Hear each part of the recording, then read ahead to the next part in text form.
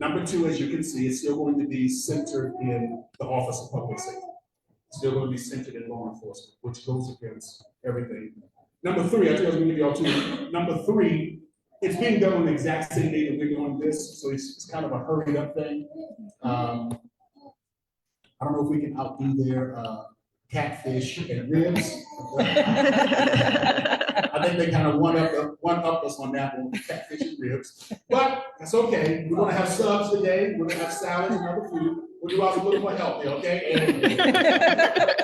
But so there's several parts of the challenge, but this right here, this announcement that just came out on Friday, reminds us how important the work that we're going to do here today is. With that being said, I would like to take this opportunity to announce, to introduce our very first presenter for today. DeVone Boggan serves as the founder and CEO of Advanced Peace. Advanced Peace interrupts gun violence in American urban neighborhoods by providing transformational opportunities to young men involved in lethal firearm offenses and placing them in a high-touch, personalized fellowship. By working with and supporting a target group of individuals at the core of gun hostilities, Advanced Peace bridges the gap between anti-violence programming and a hard-to-reach population at the center of violence in urban areas, thus breaking the cycle of gun hostilities and altering the trajectory of these men's lives. I want to just say, that's the official, I was going to say very personal, that I've been following this man from afar since around 2011. I guess that's why 2011 is kind of sticking in my mind. From around 2010, 2011, I was told about the wonderful work that he was doing in Richmond, California. And then I had an opportunity to start reading about his work in various national publications.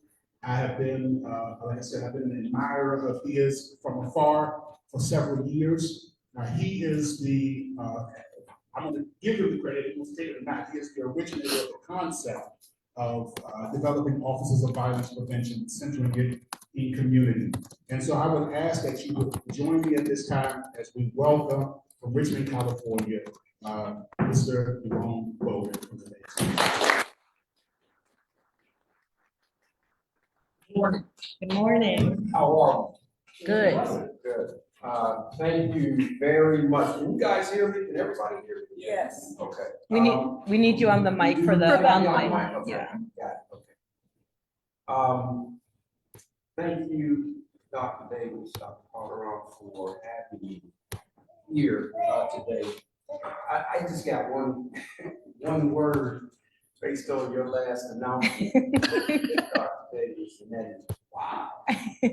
Wow. Mm-hmm. And to your point, I am with you and certain that it speaks to the essence of why you all are Everything. Sorry, sorry, that's me. It's being done. Sorry. all good. All good technology.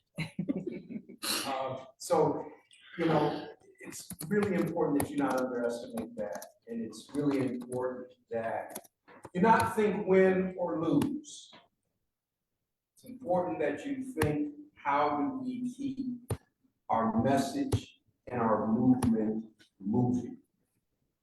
How do we find a way to stay at the forefront of these issues over a long period of time? How do we ensure our leadership is captured and is executed over a long period of time?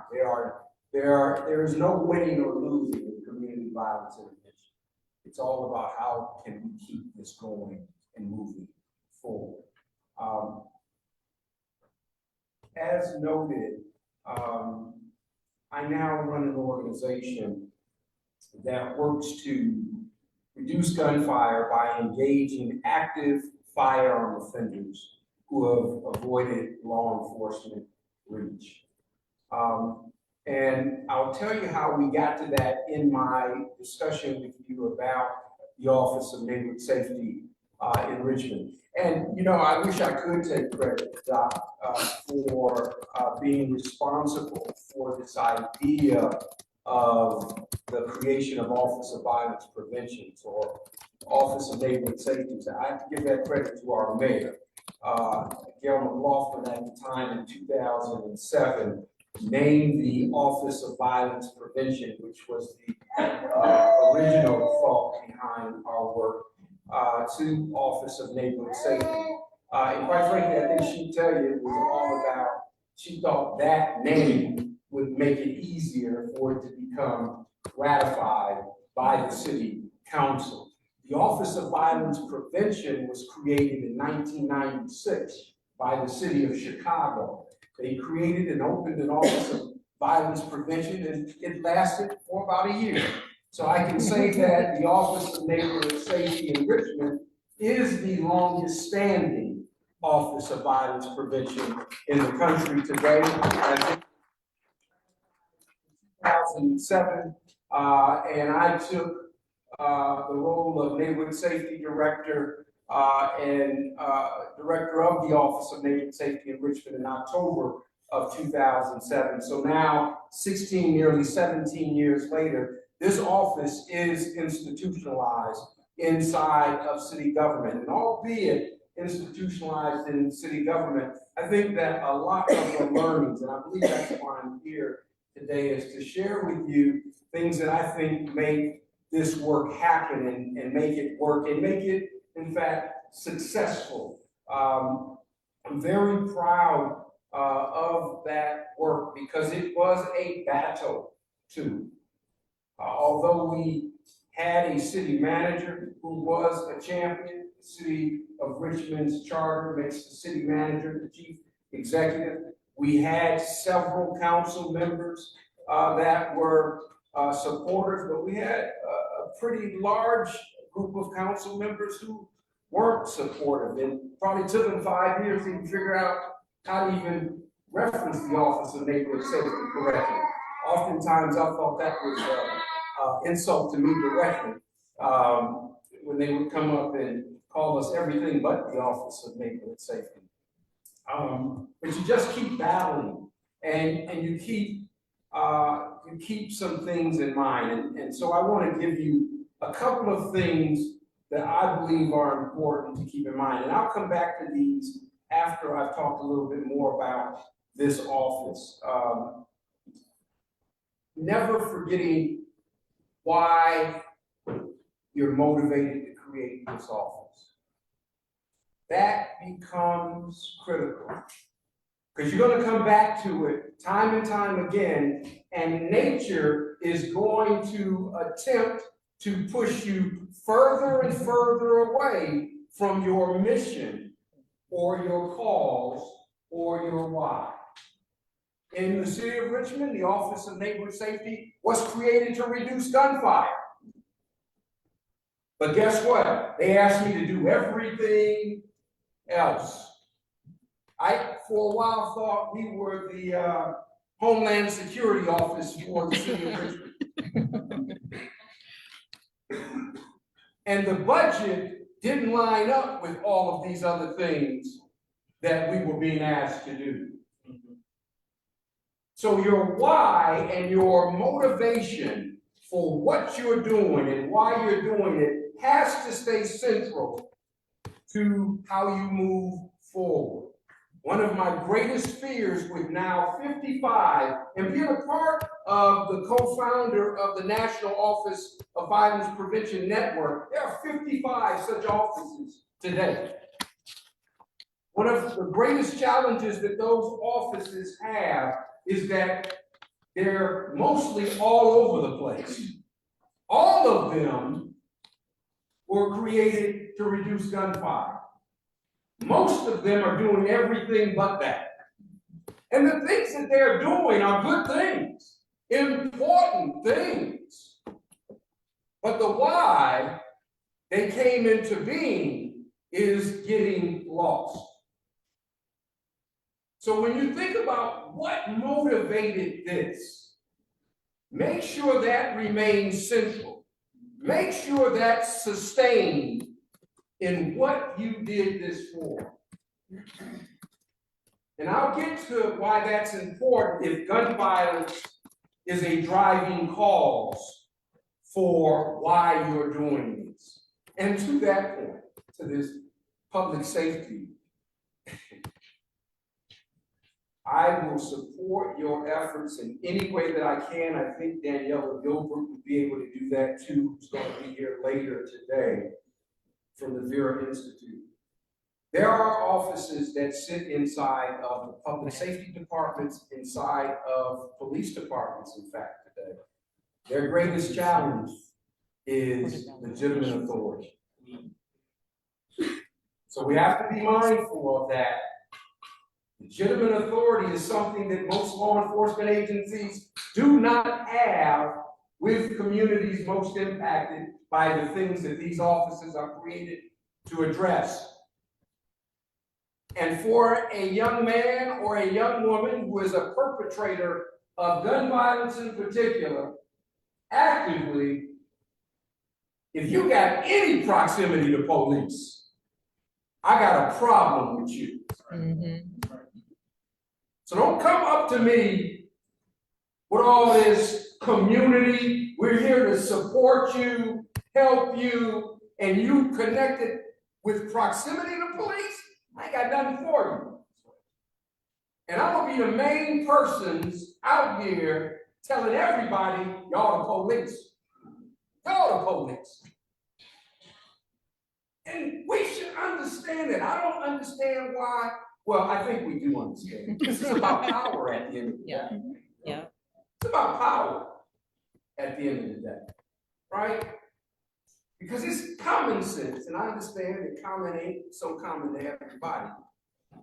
But if I'm a guy who's actively involved in gunfire, and I still remain a threat to public safety, and public safety hasn't been able to remove me from the streets, I don't want no proximity with anybody that's got proximity to public safety. I can't trust that. So it's very important that you all understand that, and that you continue to push back on that if we in fact the office to achieve the most optimal outcomes, specifically if what's driving this, if just an inch of what's driving this is reducing gunfire in the city of Denver, heed to what I am saying to you right now. Leadership matters. And I'll come back to this. Leadership matters. The leaders around this room and this table matter. The leaders who will potentially facilitate the work and lead the work of an Office of Neighborhood Safety matters. Another fear that I have or challenge that I'm concerned about with all of these new offices of violence prevention, neighborhood safety that have, by way of, been created because of the COVID American Rescue Plan Act dollars have been thrown together, and leaders have been just thrown into positions. And I don't want to say publicly that those leaders aren't capable, but I am seeing a lot of leaders in these roles who are not experienced enough to push back in ways that they will need to know how to push back. 5 years into my job as neighborhood safety director, I walked into the city manager's office and I said, hell, do I get a pen or something? I made it. And let me tell you, I had more booty and more hair when I started that job. My wife is here and she will tell you, it was a beatdown on the neighborhood safety director every Tuesday night at council. Hell, you would have thought I was the chief of police. I'm looking at the chief like, that's not my job, that's your job. He didn't say much. I am certain I gave him a great deal of cover just by the office existing. He was allowed to hide a little bit. But my boss told me, he said, you were a suicide mission. Man, I always knew it intuitively because of how it just didn't seem as if, when you know, man, they don't want this to succeed. I couldn't put my finger on it. But I'm the director of neighborhood safety and I'm in a hallway cubicle. And I am a peer of the chief of police. Chief of police's budget is 60 million, mine was 1 million. I'm serious about this. Then when he says to me, you were a suicide mission, you're not supposed to be standing here today, but you're standing here today because of leadership, your leadership and what you've done within that office, with the team that you brought into the office from the community. Now, let me tell you, this was my first government job. I think it's important for you all to know that. And I wasn't from Richmond. I came in as a consultant in 2006 when I should tell you a little bit about Richmond.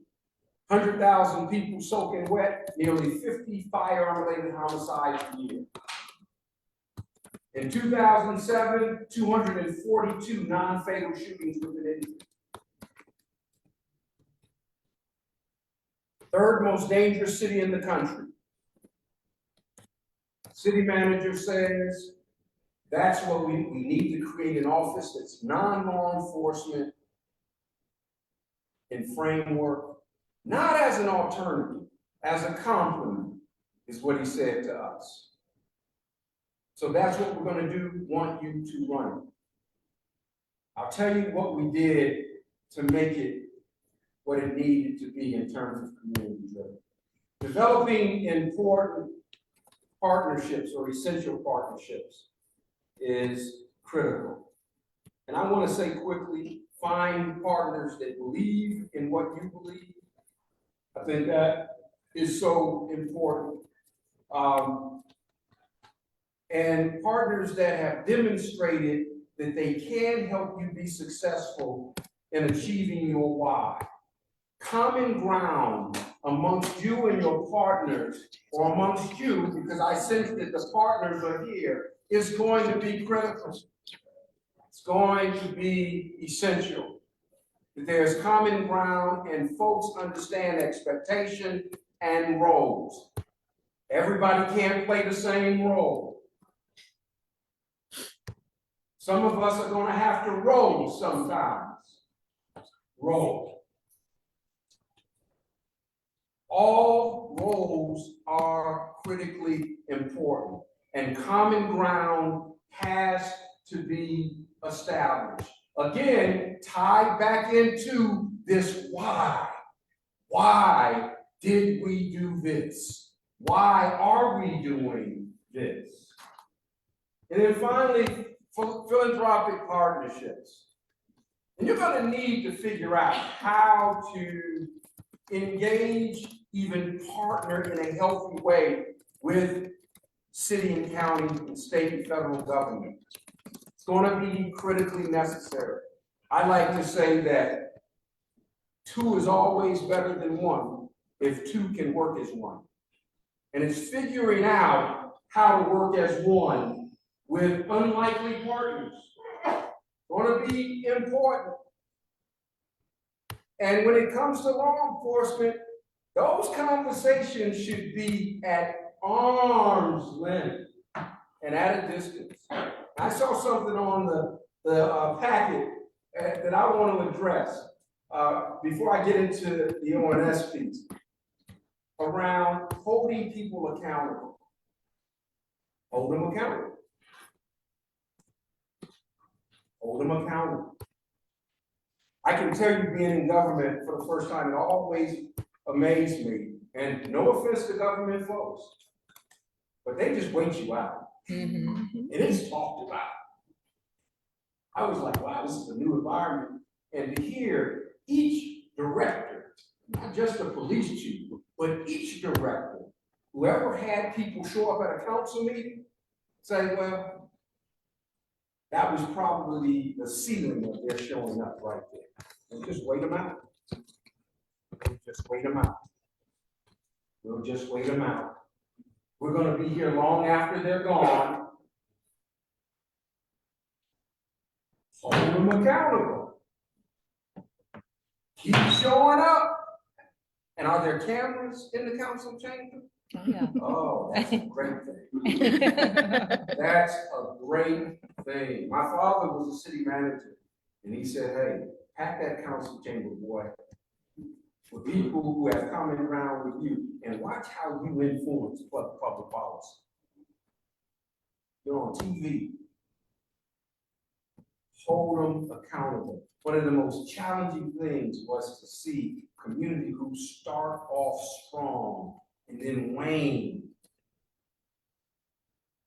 And let me tell you, city governments, government oftentimes expect it. So very important that you show up, and you show up big, and you get bigger each time. Now, EONS in Richmond, some lessons learned. One of the first 4 things that I learned in Richmond as neighborhood safety director, with a mandate to reduce gunfire from a non-law enforcement framework. And let me tell you, 47 homicides in 2007, 242 non-fatal shootings. By the time I left in 2016, we were at 15 homicides and 60 non-fatal shootings.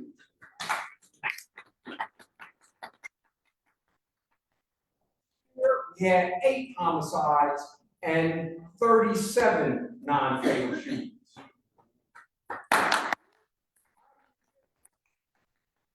The first things that the city said was, we're making a 10-year minimum commitment to this office. So make sure that you're talking about what timelines are realistic and getting up under what you're digging through. And now 16, 17 years later, this office is institutionalized. I should also tell you, it was always, well, the first year the office was a unit of the city manager's office. After that, it became its own city department. So this office is just like Public Works in the city of Richmond. The first people I hired were 3. This office of neighborhood safety. Our job was to reduce gunfire. Guess who the first 3 people were I hired? I hired 3 individuals under the age of 19 years old who were active firearm offenders. And let me tell you, I had to look deep into the classification chart of the city charter to find office aid. Now, I knew they couldn't do office aid work, but what I knew they could do was qualify for the position, come into this office under my directive and tutelage, and actually tell me what to do. Tell me what to do. See, I came out of the university system at Berkeley. I thought I was something. I needed some young men living the lifestyle of perpetrating gun violence to tell me that shit is not going to work, Mr. Boggan. And not only hear it, but listen to it. Not only listen to it, but hear it. And boy, did they do that. I had to transcend a lot of what I thought I knew as a policy wonk, as a practitioner. These young men were so helpful to me, not only in their counsel, but while they were under our tutelage, each was shot multiple times, and each had shot multiple times. The second group of people I hired from the community are what we call violence interrupters or neighborhood change agents, was the term I gave them.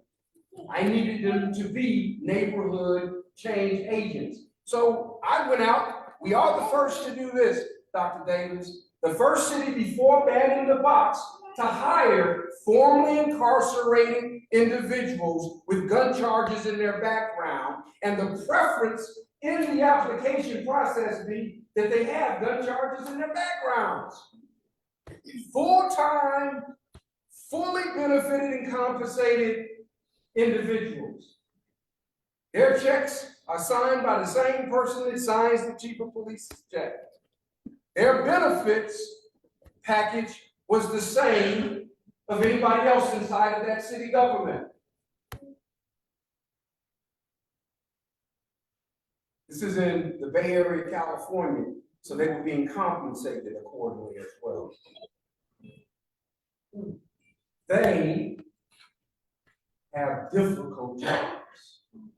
They get in between gunfire. Now, understand, I had to train them and develop them, train them and develop them, train them and develop them, because the city manager said to me, the microscopes are on. These guys not only need to survive government, they've got to thrive inside of this government. Because when I brought that idea to the city attorney and to the human resources director, what I got was, oh, so you're going to create a revolving door of criminality inside the government. Now, let me tell you something. The lawsuits pending on our police department, and that's what you're saying to me? That's already happened. So I hired 4 full-time neighborhood change agents, all from the impacted communities where gunfire is happening most. 3 of them remain with the city today, 16 years later. I had to let one person go for irreparable damage.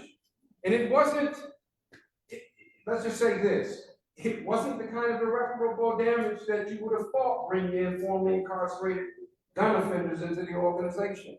It wasn't a male, it was one of my female NCAs. One, the person who is neighborhood safety director today, the 3rd most influential public safety figure in the public safety ecosystem within the city of Richmond's government, is one of the 3 that I hired in 2008. A 10-year veteran, attempted murder, San Quentin State Penitentiary. Now is the director of neighborhood safety in the city of Richmond. I had a champion in the city manager. I get a lot of credit for what happened with this office and the success this office had. But I can tell you how important Bill Lindsay, a white dude who had never managed a black city,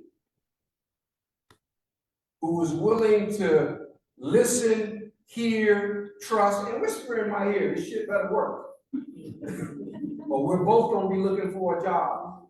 As I've stepped back since 2016 and been working in several cities today, I can tell you I now know the fights he had that I never saw him fight to make sure that today happens. Find your champions who are willing to go to the mat, who are willing to fight for what's right in your city. Understanding the nature of gun violence was something we had to really understand. And I have to tell you, and I tell you this just in case gun violence is an issue here, it took me about 24 months to figure it out. Really understand. Let me tell you the 4 things I learned. Things that are probably common today, because we've talked about it, we've published a lot about it.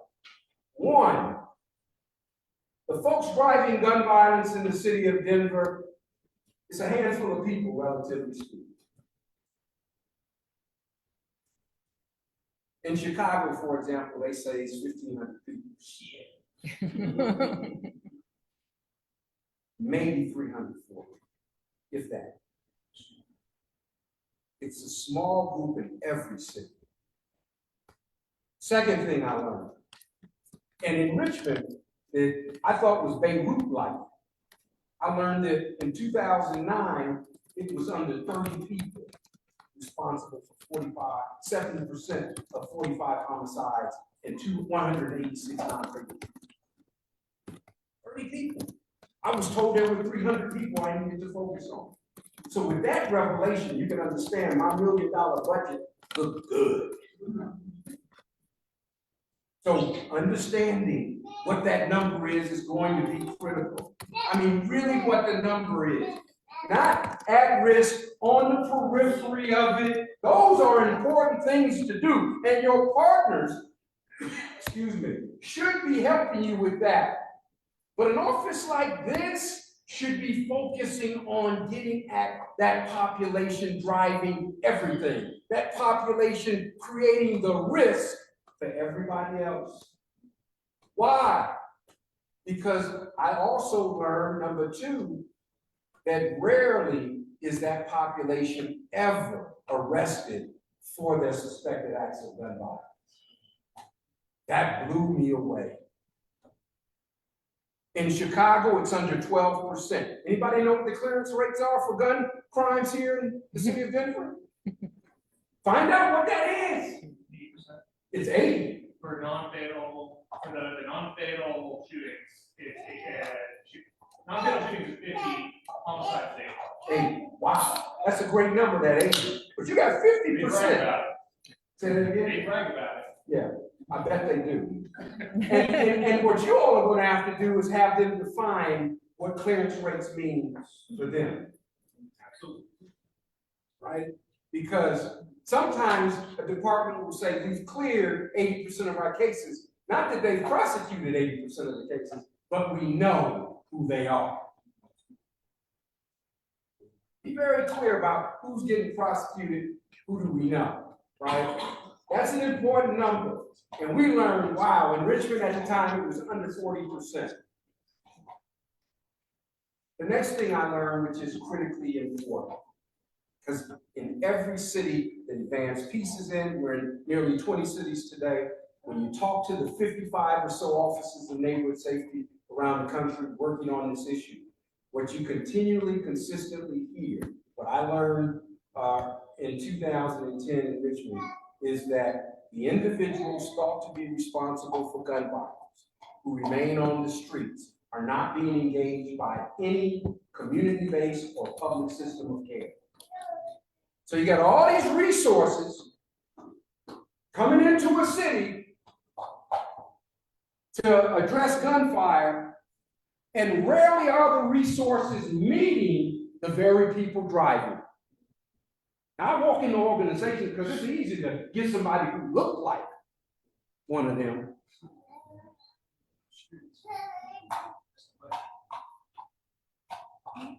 But are they them?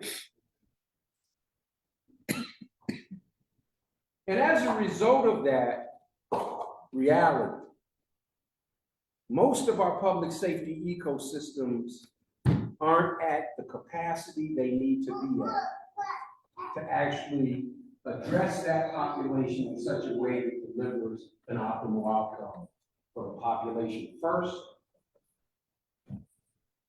It translates into an optimal outcome for the health of the city. It's a darn shame. And let me just say, I'm the first to tell you that every one of our Peacemaker Fellows, Advanced Peace, works only with active firearm offenders who've avoided law enforcement reach. We enroll them in a 24-month engagement. On day one of their fellowship experience, they are committed to using a firearm as a conflict resolution tool. We believe that this experience will help remove them further and further away from that commitment of using a firearm as a conflict resolution tool. I will also tell you on day one of their fellowship experience, they should be in jail. So for my progressive friends, that's a tough thing to hear. But if you shot someone in California at least, or at someone, that's a crime. If you shot someone and hit them, that's a crime. If you shot someone and killed them, that's a crime. So I'm the first to tell you, unless and until law enforcement can remove these guys who shoot to solve conflict, from the streets, we better have something else proven and demonstrated, not always to stop them, but to slow them down. To slow them down. I can also tell you that 80% of the cats at the center of gun violence don't want to be there. They don't even like the cats they're doing the retaliatory shootings with. But for whatever reason, they believe they must. And the biggest reason is because that's all they got in their ear telling them they have to do. We're not in their ear fighting for their hearts like the people they hang out with every day is. One of the things that an office, a unit, a group of people, a collaborative like this can do.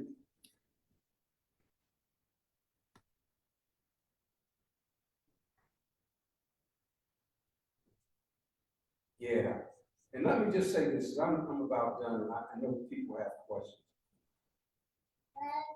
Something else I've learned. Don't lose focus. I've said that, I can't say that enough. And trust me, you're gonna remember this conversation later in this game of how often you are tempted for a variety of reasons to lose focus. Even the most committed of us will be tempted to lose focus. Mission drift, splits, blinks happen. And in those blinks, in those splits, is where things get fuzzy. It's going to happen to the best of us. So I'm saying it again. Why are you doing this? What's the focus? Don't allow yourselves to lose focus. And be cautious of taking victory laps. Because typically what happens is you start out strong, you go in a year. In 2008, after 47 homicides and the implementation or execution of the Office of Neighborhood Safety, city had 28 homicides, 47 to 28. Now, of the 47 in 2007, 28 of them happened in what is called the Iron Triangle, a 3 square mile of our city that encompasses 2 warring factions historically. So what do we do with our resources? We focus them there. 2008, we saw 28 homicides, only 3 now in that area. But we had 25 other homicides that took place. That means shooters ain't dumb and they're mobile. Right? So what I learned quickly was you can focus on hot spots, and you'll hear that a lot. But focus on the hot people. Mm-hmm. Hot people create hot spots. And they're easier to focus on with your developmental healing center engagements. The moment we got that right is the moment we began to see the trajectory change.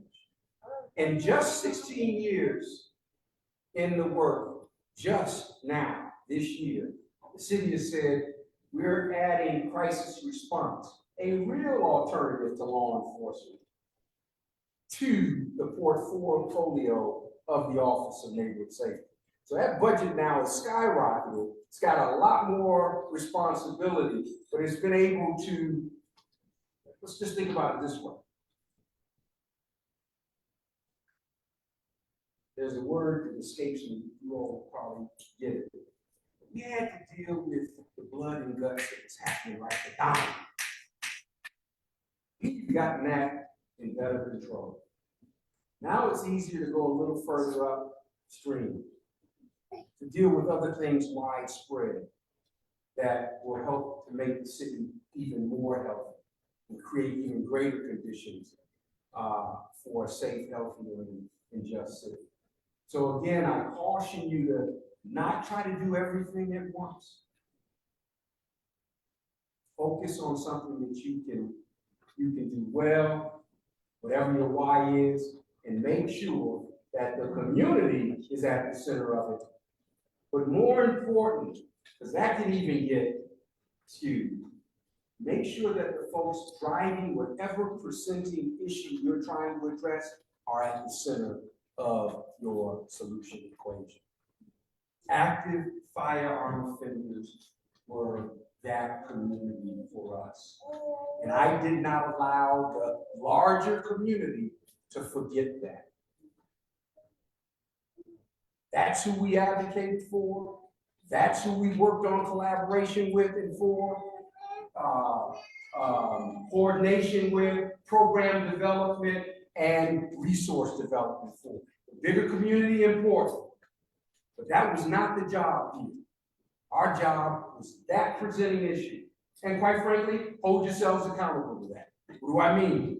City manager told me, DeVone, I know that you're going to, because of your resume, bring a lot of good to this city.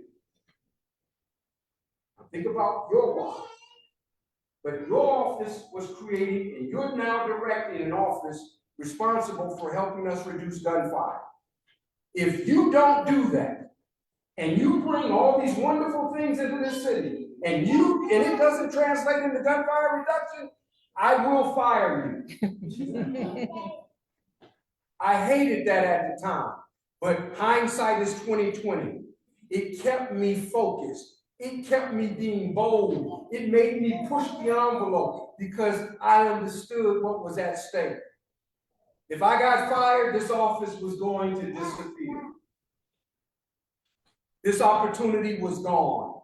So my mindset was, I'm going to put my heaviest leaded foot on the gas pedal and take it for a ride. And a ride we have taken. I know that you all, everyone in this room, wants to do this work because you want to make a serious contribution and make a serious difference in the city of Denver around health, public safety, justice, equity, etc. The difference you make can be unfocused or powerful. Unfocused or powerful. Unfocused or powerful. Powerful, oversold, or indispensable. Recreational or transformation. Guess who's going to get to decide? You. So decide. Thank you.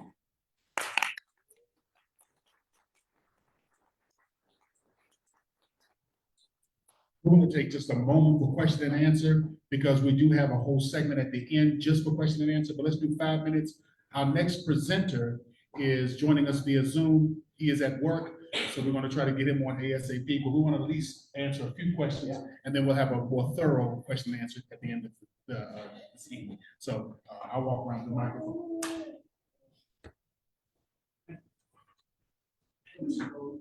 My name is Gilbert from the office on the juvenile here. I just like to personally thank you on the byproduct that you're speaking about. I came from New York, I worked for SNAP program, which is one of those high-risk individuals who had firearm offenses. And I've since taught alternatives to street life, reduce gun violence, violence, and corruption in New York. And I'm a fellow myself still working in the federal office. If it wasn't for a man like you who gave me an opportunity, people would see my talents, so I gave me the opportunity to show that I can change a lifestyle around from the violence that I can play a part in. I just really appreciate the work you do. And I think it's important to move together in the last 16 months to be part of other initiatives for their goals to reduce gun violence. And Denver is not understanding that having police at the suppression level is not going to work, and they need the right people from the streets to do the work. And I believe in that, and I did the work. And I hope that initiatives like this and meetings, that people in those high places start understanding that we need individuals like me to do that kind of work. Because just let's be honest, people sitting in the ivory tower theory like that's cool, we come up with all these ideas, but the streets are the perspective, and that's important to engage. So thank you. You're welcome. And let me say, thank you for what you're doing. And in your space, enroll now, and in your spaces, enroll yesterday, I am certain you get this. You are so right in that we have to embrace community assets that are often underutilized and invisible to the public safety ecosystem. So we've got to find them, they're there. But we've also got to make sure that we're training and developing them. There is nothing like a cat who's got great skills, but got 1 foot in and 1 foot out of the game. Do not tolerate that. 1 foot in, 1 foot out of the game may get you close or greater proximity, but it brings a whole lot of other issues and challenges as well. So be cautious in that regard. Anyone else? Yes. Good morning. I apologize if this is, I had to step out of it. But my name is Maya Wheeler, and I have, my organization is Wayside Data Center, means empowers the sisters of Swahili work. And we have a youth program called Empowering Youth Through Entrepreneurship, where we teach kids resiliency, how to, build up their coping skills so they can know how to handle conflict without it resulting in violence. While it's a small nonprofit with not much funding, we've been offered to use the police community rooms. And so one of my concerns is what you brought up this morning about, like, we have a really excellent program to offer to these youth, but are they gonna come because it's in the police community rooms? But we're not being charged a fee to use these spaces. And it gives us more money to be able to spend on the youth in this program. Well, I can tell you, and I'm gonna look in your face and tell you the truth. If we're talking about incorporating individuals who are actively involved in gun violence, they're not coming to that space. If you're talking about kids who are at risk from these very same communities, they're gonna come to that space. It's a different relationship. It's just important to understand that if you're going to use the services, the great services that you have, and apply them to this population, you're gonna have to do that at a distance from law enforcement if you want the population to lean in. Take one more. I see 2 more. I'm going to stop with these last 2. So this will go in the order. With the expanded access to firearms over the last couple of decades, it's a starting to change. No longer 30 people with a kind of an ongoing lifestyle. More kid graphs, we got goes to the party. How does that change? Yeah, well, I'm gonna tell you, it's a great question. And from experience, what we're seeing is the guns are readily available. It is so easy to get a gun. And more guns are being held. Why? Because I don't want to get caught slipping. I don't necessarily want to use the gun. That's the challenge with gun laws that prosecute first-time offenders for just holding on to a gun. Because most kids are holding them because they're scared to death. Scared to death. Why do most law-abiding gun holders hold guns? Safety. Safety. Safety. So you have more kids carrying guns now into schools. Not because I want to assertively, offensively use them, but I feel like having one, which is a false city as well, because most of the cats who thought that had a gun when they were shot and killed and didn't protect them. But because I believe it, I'm holding it. And so you got more guns out there. Perhaps not as frequently being used offensively, but that goes up and down as well. But more and more young people that don't traditionally carry guns are carrying them when they come from neighborhoods where somebody has an extraordinary impact. We will have a more open question and answer and discussion. So I want to promise anyone who wants to ask questions, we will get around to it. This is the last one just for this segment. Good morning. Thank you so much for your presentation. I'm the Reverend Dr. Jose Silva. I actually lived in Oakland for 2 years, 2002, and worked in West Oakland, at Dillon Middle School. So when we talked about what was going on there, it took me back about 20 some odd years ago. I'm just gonna be frank and honest. I love everything that you presented, and I'd love for you to give us an illustration. Our city is disjointed. We have a lot of poverty pits. We have organizations that don't collaborate, come together. And so you have the disjointment that has allowed the disconnected in our community and the voices to rise. In particular, our current mayor, I feel is not connected, doesn't have the ear of the community. We have other elected officials here that I'm very proud of. But when we think about that disjointment and holding them accountable, how did you do that, creating all of these variable entities? I think about our public school system, I think about our probation office. None of those connected pieces actually supporting our justice engaged youth, our justice to reentry youth, those that are coming out and integrating. And so how did you get all those people to talk when they're all fighting for the same $10, when none of them care about each other, and truly they're just about that six-figure paycheck? Yeah, it's a great question, and I'm gonna be back honest to you. I told him to get out of the work. And the young brother who just wants to pose himself as an example of the work, I let them help me tell him to get out of the work. See, it's one thing when you're sitting in the room with the Bible. It's another thing when the people who know you got resources that you ain't providing them to be in the room and tell you that face to face. So you gotta call them out. Now, as a city official, you know, one of the reasons I was really hated by some of our community members, a lot of pastors, by the way.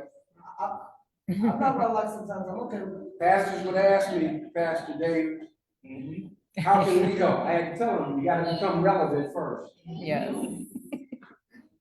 Boy, that was offensive. But it's the truth. But it was the truth. You're not even relevant to these guys. We got 160 churches in this city, and ain't none of them relevant to these guys. Get out of my way. Because I had to deal with, I had a youth pastor on my team. And I had elder pastors tell me, that young boy ain't gonna leave me. Get out of my way. Right? So you've got to call folks out. That was the other thing. I had long-time beneficiaries, big box organizations, community-based organizations working in the community. When I showed up, they also saw me as a new cash cow. And many of them, great credibility, so-called credibility in the community, all nationalities and ethnicities, go to the city manager and say, hey, you started to mess with our pocketbooks. Talk about that. I'm calling you out.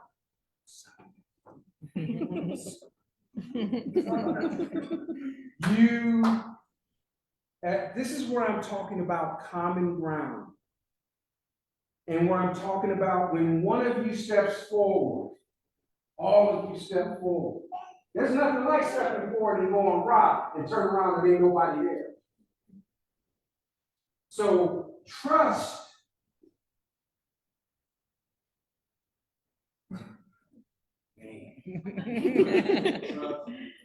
Trust is critical.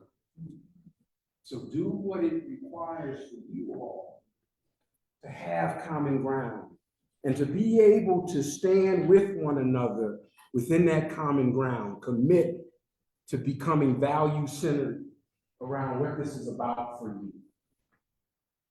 And hold each other accountable.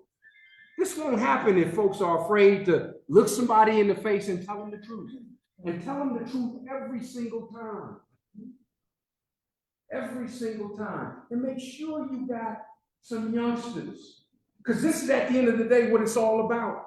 Make sure you got real players around you who will co-sign and clearly communicate, y'all ain't doing nothing for me. Call it out. You just gotta keep, you can't wane from calling it out, and you can't allow, here's what I love, and it's more of a sports thing. If you've ever played sports, you know you don't win every game. You win some, you lose some. But win together, lose together. But always work towards success together. call it out, man. It's gotta be, and that's a fight, because you're gonna win, and some of the times you're gonna be so angry because it doesn't feel like you're winning.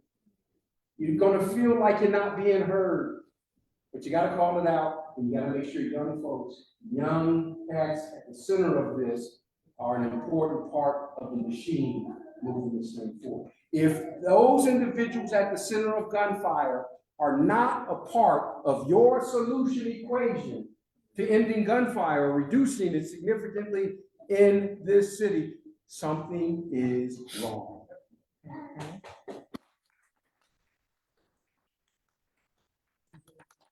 Very much. How do you feel?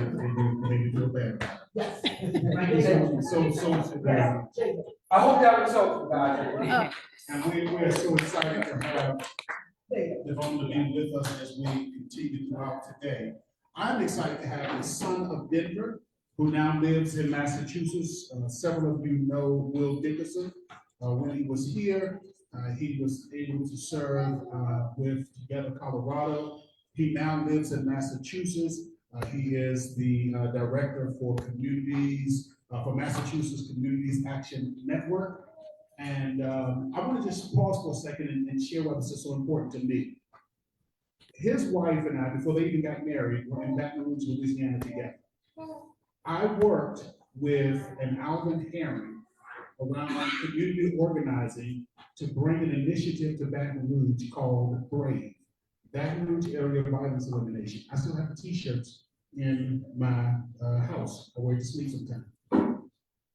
My heart was crushed. This is why we cannot center these initiatives in law enforcement. My heart was crushed because after giving the credibility of my church, of my leadership, standing with other community organizers and pastors, etc., to bring an anti-violent initiative to the city of Baton Rouge, who at the time in 2012, 2013, was the murder capital of America, if y'all remember. It had the highest per capita murders during that time in Baton Rouge, Louisiana. I turned on the news, what was this, about 6 months ago?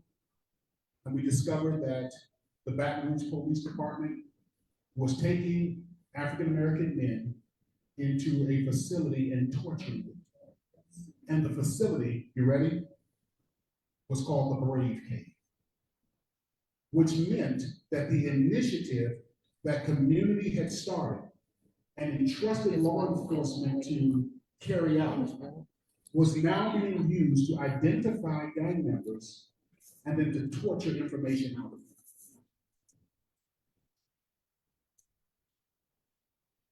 And I'm getting emotional now because I put so many hours of sweat and blood into that initiative.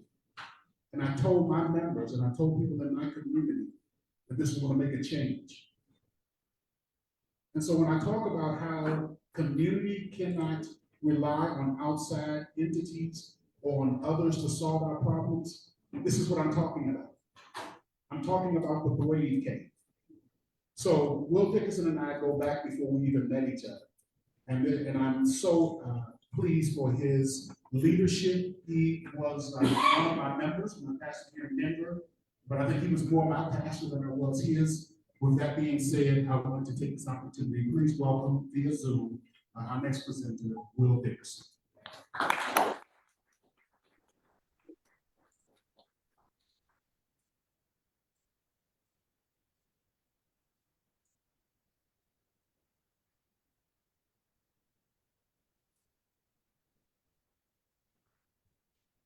All right, Will, you can come on screen, that'd be awesome.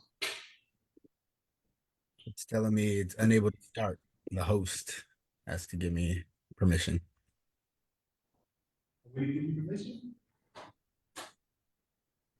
Here.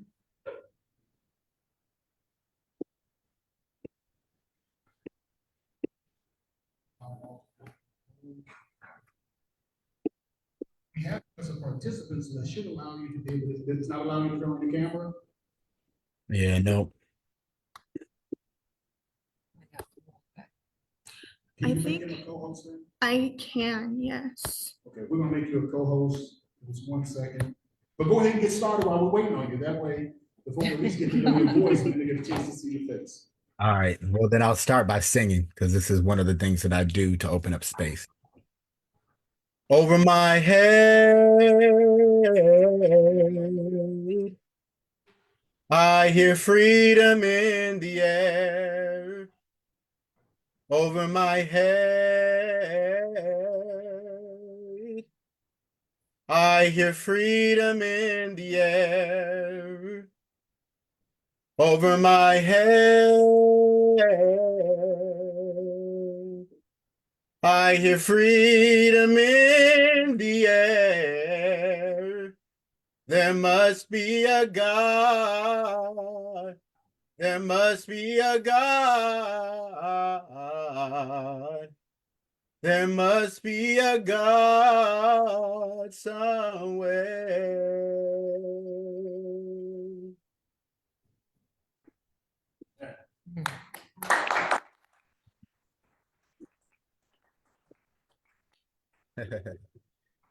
No need to. I was just I bring my my full self into every space. So many of you all that know me this I can't see out there, so I can't see who I know and who I don't know. The only person I can see clearly is Lisa. Lisa's sister. I miss you. I'm happy to see you sitting here still doing the work. The reason that I sing and the reason that I bring the particular kind of music that I bring into spaces is that wherever I go, I bring my ancestors. And the ancestors that wrote the old Negro spirituals that people will sing in choirs all the time now, and you know, sometimes appropriate. Um, those ancestors were the ancestors that believed in the deep liberation of Black peoples in the United States. Those ancestors were the ancestors that fought for their lives every day, the ancestors that believed that there could be a better day, a brighter day, that they needed to live so that their descendants could live and thrive. Those ancestors are the ancestors that I stand on the shoulders of, that prop me up and that keep me doing this particular work. And so I'm always very sure to make sure that I bring them into the space. My name is William Dickerson. A lot of people in community call me Brother Will or Brother William. I'm the co-executive director of Massachusetts Communities Action Network, which is a community organizing group in Massachusetts, statewide organizing, faith-based community organizing, and a sister organization to Together Colorado, which is where I started community organizing out y'all's way. Colorado is my home. I grew up there. It's the people there are my people, and the work there that needs to be done is my work. And so I miss it there, and I miss many of you all that are in the space. And I love you, and I thank all of you all for doing the work that you're doing. What I'm tasked to do today is to talk a little bit about the role of establishing our own community institutions. And so what I want to start with is, I've been community organizing for about 11 years now. And the last work that I did in Denver, I actually got to work really closely with Lisa, and also got to work really closely with Pastor Davis, along with a lot of other different pastors and other folks across the city. And we were working to actually push the chief of police to rewrite the use of force policy using community input. And so we wanted to create community circles to be able to bring people in to inform how they wanted the use of force policy to look, like how they wanted their bodies to be handled in any kind of situation where they were in confrontation with or in a situation with police. Reasonable ask to have people be able to talk about how they want their bodies to be handled in those particular situations. And it was a big fight with a lot of refusal, and a lot of issues going back and forth between community members, police, other groups, other interest groups that were trying to be a part of this work. And one of the things that I walked away with was like all the arguing that we were doing and trying to get this institutionalized, like really pushed on me, what is it that we're trying to do and what is the work that we really want to like accomplish. As time went on, after leaving Denver, we started to see more and more police shootings. And I want to name that we just saw them more, not that they were happening more. They've been happening at these staggering rates all along. But we started to see more police shootings being covered. And, my own anxiety was just jumping up around like, am I safe? Is my family safe? I just had a son and I'm thinking about my son, and like the world is not getting better. And the organizing that I was doing was all about policy, was trying to get police officers to act right, was trying to get government to make new institutions and make new, new departments that would help to protect particularly Black peoples. And it wasn't getting better at all. And I was just like, what is happening? What is happening? Until, it just shook in my head that nobody's coming. Nobody's coming to save me. Nobody's coming to save any of you all. Nobody's coming to save the people that look like me. If that was going to be the case, they would have saved me long ago. That it was actually going to be up to me to do it. And that I needed to stop trying to figure out how I was going to ask people or beg people that had no interest in me to try to get them to protect me or protect my family, protect the people that I love. And so I started looking more deeply into what is the precedent around creating our own institutions, creating our own community institutions. And so then I started thinking about the liberation moments in our history, particularly Black liberation moments. First moment that I can talk about being the Underground Railroad. The Underground Railroad being Black people's coming together. See, the way we talk about this oftentimes, we make it seem like there was a lot of like white support in these particular arenas. Yeah, there was support there. Don't get me wrong. But the institutions that created the conditions for liberation started with Black people's coming together and strategizing around how are we going to get people escaping out of slavery into liberation, into freedom. And so they created their own structures, their own systems. Some of the churches that were being used in all those different places, those were all organized by Black folks thinking about Black liberation. It was those things that then started to create the conditions for the crippling of the economy in the South that later led to the Civil War. And when I say the crippling of the economy, I mean that every time a slave left, people had to figure out how to replace that slave. If you didn't have the money to do that, some of those plantations were closing. And Harriet Tubman, being one of the most famous liberators in that particular way, abolitionists in that particular way, right? She was responsible for 1,600 people being released in that way. So you have an institution that gets created by Black people. That institution creates the conditions for people to liberate themselves. In the conditions of those people liberating themselves, they hurt the economy. The argument grows in the North and the South, and then you have a civil war that leads to the liberation of Black people in a particular way. Don't get me wrong, y'all. Don't get me wrong. It did what it was going to do, and then we had to fight something else. So then you look at another institution that gets built in a similar way. You have Black Wall Street. And Black Wall Street, oftentimes we talk about Tulsa, Oklahoma, but you have to think about Black Wall Street as a network of economic growth and empowerment across the country. So Black Wall Street wasn't just Tulsa, it was Rosewood. There were places in Pennsylvania. We had places all throughout the South where people had created their own alternative economies. Those economies were thriving. Some of the studies say that in Tulsa particularly, in 6 blocks, the dollar touched 100 hands before it left. 100 hands. That's better than the United States economy at that time as a whole. No wonder they wanted to bomb it. Black people were thriving off of their own ingenuity after believing in their own selves. So we have another example of the powerfulness of when community comes together and decides that they want to build their own institution. We don't talk about this one enough, but the Montgomery bus boycott.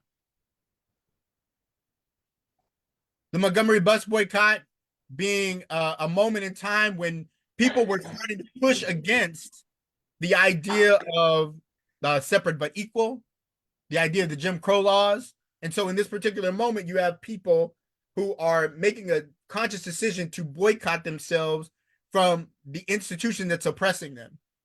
But they not only boycotted themselves from it, they created a new institution. So they created their own busing system that people were operating from. I know y'all know this stuff. So I mean, I know I'm speaking to the choir. I'm trying to create an argument for something. So I'm hoping you'll walk with me. So the bus boycott, more specifically, right? They had to create an alternative busing system because people wouldn't have been able to stay with it as long as they did. They create this busing system and they cripple the busing system, the federal busing system or the city busing system that existed at that particular time, to the point where they had to capitulate. They had to give in and allow people to ride on the bus wherever they wanted to ride. Here's the kicker around this though. If Black folks in Montgomery had just continued to use the busing system they had created, they would have replaced the busing system that existed altogether. And they would have had a Black-owned busing system. You see, the goal was to get them to start riding the institutional bus that already existed, but what they didn't realize is they had created gold for themselves. They had created something that was thriving, and it was thriving better than the system that already existed, and they gave it back. Now, don't get me wrong, I'm honored and I'm blessed by the fact that they did the work that they did in the way that they did it, and I don't think that there's anything wrong with what they did.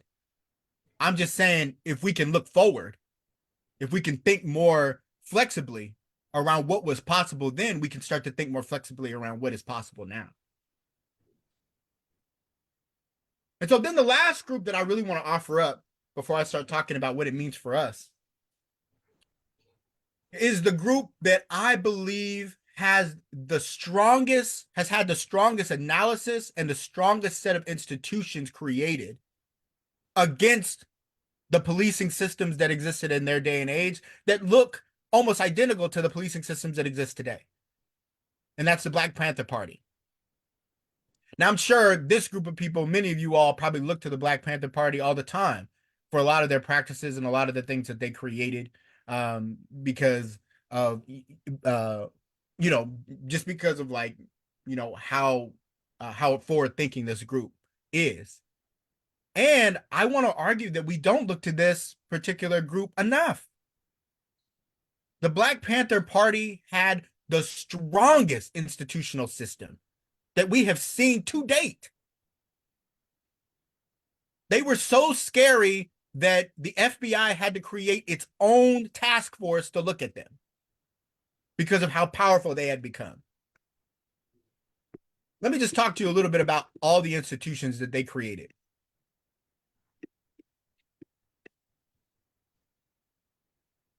So you have benefit counseling that they created. They created Black student alliances across the country, child development centers, consumer education classes, community facility use, community health classes. They had a community pantry, drug and alcohol abuse awareness classes. They had drill teams for the young people, drama classes for kids that weren't getting those things, free ambulance programs, everybody, free breakfast for children programs, free busing for prisons programs.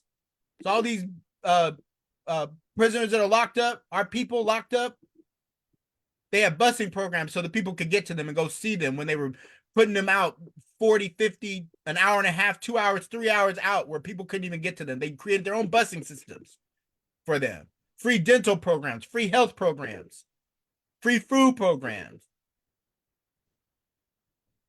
free health clinics, GED classes. They started their own WIC programs, martial arts classes. I mean, the list goes on and on and on. There's like 65 different institutions that they created in their own communities. When you hear about the TRIO programs and the Jumpstart programs that many of our kids go through to this day, the Black Panthers were responsible for starting those. The welfare programs that we see to this day, all those welfare programs were started by the Black Panther Party and then co-opted by the government. And co-opted in such a way to make them almost ineffective for the people that really need them. The Black Panther Party had a clear understanding about something. They had made up in their hearts and made up in their minds that nobody was coming to help them or save them. That it was going to be their responsibility to save themselves and their communities. They accepted it. And so they created their own policing systems, their own healthcare systems, their own welfare systems, their own social programs. They created all of the things that their communities needed. And that's why they were loved by their community. And so Pastor Davis and myself, we were having a conversation about this 3 weeks ago. And he was asking this question around, like, you know, where are the institutions that existed that look like those today? And I was telling him that so much of the institutions and so much of the places where the buildings that they use, like Black Church was one of the places, the institutions that they used to be able to make sure that these things were accessible and made present. Like, all of those were destroyed. Like, literally systematically destroyed. Most of them have to get rebuilt again or be reimagined about how they exist in this particular moment so that they can be run the ways that they were meant to be run. They're underfunded. And most of the time we haven't been able to figure out how to bring our community's resources together in a meaningful way. And some of the institutions exist. We just don't use them like we used to or like we should. One of the most powerful things that I think that Pastor Davis was telling me that you all are doing is taking policing and just putting it in your own hands. From what I hear, you all tried to go to government and tried to help them to create these programs, knowing what we need in our communities. And my dear sister Lisa goes to them and then she gets denied.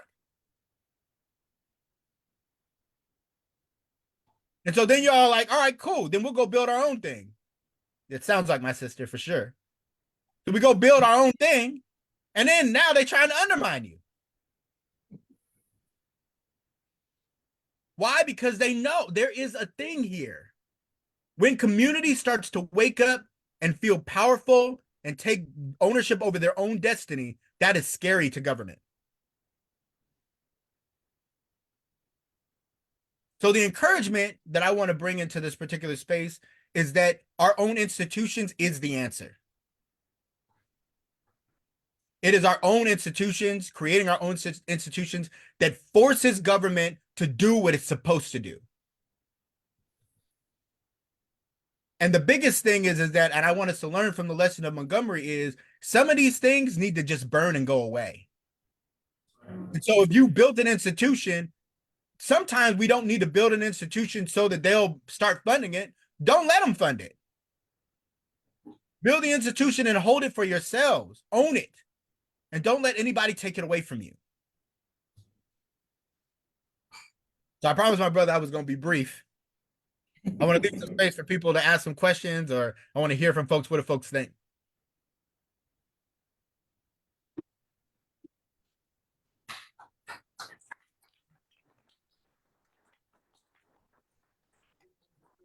for a few questions.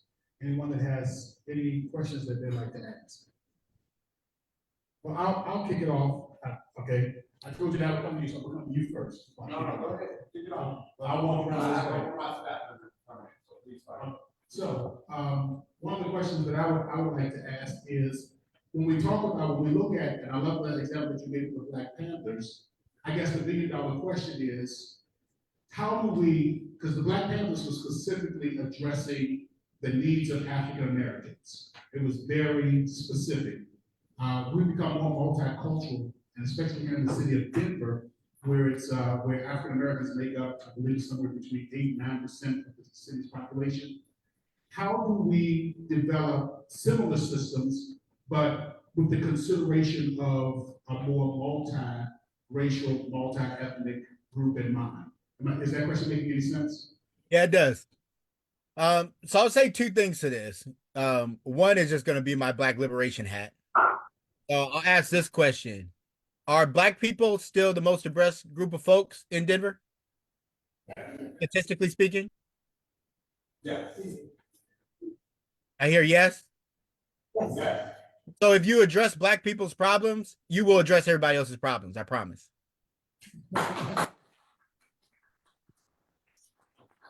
So that's my Black liberation hat. What the Black Panthers did, if you look at Fred Hampton and the work that he was doing in Chicago, one of the things that they started was the Rainbow Coalition. The Rainbow Coalition wasn't about people coming together and making all their issues one issue. It was Black power to Black people, white power to white people, brown power to brown people, et cetera, et cetera. That's the language that they would use. And it was about them coming together and fighting against the same common enemy. And so if you can develop an analysis around where are the intersections where people are suffering, and you can start to get them to start to think about their own groups of people and the power that they would need to build, then what you'll start to see is that people will naturally be able to come together because they have a firm footing in their own analysis, and they can recognize how that analysis connects to the other oppression that is happening around them in the other communities. Well, I know you said you couldn't see everyone in the room, but it's good to hear you. Good to see your face, even though you left us in the city, brother. One of the things I appreciated the most about what you talked about is agency, right? The sense of agency that we don't need to count on anybody else, right? To come in because you're right, they're not coming in that kind of way. However, we also see this room, right? We see who's in it, and so I think there is a desire, but it has to start within us, right? So I appreciate that part of the message. One of the things that really comes to mind is, if I heard you speaking, was having to paraphrase the Declaration of Independence, right? In college, that was one of my assignments, and what popped out, and I remember, and I don't remember stuff that well like that, but I remember what I wrote around that, right? Which is that the government is no longer working in the best interest of the people. We have a duty, right, to either help that government work for us, right, or to replace it. And so that's basically what the Declaration of Independence says. That's what we were awarded, right, as the United States of America. And so hearing that, here's like really where I'm gonna, one more comment and then my question. I run Metro Beat, which is a Black Economic Development Organization. And I don't see a whole lot of business folks that I know, and I'm not saying they're not existent in this room, right? But I'm saying that I've not seen a whole lot of that, which is, to me, the very core of what needs to be replaced in order for all of the other things to work, right? And that came 19 years of career in education, leadership, and all these other things, right? That fatherhood, which I think is also very, very core, but there's this sense, if the money is not understood and having access to, right, and businesses being built in such a way then we're not gonna get to the rest of the foundation for this conversation, right? Now, two values that we hold, which is Pablo, one, and then, collaboration over competition. The Babu piece, I know, I see you, brother, I see you, but I'm gonna make you, because it's gonna frame a lot, and I'm not keep the rest of the conversation. Well, I'm good. I see you. I'm still doing it. So, Babu piece is, essentially, that we're all by us. We don't need to build anymore. The reason that, that Tulsa got burnt down, the reason that all these things, that everything was self-contained, where nobody else had entry into that, right? And so we do need to think, how do we protect ourselves, how do we build ourselves, while we are inclusive of others? So the question is this: why? And I think to you, brother, as well, right? Earlier, there's this piece of an othering of people in violence. Why are they in violence? Why are they hurt? Because of what we do or not do, right? So rather than othering, in what ways would you frame, right, bringing together of this larger community, as well as bringing them fully into, rather than othering, making them part of fully solution, without it being the negative, you're wrong, you need to act like us. What parts of why they are and what they are should we like? Yeah. What peoples are you referring to in the othering? Criminal, violence, gangsters, however you want to look at it, however you want to look at it, those that people sit in a room to try to figure out what to do about it. Okay. So if I can understand you correctly, I just got to tell y'all the sound is just tough. So I'm gonna try to repeat back. So what I hear you saying is there is a way in which othering can happen to particular elements in our community, peoples in our community, that like almost can like leave them out of the conversation. How do we have a conversation about these institutions that is more inclusive of those peoples? Is that right? Yes. Great. Then I heard everything I need to hear. All right. So what I'll say is, if you use the model of the Black Panther Party around this, like most of like the vast majority of the people that are being invited in the particular space, right, are peoples that have criminal backgrounds, right? They're like, some of the people that are being organized are the gang members themselves, that were like, they were the ones that were stealing, shooting, all those particular things, but that they had a message around, first and foremost, they had an analysis that these groups of people are already organized, highly organized. And that oftentimes when these groups were even getting started, they had an analysis about community, or oriented around community in some form or fashion. I don't know, but that what they needed was like support around their analysis, around what was happening to them, and what they had power to do. Like the Black Panther Party was about the education of all of our peoples, and getting, and like really supporting them in their analysis, and then taking the power that they so desperately wanted, showing them how to get it, and then showing them how to make their community better in that way. It is the practice of that. It is the practice of not throwing people away and understanding the circumstances of why people are doing what they're doing, and holding people accountable. Like, this is the thing that we miss in our communities a lot these days. And a lot of it has to do with like white saviorism. It's like this idea of, oh, it's not your fault. You know, the systems are stacked against you. You didn't have a choice. It's like, that's all bullshit, right? We still have choices. And we still have to like take responsibility for our actions, but it doesn't mean that we can't do that in a way that's restorative. Like, I can still hold you accountable to your actions and restore you, as opposed to throw you away.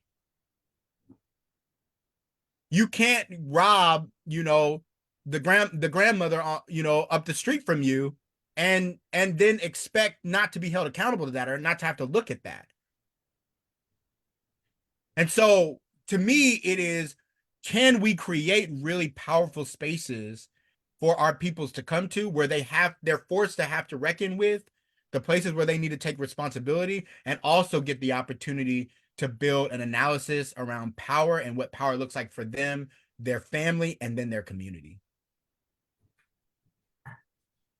You gotta be able to make sure, so in this room, I would say active firearm offenders who avoided law enforcement streets. Why?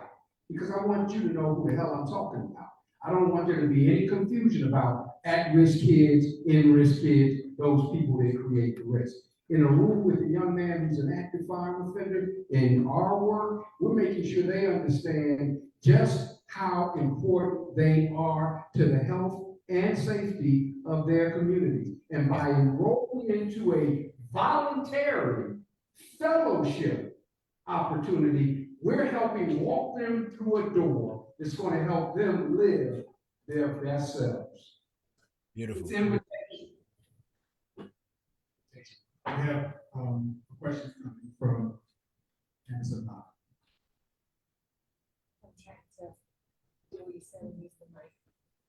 One of the things that I want to address though, Denzel, is that when we were creating the 112 recommendations, when we talked about safety with the various members of the coalition, it wasn't always just against like what we traditionally think of as criminals.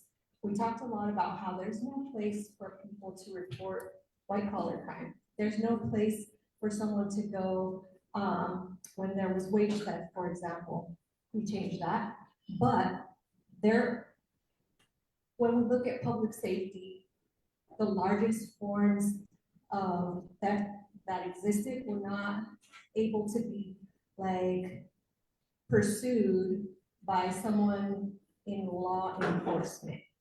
And so I think it is important to be specific about getting people who are affected by that label, criminal, to the table to help us solve this, but also to understand that criminality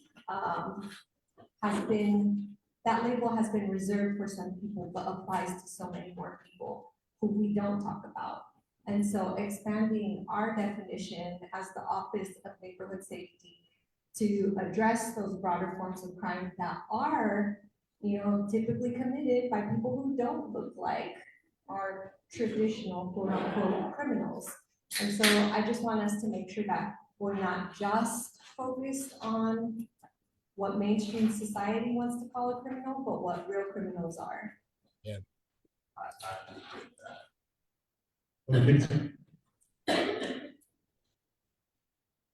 Final, if you want to add anything to that, Brother Lisa? Oh, you talking to me? Actually, I can't hear nothing. No, I don't need to add anything to that. I think it's a beautiful discussion with y'all. I love what everyone's saying. Is anyone else, any additional questions? We need to wrap. We need, Okay. yeah. So thank you. We want to just, first of all, let's put our hands together and thank everyone. We want to get him in person, but we take what we can get. We're so thankful that we got it. And this is the first two discussions were really to center where we're trying to move today. How do we take responsibility for what's going on in our communities? Again, how do we take responsibility for what's going on in our communities and not turning it over to other people to solve our problems? We have to solve our problems. And this is what this initiative is about.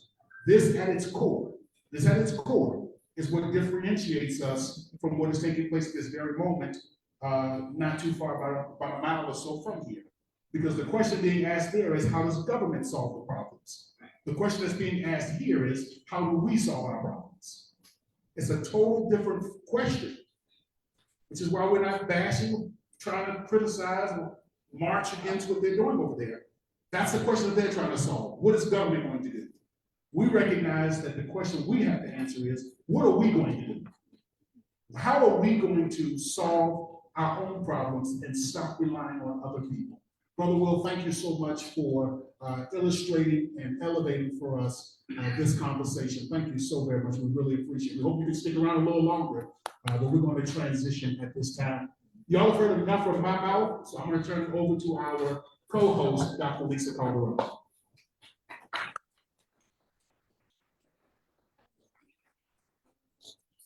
So what do we want to do? If we could take 5, just so I can move some tables out in the hall for lunch, I'd appreciate it. All right, so what we're going to do, and I'll talk a little bit more when I introduce Daniela, but I think we need a little bit of break and move a little bit. Because we're a little behind time, I would say take 10 minutes, take care of yourself.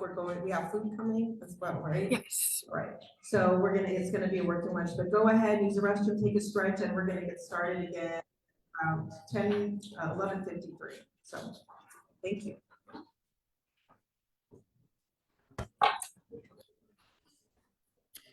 It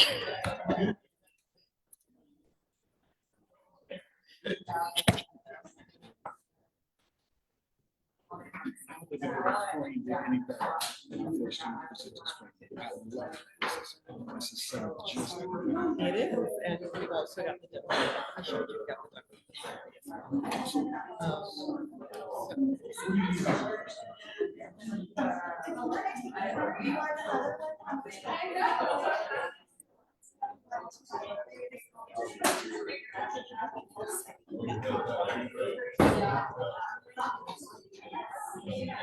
Beep, beep, beep, beep. Beep, beep, beep, beep.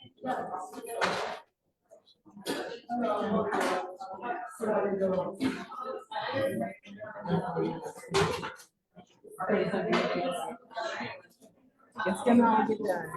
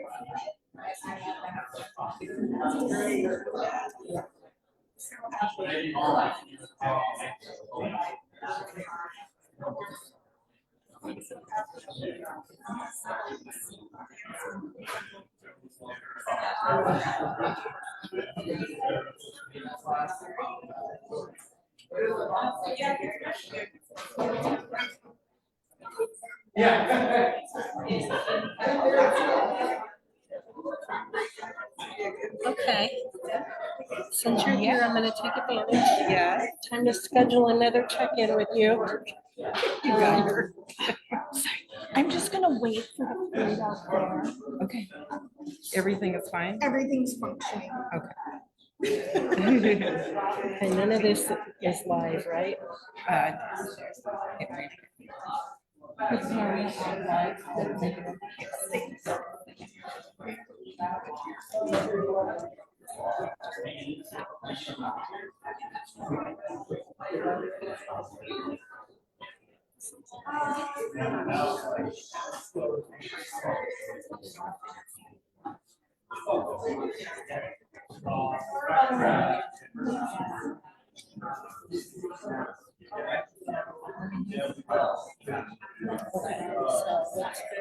You.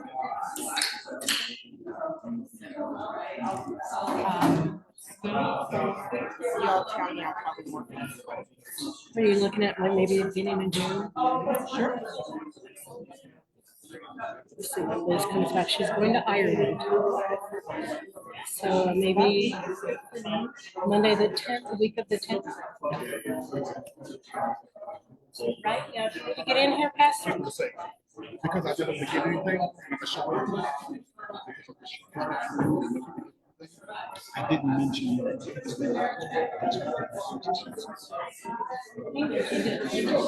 He mentioned you just briefly. She has So Monday the 10th would work. Completely free. Oh, good. Do you want to meet at Las Vegas yesterday? Oh, yes. Do you want to do 11:30 as well? Sure, 11:30 is good. Okay.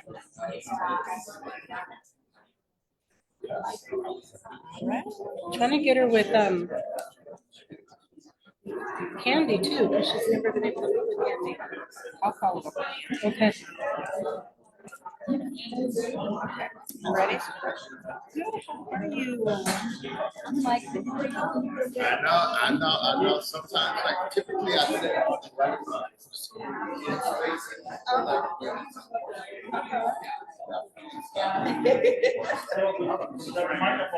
okay, don't put no meetings on the back end of that. You gotta leave. Yes, right. We got this extra time, we gotta catch up. That'd be cool if Candy could go too.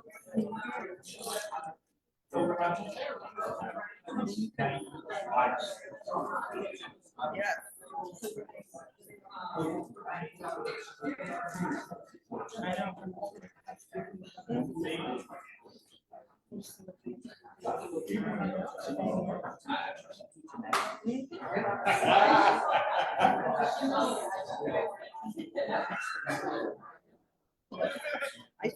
Believe me.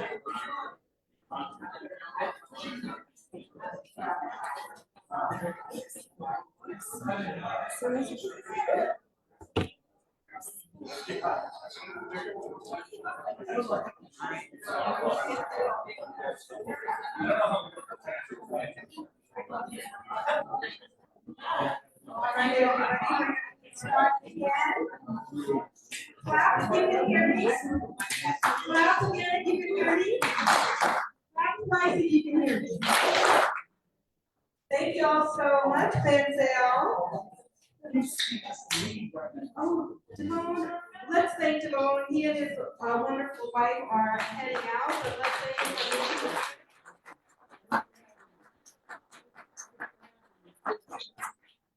thank him. All right, I am Dr. Lisa Calderon, and I am one of the organizers here, but of course, have been organizing in the community for a long time around these issues. And I want to introduce Daniela Gilbert by way of my own experience in this neighborhood, which we know, the heart of Five Points, Denver, the East Side. When my son was about 15 years old, and this was about over 15 years ago, but he was assaulted by the Denver Police Department as he was walking home from his bus stop from East High School. And I could not get any of our public officials to listen to me. I filed multiple complaints, and of course, they were all dismissed and determined to be unfounded. And what happened to my son was simply a symptom of a larger issue of police violence. We have the talks with our young Black children, especially our Black boys, and I have told him to be sure that if you're ever stopped, comply, right? But we know that you can be killed whether you comply or not. But to also ask for his mother. Now, of course, I'm not just any mother, I'm also a mother with a law degree who was also teaching at the time at CU Boulder around police violence. So the fact that I was a parent who had access to information and systems was not going to keep my son safe. And I knew that. But even so, we had the imposition of broken windows policing, which devastated our neighborhoods. And so they were not just stopping our young people, they were stopping our elders. They were stopping anybody that they wanted to stop. And so essentially our neighborhood was under siege. And it was then that I was organizing in my community. And one of the things we put together was a survey. And we just asked simple questions about what does community safety mean to you? And we went door to door and we talked to folks. And in our findings, we found, generally speaking, that for Black folks, they were fearful of Mexican immigrants coming in, bringing in drugs. For Mexican immigrants, they were fearful of Black folks for bringing in crime. And for white folks who were gentrifying our neighborhood, they were fearful of everybody. And so what we decided and what we found was that we have been trained to distrust each other. And we have been trained that our community solutions reside in the police department and public safety. As we're talking to people, it was very consistent to hear Black and brown folks say, we need more police. Just like white folks were saying, we need more police. And so it was a conditioning, a social conditioning that said we had no other options or alternatives. And I also, as a researcher, I also have a doctorate, that community efficacy is the most effective way to resolve crime. In other words, our own self-empowerment, our own problem solving, but we can't ever get there when all of the resources are going into expanding our public safety systems. Right. When they made this announcement today, essentially competing with us after we said we were going to do our own thing, it was not a surprise to me because I've been doing this work for almost 20 years. And this is how it always goes. And as DeVone told us earlier, they will wait you out. But that's why we decided to mobilize and move forward and bring in our national folks to say, it doesn't matter what they do. We're going to do us. And so I'm so glad to have a partner like the VERA Institute who work with us on the 112 recommendations because we couldn't even get experts in our own city to work with us. So the fact that we have turned to national partners to help us do the research and the analysis, I will be forever grateful. So with that said, I'm going to turn it over to Daniela Gilbert, who directs VERA's Redefining Public Safety Initiative to design, strengthen, and invest in civilian public safety ecosystems. Before joining VERA in 2020, Daniela directed justice initiatives in the New York City Mayor's Office of Community Mental Health, implementing programs and policies to increase behavioral health care access and equity. In 2011, she co-founded the California Partnership for Safe Communities and partnered with community, civic, and criminal justice leaders on gun violence and incarceration reduction in 10 California cities. Please give a warm welcome to Daniela.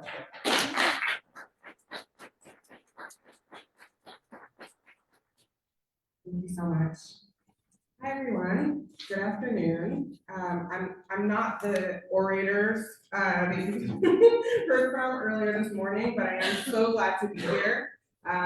Like Dr. Calderon mentioned, my team has been working with the task force for a few years, and today I'm here to share some national landscape around these kinds of offices of violence prevention and neighborhood safety, and ground that in just a little bit of data about Denver, just to help anchor the conversation.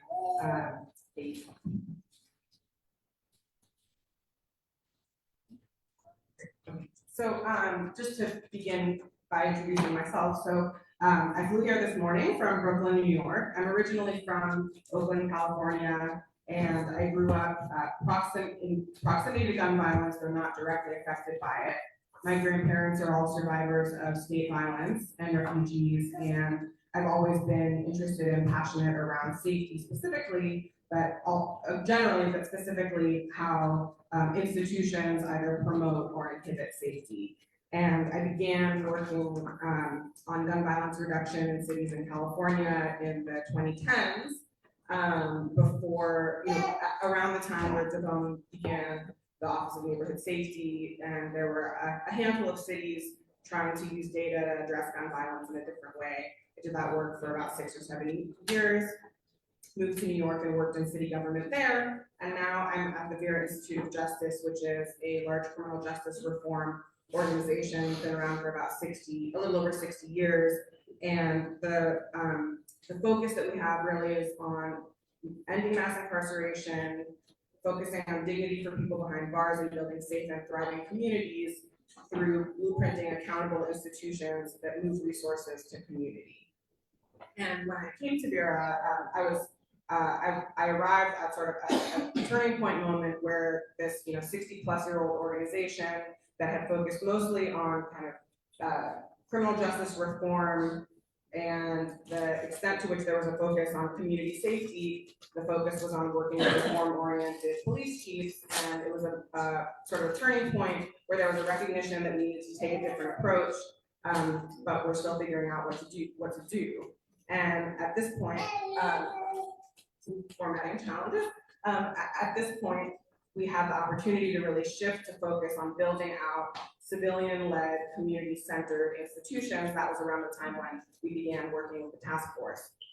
So our focus is really on community-centered solutions and discontinuing harmful policies in our current enforcement-centered systems. And so transitioning to, actually, sorry, let me go back because I started talking before I said what I was going to talk about. So I'm going to start with some landscaping of the available data that I was able to find around violence dynamics in Denver, and then really share the findings of this national landscape analysis with Office of Neighborhood Safety that we did, and highlight the recommendations from that report. And then if we have time for Q&A, we can do that, and/or I'll be here all day. Just beginning anchoring this, and this is from an article late 2022. It was really striking to me to learn, as I was preparing to come here today, that Denver had the highest rate of increase in violent crimes in cities with more than 500,000 residents from 2012 to 2022. So you can see these other cities comparable in size, and the increase in aggravated assaults, aggravated assaults doubled over this 10-year period. Homicides tripled over this 10-year period. And, we know that reported crimes and violence are not the same thing, but this is just an indicator and a recognition that the data shows what you all already know, which is you need better solutions than you have, right? So the point of this data is to really validate and look at from a quantified perspective, not to share with you anything that you don't already know intuitively. And the other thing that really struck me was that it seems that there are patterns that are pretty predictable over an extended period of time. Violence is concentrated in time and in specific places, and all of this just to illustrate that these concepts of safety are felt, are perceived, and there's also data that can be used to help guide solutions. And one would expect and hope that resources are dedicated based on data, and I think this conversation and the efforts of the task force are an amazing illustration of what it looks like to use the data of community knowledge and insight and priorities to drive strategy. So going from the kind of bigger picture to some of the disparities that are also really clear in the distribution of violence, 38% of homicide victims over that same time period, the last decade that I was just showing, were Black, despite the Black population only making up, you were right, Dr. Davis, 9% of the city. And that similar disparity is seen among young people in schools, Black children making up less than 17% of students, but experiencing a third of school shootings. So these problems are, you know, enduring and comparable but greater than other cities and concentrated among Black and brown people because of the systemic failures that this group is trying to address through building out a new institution.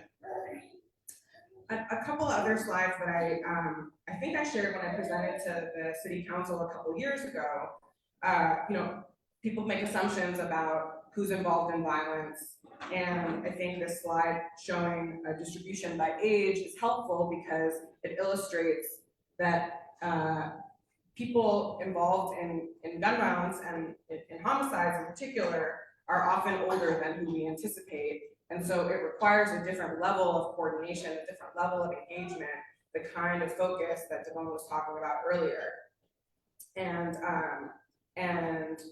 I think in the last couple of decades, there have been, as far as government efforts, a lot of focus on youth violence, which is certainly important. But when you look at the distribution of incidents, you can see that people 19 and under make up less than about 15% of homicide victims over this 7-year period. I think it's also interesting and important to look at demographic information to the extent that we can, not because it's necessarily predictive, but just to help us situate what is going on in our communities in looking at patterns. And so this was also something that I was able to gather from the Denver Post and wanted to share in terms of the distribution process. So this is too small to read, but that's fine. We'll distribute the presentation. So you know, over-reliance on policing has been the primary government strategy to address gun violence for many years, and it has not produced the safety that communities need and deserve. And you know, building these offices of violence prevention or neighborhood safety is a promising approach to redefine public safety and take supportive rather than punitive solutions to the forefront of local efforts. And one key purpose of these offices is really to strengthen the local ecosystem through funding, through capacity building, helping with strategy development, implementation, and evaluation. And they really can help foster a coordinated ecosystem. And so I'm going to transition to speaking about this report that we completed last fall, where we spoke with offices from across the country, and the purpose was really to inform local government leaders, equip community leaders, advocates, and funders with information about what works, and really encourage those who are doing this work. So we partnered with the National Offices of Violence Prevention Network, which DeVone referred to this morning. That network began about 3 years ago, and like he mentioned, there were maybe 20 offices when the network was established. Now there's over 50. And they more than doubled since 2020. So there have been a lot of offices that have been stood up, but like DeVone mentioned, there's often, you know, offices are pulled in a bunch of different directions, spread very thin without adequate resources. So we spoke with folks across the country, and I wanted to start with just sort of a 101 about these offices, looking at the national landscape so you can consider what you're building here relative to what's happening in other places. So there are now, you know, from the mid-90s, like DeVone mentioned, the first office in Chicago, through 2023, there were 48 offices, and they usually take about 1 to 2 years to plan or launch. And the way that we defined offices, looking at them across the country, was offices or departments that enhance community safety using supportive approaches that decenter law enforcement as the primary response to violence. And I think the decentering of law enforcement is useful in 2 ways, that phrase. One is decentering the institution of policing, and also decentering the practice of enforcing the law as a mechanism for safety. So these offices take a very different approach. The focus is really on, across the 50+ offices across the country, The focus is primarily on community violence or gun violence intervention and prevention. That sometimes includes victim services and upstream prevention efforts, but this graphic on the right is from the National Institute for Criminal Justice Reform, and it's that organization and DeVone's organization that started the National Offices of Violence Prevention Network. They have this really helpful breakdown across prevention, intervention, and transformation to help explain the timelines that you might expect for activities in each category. And so prevention activities leading to measurable change or demonstrable change in something like 5 to 15 years, intervention more like 1 to 3 years, and transformation being a longer period, 10 to 20 years. And so offices typically focus, though called violence prevention, they typically focus on intervention activities trying to achieve results over that short-term time period. But one thing that I think is really important to hold and consider, following DeVone's guidance around staying focused is trying to avoid a dynamic where you're in a position where you're sort of replicating a false choice between the kinds of investments and prevention needs that a community would need, that the community deserves, and the kind of interventions necessary to reduce violence in the near term. So, this prevention pyramid also is a version of those 3 categories. The Offices of Violence Prevention across the country are really designed to focus on the top of the pyramid, focusing on healing, restoration, and interrupting cycles of violence. And there's a few offices of neighborhood safety or violence prevention that do focus on other forms of violence beyond what's been referred to as community violence, violence involving groups. So some offices focus on intimate partner violence, gender-based violence, or sexual violence, commercially sexually exploited people. And some offices also take a broader approach to reducing over-reliance on policing. So a handful, about a dozen, are expanding civilian-led 911 response programs as well. So offices really are really helping do 3 important things in cities. One is creating a comprehensive public safety plan that identifies priorities and strategies and actions and anticipated measures of success, coordinating across partners, and collecting and sharing data on violence prevention and intervention efforts. And a lot of the offices across the country have staff roles spanning coordination, community engagement, grants and contract management, community-based organization, capacity building, and data and evaluation. And a lot of offices have a mix of funding, some philanthropic, some grants from federal, state, and local government. And like DeVone mentioned, the American Rescue Plan Act funding has really been instrumental in expanding these offices. And now a lot of cities are in a position where they need to figure out what they're going to do, after the quote unquote ARPA cliff. And so I think the overall commitment to this work is demonstrated through increasing resources. Maybe at the risk of stating the obvious, developing this kind of effort without a clear vision for how the resourcing of it can be sustained is sort of a setup for failure, and hopefully that's not what we'll see in a lot of places. But there are a lot of concerns about trying to sustain these interventions over the long term without an adequate commitment to that funding. And so I imagine that some of the conversation this afternoon will be related to that, or in the coming weeks and months. I just wanted to share that for comparative context.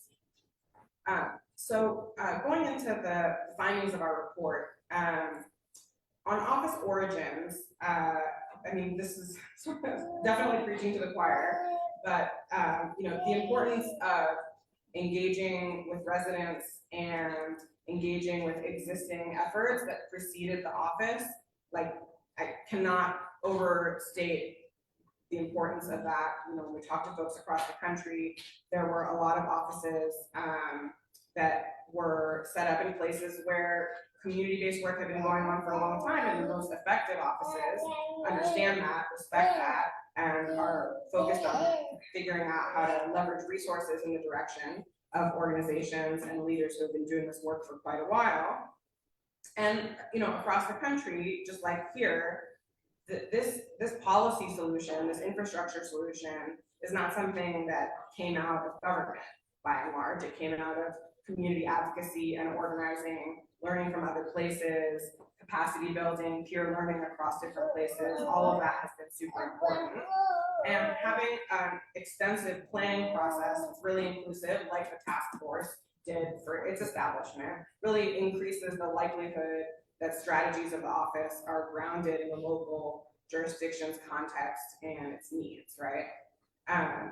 So the scope and structure of offices varies, and one thing that can be very helpful is thinking through a theory of change. So how the office's activities will lead to impact, and the staffing and resources and infrastructure needed to carry out that work.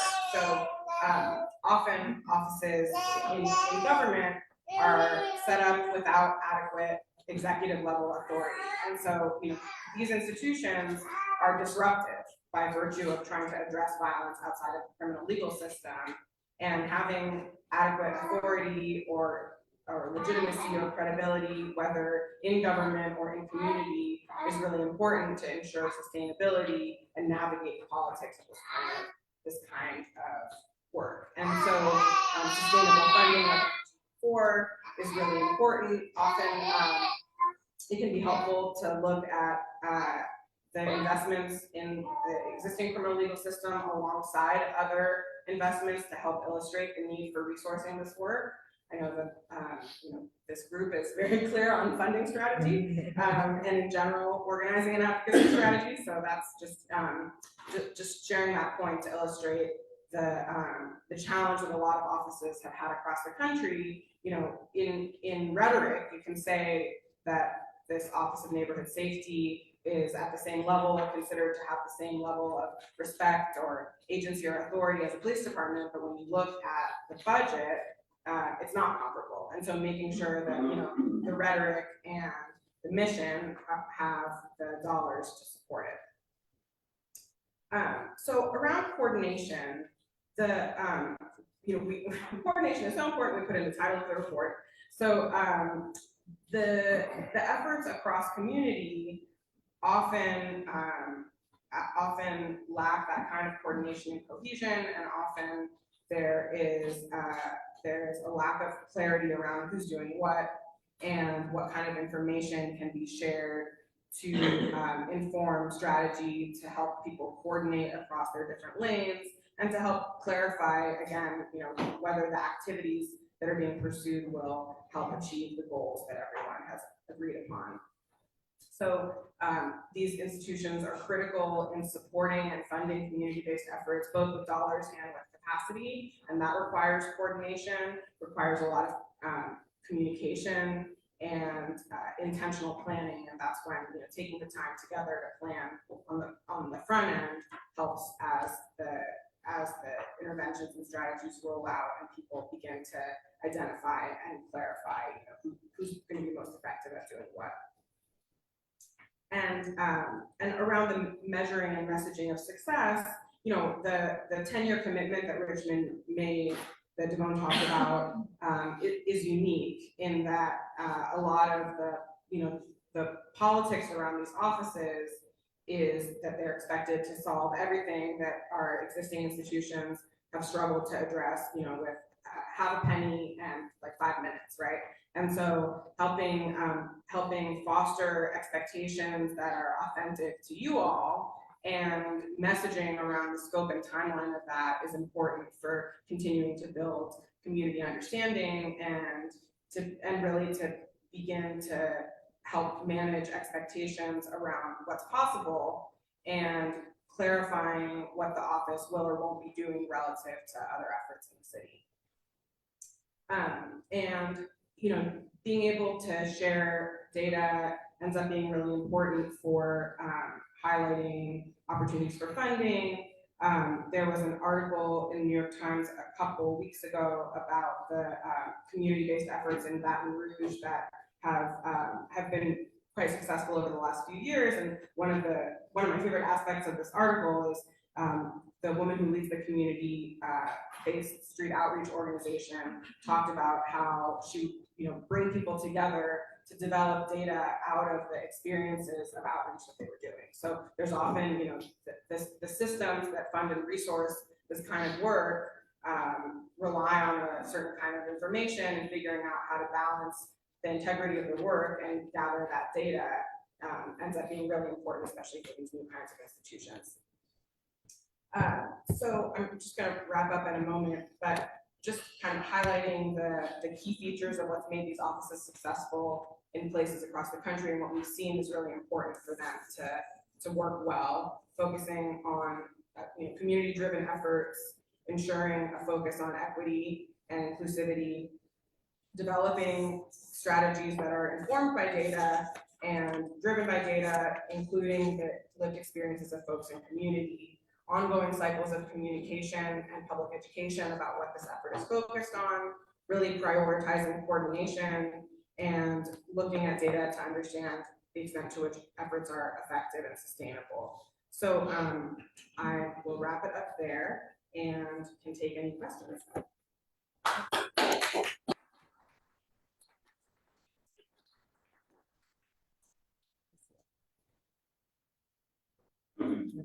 I know. It's a lot. Research is sexy, folks. So I'll let that ruminate with folks, and just because we're behind on time, but I know you're going to be here for the discussion, so we'll get into it more on that. Lunch is here, so we want to transition, but let's just take one more moment to thank Daniela and all the research. Continue to support us. Every time we call on Daniela and her team, they're like always there. So we appreciate that. What, Dan? Dan, we miss you. Okay, so let's see. Right outside the door here are sandwiches, and let's see. I think if we can do it quickly in about 6 or 7 minutes, if you can just grab your sandwich, bring it in here, and then we're going to transition to our food. All right. Perfect. Thank you. Do you have any peanuts on you? Of course you do. Thank you. Okay, you need a cord. It's a apple cord. Oh, good. I'm like, that is the one thing I don't have access to.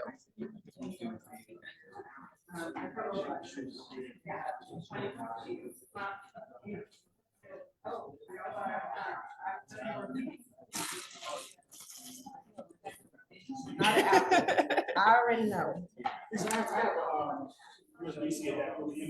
Do you have it? Are you sure? I have it right here. Do you have a power cord too?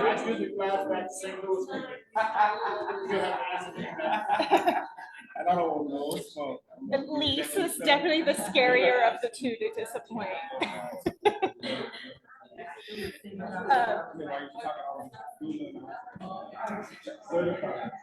Yeah.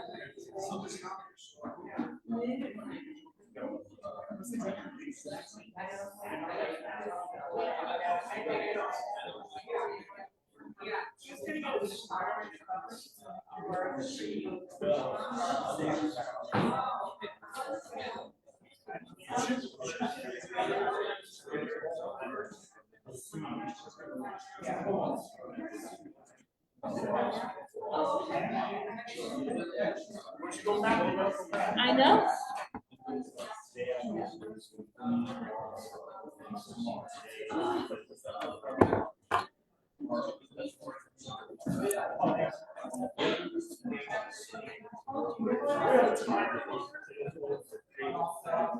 I've got one over here.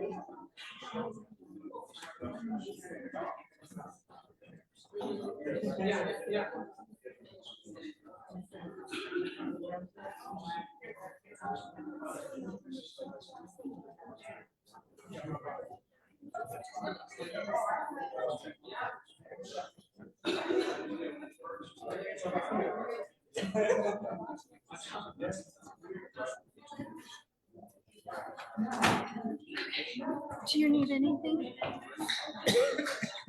Got the sandwich? Okay, that is cool. Good to go. Is there any salad? I don't know, I haven't been out there.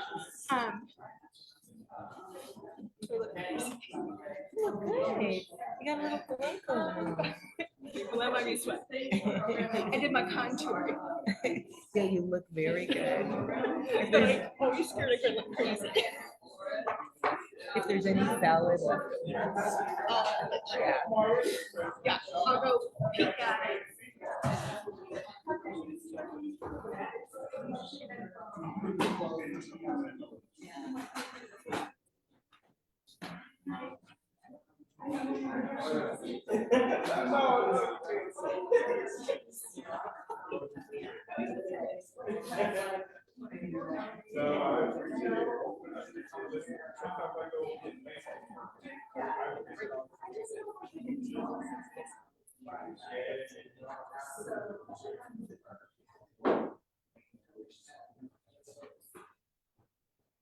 Kristen, can you round folks up? Thanks.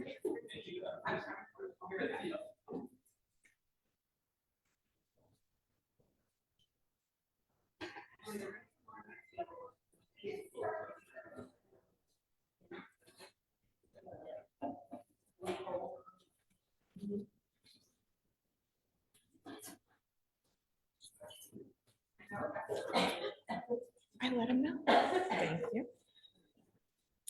Reminds me. I'll text you. Okay.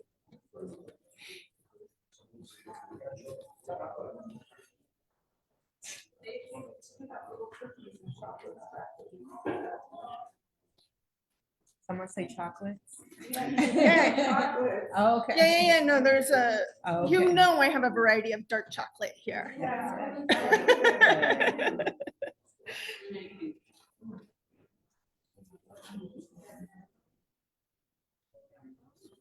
Oh, for the baby? Yeah, they're gonna, I mean, they're gonna. But they don't come.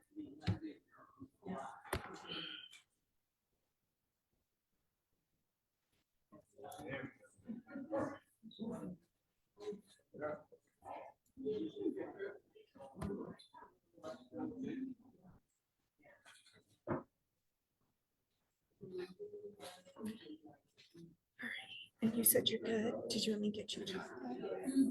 No, I'll go back. I know there. how I Thanks. get. I know. Me momming people makes me feel better. That's how I deal with my stress.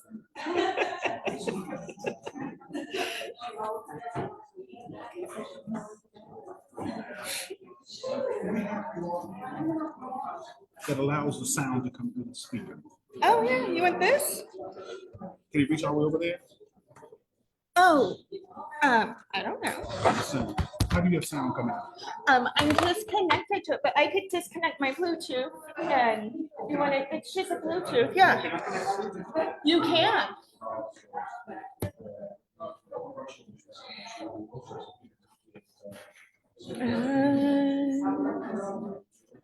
I said that like I knew right where to go.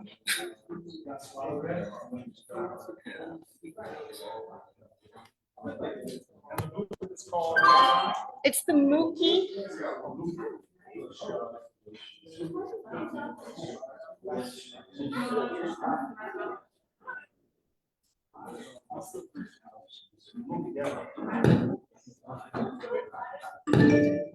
There we go.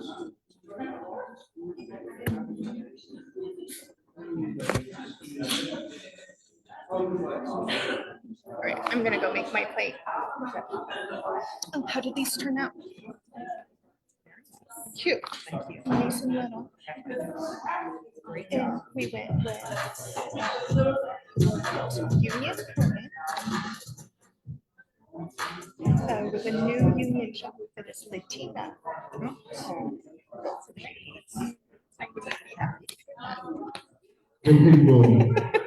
Good people. Thank y'all so much, so much. Okay. All right. Thank you. All right, folks. I just can't tell you enough about how excited I am to hear Mike speak today. So you don't know this because you don't know me, but I'm gonna let you. So I heard Mike speak on the VERA Institute. I'm trying to remember the name of that conference. Yeah, I'll look it up because everybody needs to go and look at this because it was a conference that is on YouTube that folks can see from various national speakers coming together. It's called the Paradigm to Policy, Transforming Accountability and Public Safety with Restorative Justice. Heavy, right? I'm going to repeat that one more time. From Paradigm to Policy, Transforming Accountability and Public Safety with Restorative Justice. And so it was just many speakers, but one of them, really, they were all exceptional and amazing. But when I heard Mike Milton speak, I thought, This is exactly what we need to hear in Denver, because his model is based on Black liberation, abolitionists, restorative and healing, that has nothing to do with the criminal legal system. And so often we are so centered, like I said earlier, on the solutions coming from law enforcement. We are, I'm sure y'all know, beyond reform. We have sat at tables drafting use of force policies, redrafting, and when the George Floyd protests uprising came, all of that went out the window. In terms of the police violence, it was like, what manual that we had negotiated in terms of crowd control and all of that. And so we are at a good time at the crossroads, transitioned administrations, to hear a framework that is liberatory and rejuvenating, which is something I definitely need right now. So please help me give a warm welcome to Denver from St. Louis, Mike Milton, and he is the founder and executive director of Freedom Community Center. His aim is to build on the radical Black faith tradition of nonviolence and civil rights. Since 2013, Mike has spearheaded grassroots violence interruption efforts, facilitated nonviolence peacemaking groups, and organized communities to expand Black political power among millennials. Organizing campaigns to elect progressive prosecutors, support mayoral elections, yay, and ballot initiatives. And prior to his work at FCC, Mike has organized against mass and illegal evictions, neighborhood gentrification, and criminal justice efforts to end cash bail. Let's welcome Mike Milton. How y'all doing? Good. Good afternoon. They gave me the lunch hour, so I'm, we'll be short, but also understand the sleepy eyes if we get there. Again, how we doing? Good. So again, my name is Mike Milton. I'm the executive director and founder of a beautiful organization in St. Louis called Freedom Community Center. And I want to start us off with a chant because we organize this, right? Right? So when I say who keep us safe, you say we keep us safe, all right? Y'all got it? Yeah. Who keep us safe? We keep us safe. Who keep us safe? We keep us safe. Who keep us safe? We keep us safe. Okay, I know we're in the library, we probably got to be quiet. And I want you to use your outside voice. I'm going to tell you, use your inside voice, use your outside voice. One more time, who keep us safe? We keep us safe. That's right. So thank you so much for inviting me to come. I want to give a round of applause to the presenters really quickly. Just beautiful, rich conversations happening. Really grateful for it. Also the organizers too. So really quickly, they asked me to talk about what does it look like in real time to practice community-based alternatives to the legal system, right? The reason why they asked me that is because Freedom Community Center operates the first and only, I'm really proud of this, y'all.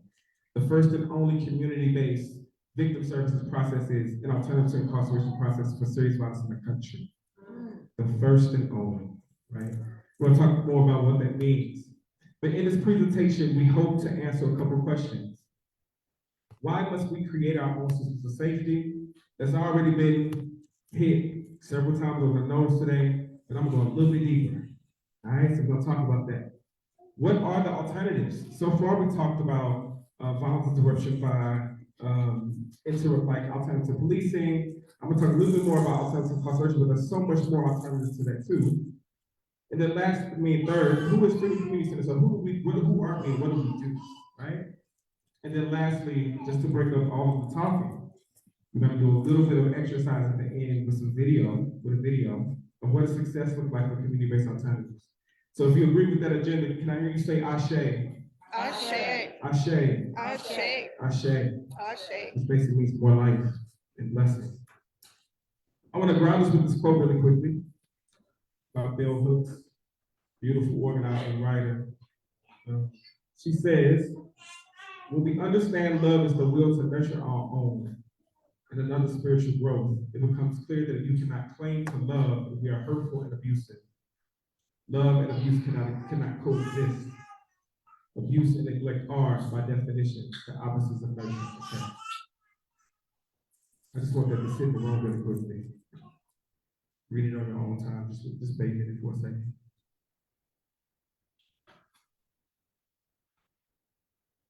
Yeah. Abuse and neglect are by definition the opposites of nature and security. Why is that important? Why is that important? Because I truly believe that it's impossible for the legal system to ever do anything around love. Why? Because it is rooted in racial violence and white supremacy. Said it again. I think it's wholly and totally impossible for the legal system to do anything that's loving because it's rooted in racial violence and white supremacy. Why do I say that? I gave us a really quick timeline. I know there's so much more in between it, but I just want to go through it really quickly.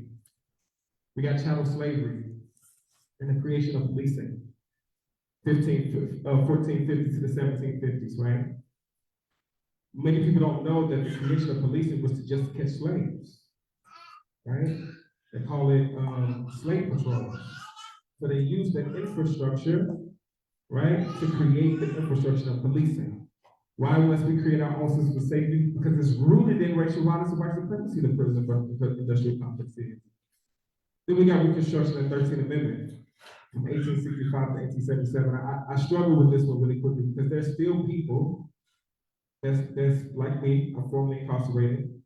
But when I was locked up, I had to go and work at a place for 1 cent a day. 1 cent a day. So there's still people who are enslaved. I just came back last week, actually a couple of days ago, from California.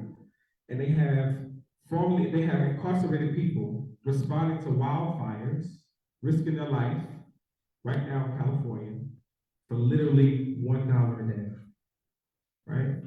They used the 13th Amendment to continue the enslavement of Black people, disproportionately.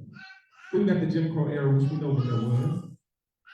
And as a result of the Jim Crow era, we had the economic oppression through housing policies. So that literally they made sure that we cannot economically grow. How? Blockbusting, right? They made sure that they created ghettos for us to live in. That they wanted us to be separate via housing policies. And then we got the boom of mass incarceration. Literally since 1970 to now, there's been a 500% growth in mass incarceration. 500%. In my neighborhood, y'all can be proud of the story. But in my neighborhood, literally, people just went missing. And where did they go? Just one by one, men get pulled out of our neighborhoods. I went to Africa last year. Turned out they was getting locked up, right? This is the boom of mass incarceration. But when I went to Africa last year to do somatics, and I was learning about chattel slavery, some of the Africans told us that we didn't even know that colonialism and slavery was happening. Just people just was not coming home anymore. Literally, the function of mass incarceration is literally mirrored from chattel slavery. This is why we cannot trust the legal system to do anything good for us. It's rooted in racial violence and white supremacy. So why must we build our own systems of safety? What does the prison industrial complex actually does? Well, one, it generates violence. It does not keep us safe, right? So I heard earlier, there was a comment earlier about some people need to go to jail, and brilliant brother. Love everything that he said except that part. Because I vehemently believe that the legal system also generates violence. Why? So the main key components of why violence exists is shame, isolation, inability to meet your own economic needs, exposure to violence, right? Those are the main key components of violence generally. It's literally baked into the legal system. Why? I shame you for what you've done. You don't even have to face it. I sometimes lock you in a cage for 23 hours a day. Right? You don't even have to deal with the consequences of your harm. You just shame. You are now a murderer. You are now a rapist. When you get out, it's hard for you to get a job. You break me away from the people that I love, my father, my kids, my mother. You literally break up my village. Right? The same key components of why violence exists is baked into the prison industrial complex. It actually drives violence. For example, there was a guy that we worked with. He did 30 years in prison for an an SA case for sexual assault. And the day that he got out, the day, he went to a Starbucks across the street, and he did the same behavior. If prison worked, 30 years should have cured it. It didn't actually transform him, right? It just punished him. What else does it do? It harms and abuses survivors of violence. Why? There's a study that shows that less than 50% of survivors call the police in the first place. Police are not calling the survivors are not calling the police, right? And then there was a survivor that we worked with, and she said every single time that a prosecutor calls me or sends me a letter or makes me testify against my son, I'm re-traumatized about the event, right? And actually doesn't solve survivors. In fact, more than 60% of survivors drop out of the prosecutorial process before grand jury. They don't continue on with the case. Why? Because they want to move on with their life. They want to heal. A lot of them vehemently understand that justice cannot be done through the system, right? So when you give survivors options, right? When you give them options to heal, when you give them options for safety, for repair, they typically choose it. In fact, 90% of the survivors that we work with have chosen our process of the legal system. What also does it perpetuates racism and classism. We know that disproportionately Black people are filling up these jails still to this day.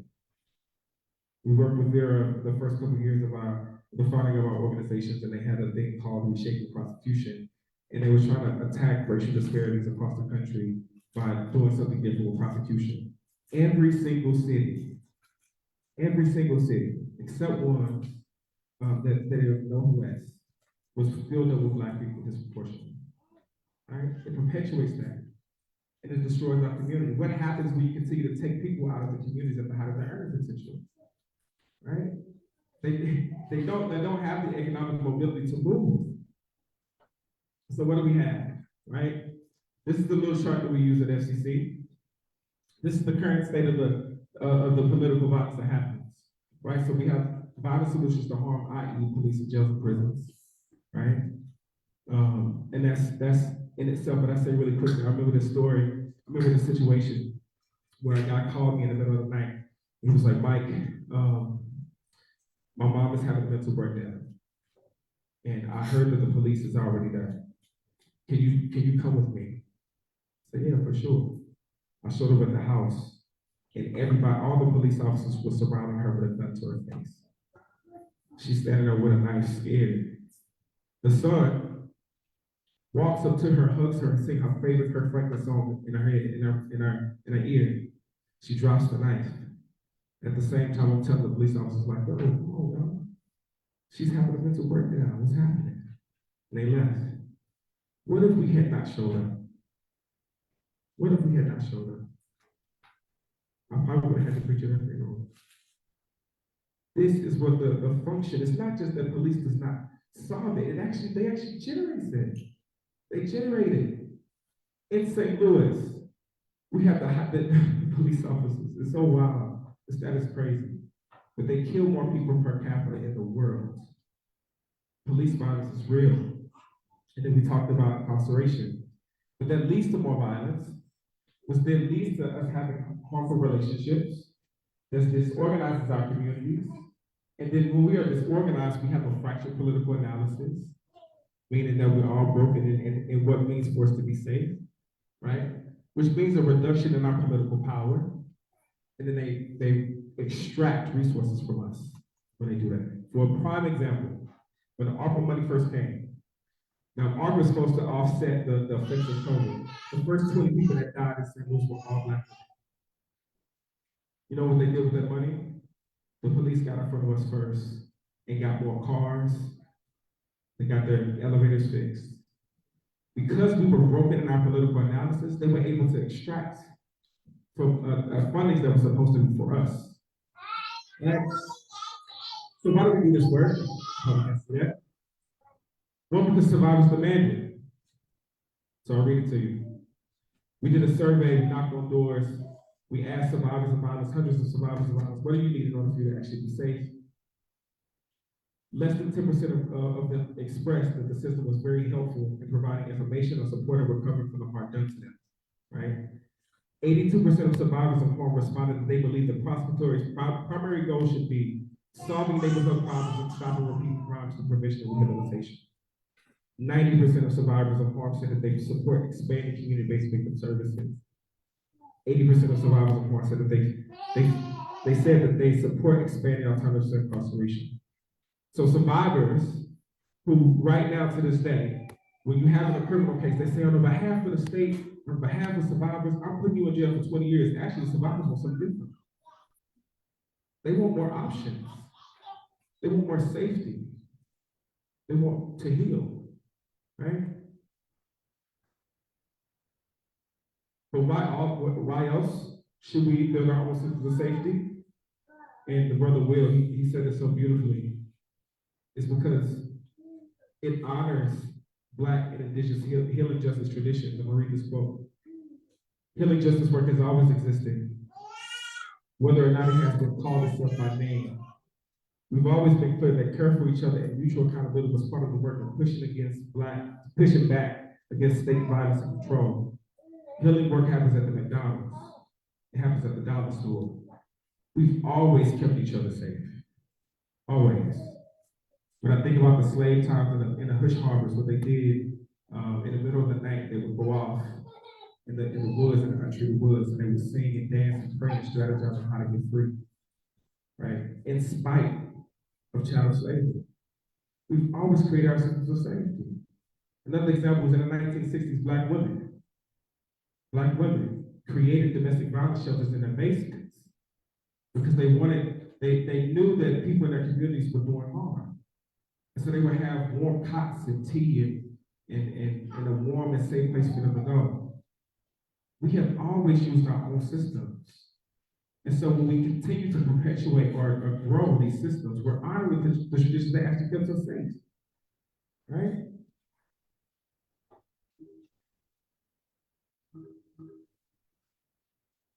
So one of those systems that we look at is restorative justice, which I know we give a lot of credit to our Indigenous people, and I've been trained by the Indigenous folks, like so much grace and love. But Black people are circle people. Naturally, when you see us in the cookout, you see us sitting in a circle, right? One of those traditions is restorative justice. Fania Davis, the sister of Angela Davis, restorative justice and lawyer, civil rights lawyer, she says, restorative justice views a vengeful and punitive response to harm as unacceptable, because on a social level, it sets into motion negative feedback loops of violence and counter-violence. Punishment, the equivalent of sanctioned violence, is a mere variant of original harm, replicating and reproducing it, resulting in the destruction of community safety as a social work hazard. So what should we do? We cannot continue to use violence in order to solve violence. The legal system is violent, right? We have to use systems that actually cause accountability. Accountability means that I am willing to repair the harm designed by the survivor. Accountability means that I'm acknowledging the consequences of my harm. Accountability means that I'm willing to do the hard work to never do that harm again. That's transformation. The legal system does not provide that. It's so caught up in the binaries, guilty, innocent, perpetrator, this person, right? But these situations are so nuanced. I'll never forget one of the cases that we worked on. It was two cousins. They had just got their ARPA money. And one day was arguing over the money, and the cousin had a gun in his pocket. They get to fight, just a normal, fighting is not normal, but they were fighting.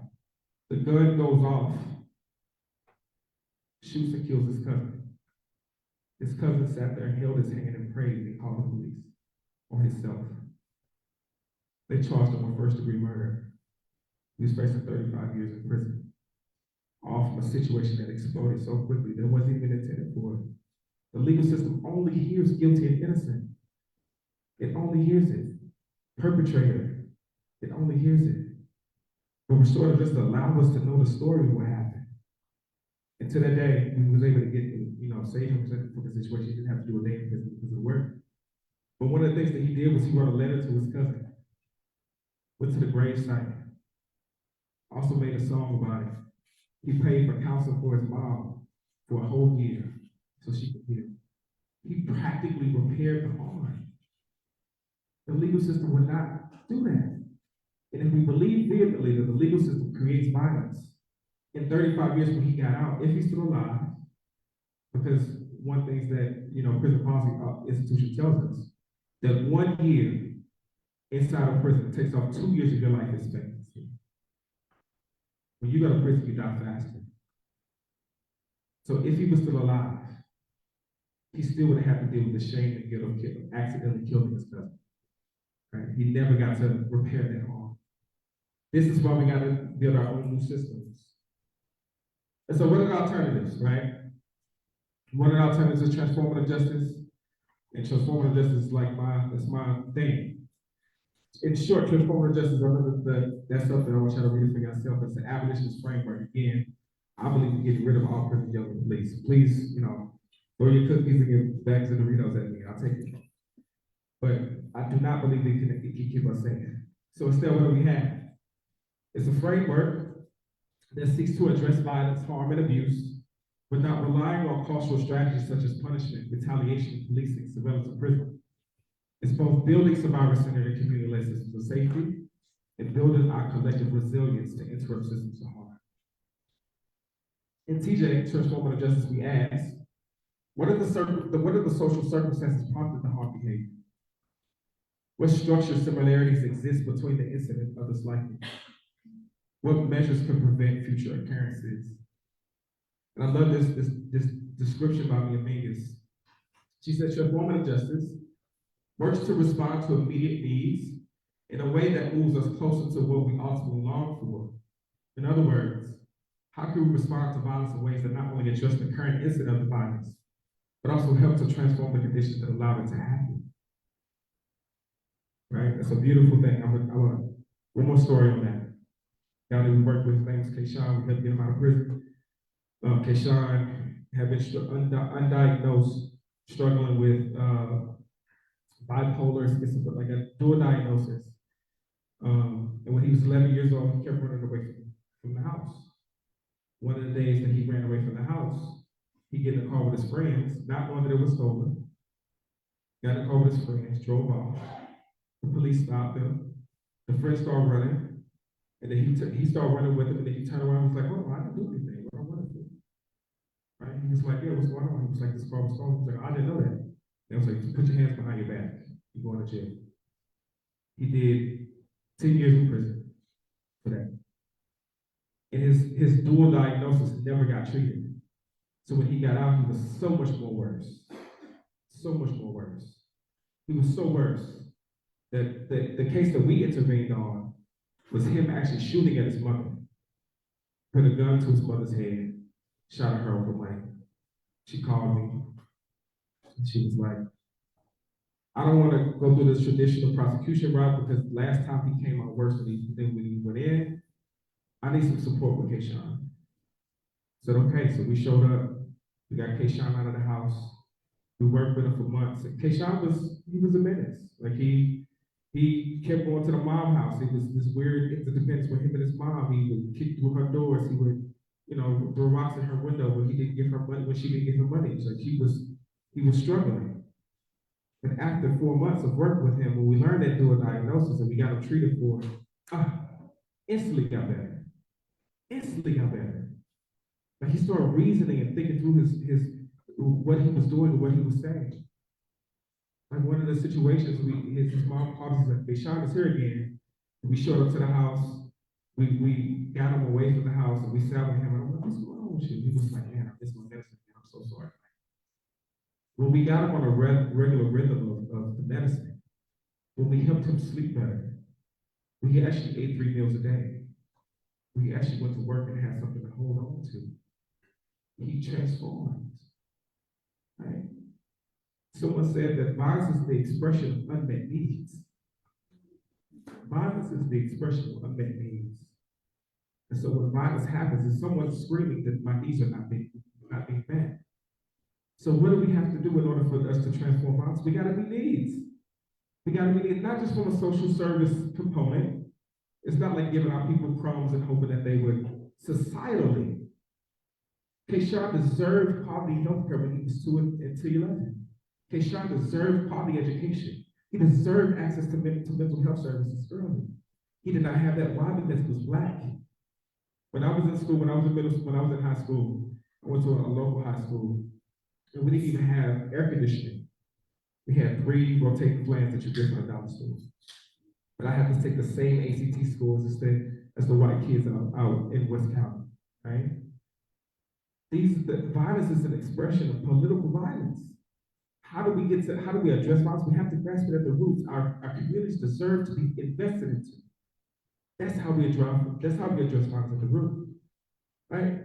And that's the goal of transformative justice. It's not just meeting needs. It's not just showing up when it's time. It's about also tearing down the systems that continue to interrupt our communities. And we demand the resources for our communities too. So what are some components of transformative justice? Some of them are emergency response. We heard a lot about that today. Some of it is de-escalation. Some of it is mediation of violence interruption. One of those things is safety and healing planning. So again, we operate, a victim services process. So somebody can call us today and be like, my boyfriend is beating on me again. I don't know what to do. And our team, our outreach team of specialists would show up, get her out of the house, get her to some type of housing or supportive housing, work with her for months until she's able to support herself, and help her make a decision whether she wants to stay with her, right? Safety and healing planning. Mutual aid and community care. So I grew up in a community where if we was fighting and somebody saw us fighting, they'd be like, man, I'm gonna tell your grandma, move, y'all get out the way, right? Or I walked to school from 5 to like 12 years old, and I walked the same route. And every single time that I was late on that route, somebody would call my grandmother and be like, yo, Mike, where Mike at? That's community care. That's mutual aid. That's the transformative justice response, right? One of my homeboys from Africa, when he came, he moved over here. He was like, Mike, I stay in an apartment complex, and the weirdest thing for me is that we stay in basically the same building. We don't even know each other. That's so weird, because in Africa, we knew where we was going. We knew each other's story. We knew each other's lives. In fact, when I went somewhere, they were timing, like, you going to the grocery store, okay, you should be back in 2 hours. Why? Because they was trying to keep you safe. That's the type of communal care that transformative justice creates. Pod mapping, which is a supportive thing, is creating the community around you. So when I want to do harm, I got somebody to call. I'd be like, yo, help me calm down. Or if I'm being harmed, someone could call me and be like, I could call them and they would help rescue me. For an example, on pod mapping. There was one domestic violence couple that we was working with, just in their cycles. And we did neighborhood pods where a couple people in the neighborhood knew what their cycle was. So they had made an agreement with the couple there. They made an agreement like, okay, he typically does this when he comes home from work. It's around 10:30 to 11 o'clock. So if you ever see the lights flashing or hear us screaming, come and knock on the door. They did that for 3 months, and the domestic violence stopped. One of the things of domestic violence is the secrecy. So when you involve your community and expose it to the light, it allows you to address it at its root cause. This is an example of pod mapping. Also, circle practice. I've gone this for days, y'all. Circle practice. It is something so magical about sitting in a circle and me looking you into the eye and telling you that I am sorry. So magical. And it be genuine too. Oh my goodness. And one thing that we, again, like the story I told earlier, with circle practice, we often don't account for all the things that's really happening in the background. There was one case where it was a shooting, and when we got to the circle part, the reason why he pulled the gun was because he saw his best friend in the corner with a knife. Right? He didn't even know that. He was like, oh man, I didn't even know that. I didn't even notice that. He was like, yeah, I saw that and I was scared for my life, so I responded to being scared for my life. At the end of that circle, those two men shook hands and hugged. They hugged. Why? Because they both had daughters to live for. They did a memorial outside the place where it happened. Released balloons. Right? The beauty and the magic of circle practice is not just repair. It's also just healing practices. Communities alternatives to the incarceration process. We talk a lot about that later. And then power building. Power building. I heard so many remnants of organized strategy in here. And the one thing I want to caution this room, is that the power happens, durable policy change happens when we are organized as a community. It would, I know so much about the inside-outside game, but you see what they do. You see what they do. But what happens if we have a community that's organized, transformed in their value system that says, no, we're not gonna allow you to do that. For example, one of the works that we did was that we closed the jail in St. Louis. We closed the jail in St. Louis because we were able to operate a bail so we got 4,000 people free from bail, right? Otherwise, they would have been in jail language. And we was bailing people out so fast that they had to shut down wings of the building, right? And then we proved when we got people out that people could come back to court without money being on the line. 90% of those people went back to court without their money being on the line, right? We proved that point that cash bail was unnecessary. Because we were able to prove that point, we were able to change a law around cash bail. The people who led that movement was formerly incarcerated people who was locked up on cash bail, $50,000 for passing a bad check, right? With that work, as we led that movement to close the jail, we demanded that they invest that money into our communities by creating an Office of Violence Prevention, and we can co-govern. Let me say it again. It wasn't Mike, the well-spoken, like policy geek, that's formerly incarcerated and can tell the story. When they looked out in that sea and they saw all those people organized, they felt afraid to not answer to us the way they wanted to. A beautiful story, I'll never forget that day.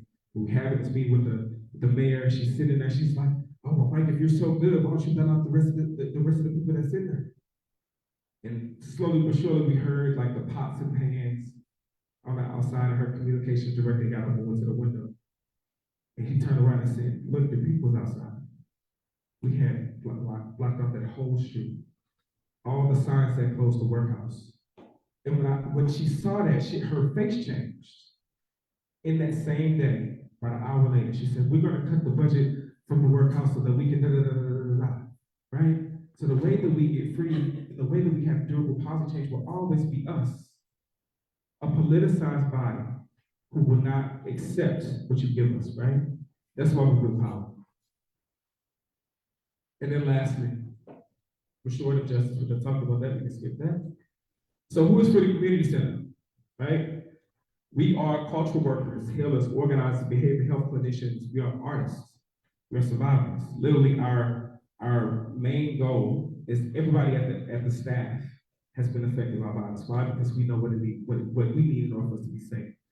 I mean, everybody on this is my staff record, my beautiful staff. Either they've been impacted by gun violence by direct, or they was incarcerated. That guy right there with the turban on, the CIA actually planted a bomb on him and put him in jail for 8 years. And he didn't do it. Like if you type in Elijah Juan Davis, you can see they actually just set him up, right? So we are the people who are responding to these crises. And then this picture right here is our members. 2 days out of the week, 2 days out of the month, we have a community gathering where we have a community gathering of survivors of violence, and we ask them what they want. What do you want to see in your communities? If you had $500 million, how would you use that $500 million? And everybody in that room said, we would have better education. We would have better infrastructure around our housing. We would have better economic mobility, right? So building power is an important piece of that. And so what does that look like for us? And I saw the talk earlier. But we split up in 2 buckets, peacemaking and power building. Our peacemaking work is that we respond to violence with nonviolent solutions to harm, transformative restorative justice. That leads to healing. It leads to positive relationships. This allows us to be organized as a community. And with that organization, we can have a shared analysis. No, you would not use ARPA funds for new police cars. Absolutely not. In fact, one of the things that we did with that shared analysis, that we showed up to the Board of Water meeting, and we demanded that they actually fund the vacant position that's been sitting there for a whole 20 years and put that money into affordable housing trust. It allowed us to have power, but didn't allow us to have resources, right? The goal is to build a community. Some of the things that we do is that we operate the victim services processes, which is sometimes emergency response. The other one is response to release restorative justice process. So we literally go to we hear about people cases, and then we go into the jail and ask them if they want to do some accountability work with us. If they say yes, then we go in front of the judge and we demand, that's the key word, we demand them to give us our people back. What does that look like? We pack out the courts. We have a press conference on the steps. The survivors with us. Actually, we want to handle this ourselves. And so far, we've gotten out 67 people that way.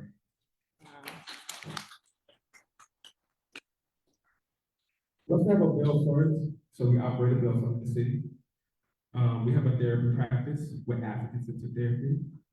And then the Healers Institute is that we actually train our people who go through our process to do the healing work. And then we continue to build power. So I'll come back to that. I want y'all to see a quick video. It's only 7 minutes.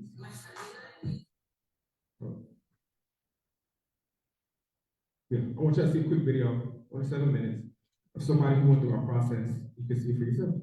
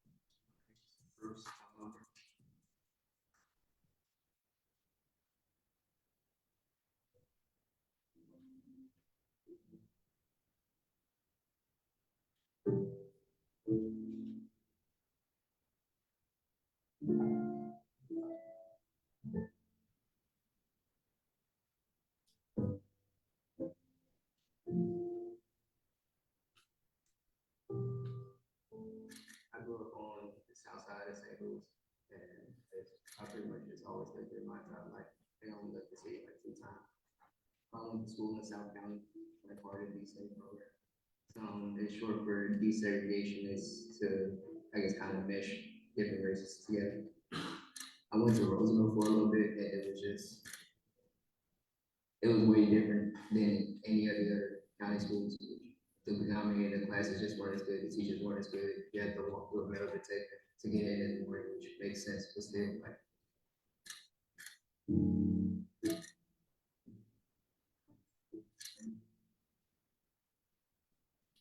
I was locked up at the workhouse for 19 months, and I guess it wasn't a good experience at all. And the workhouse was MSI, which was, it's the jail that was shut down. Now they only use CJC, which is City Justice Center.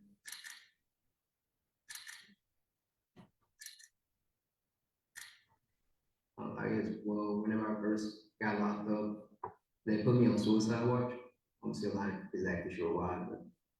And then after that, they kind of lost me at the Justice Center. They like didn't know where I was for like 2 or 3 days, even though they had me in a cell.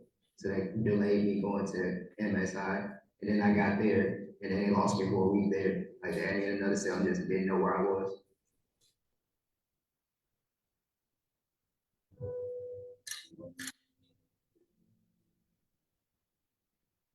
I was referred to the program by my judge, actually, after I was on house arrest for like 2 years. And she referred me to FCC.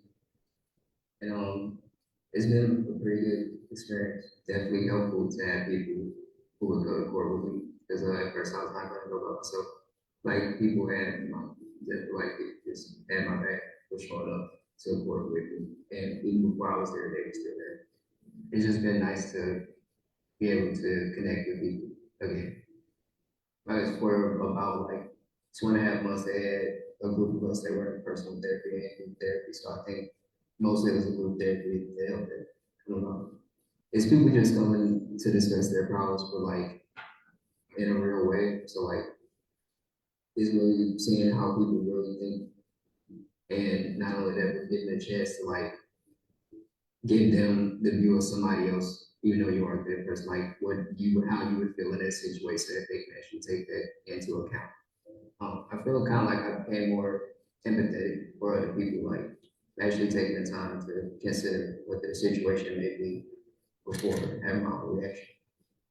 It's a group that tries to open up the fact that people make mistakes shouldn't just be thrown away. At the very least, it's worth a try, because there are people there who will care about you, no matter what your situation is, as long as you're willing to do something to help your own situation. Yes, that's what I feel like FCC is there for, will always be there for. This friend to me would be being able to do better in whatever capacity it would be, like, what is being able to do better for the community, just for yourself, like to actually have an option and to actually be able to do. This would be great.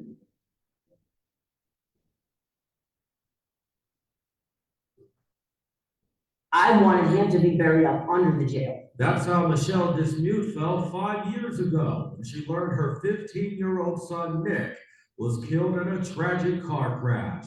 It was here, near Kings Highway in Bonaventure. Nick's best friend, Bruce Tolliver, was behind the wheel. Earlier this year, before sentencing, Mom says she heard her son speak to her right in the courtroom. And I hear Nick say, "Mom, stop this, stop it."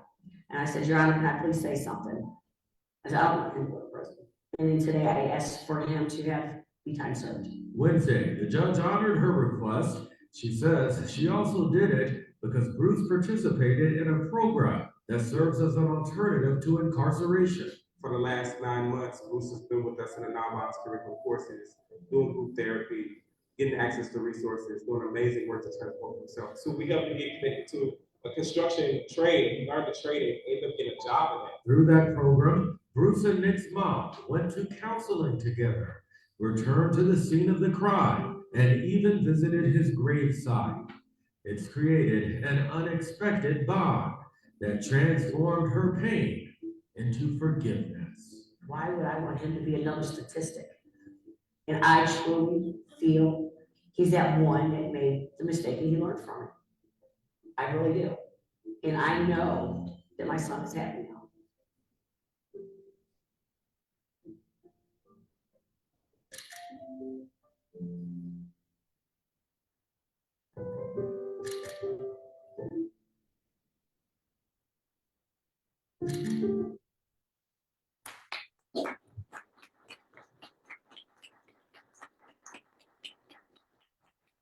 So much I can go on about this, but I want to go back to my original question. Why must we create alternatives to the legal system? Because the legal system couldn't do anything like that. When we first started this work, and the prosecutor, the progressive prosecutor that we had helped elected, right? I heard the bio. Used to, when we was figuring it out, she would say, but the person has to actually confess to the crime.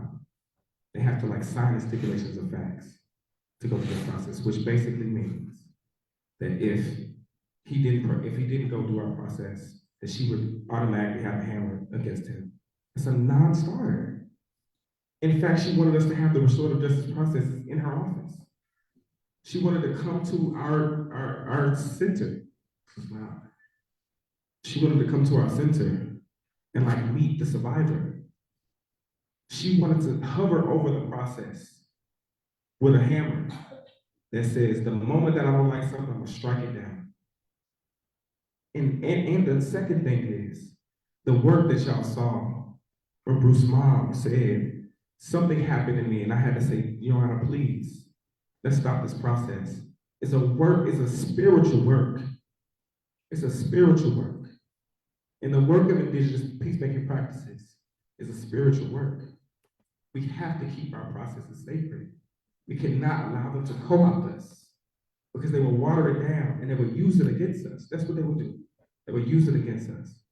And it's possible. Everybody used to tell me, Mike, you cannot do this without the prosecutor. I'm like, yo. In fact, she told me, me and the prosecutors getting all these fights and battles. She was like, well, have fun doing it without me. Or you're not going to do it without me. I said, watch it. And look what we were able to create. So it's possible. If we are organized, if we have a shared political analysis, if we are daring and courageous enough to take the hard cases, if we break down that paradigm of victim and offender, in fact, we call them responsible party and harm party, right?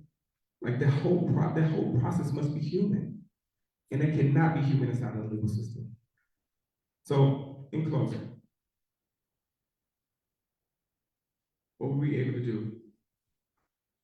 So far, we was able to save 210 years of incarceration.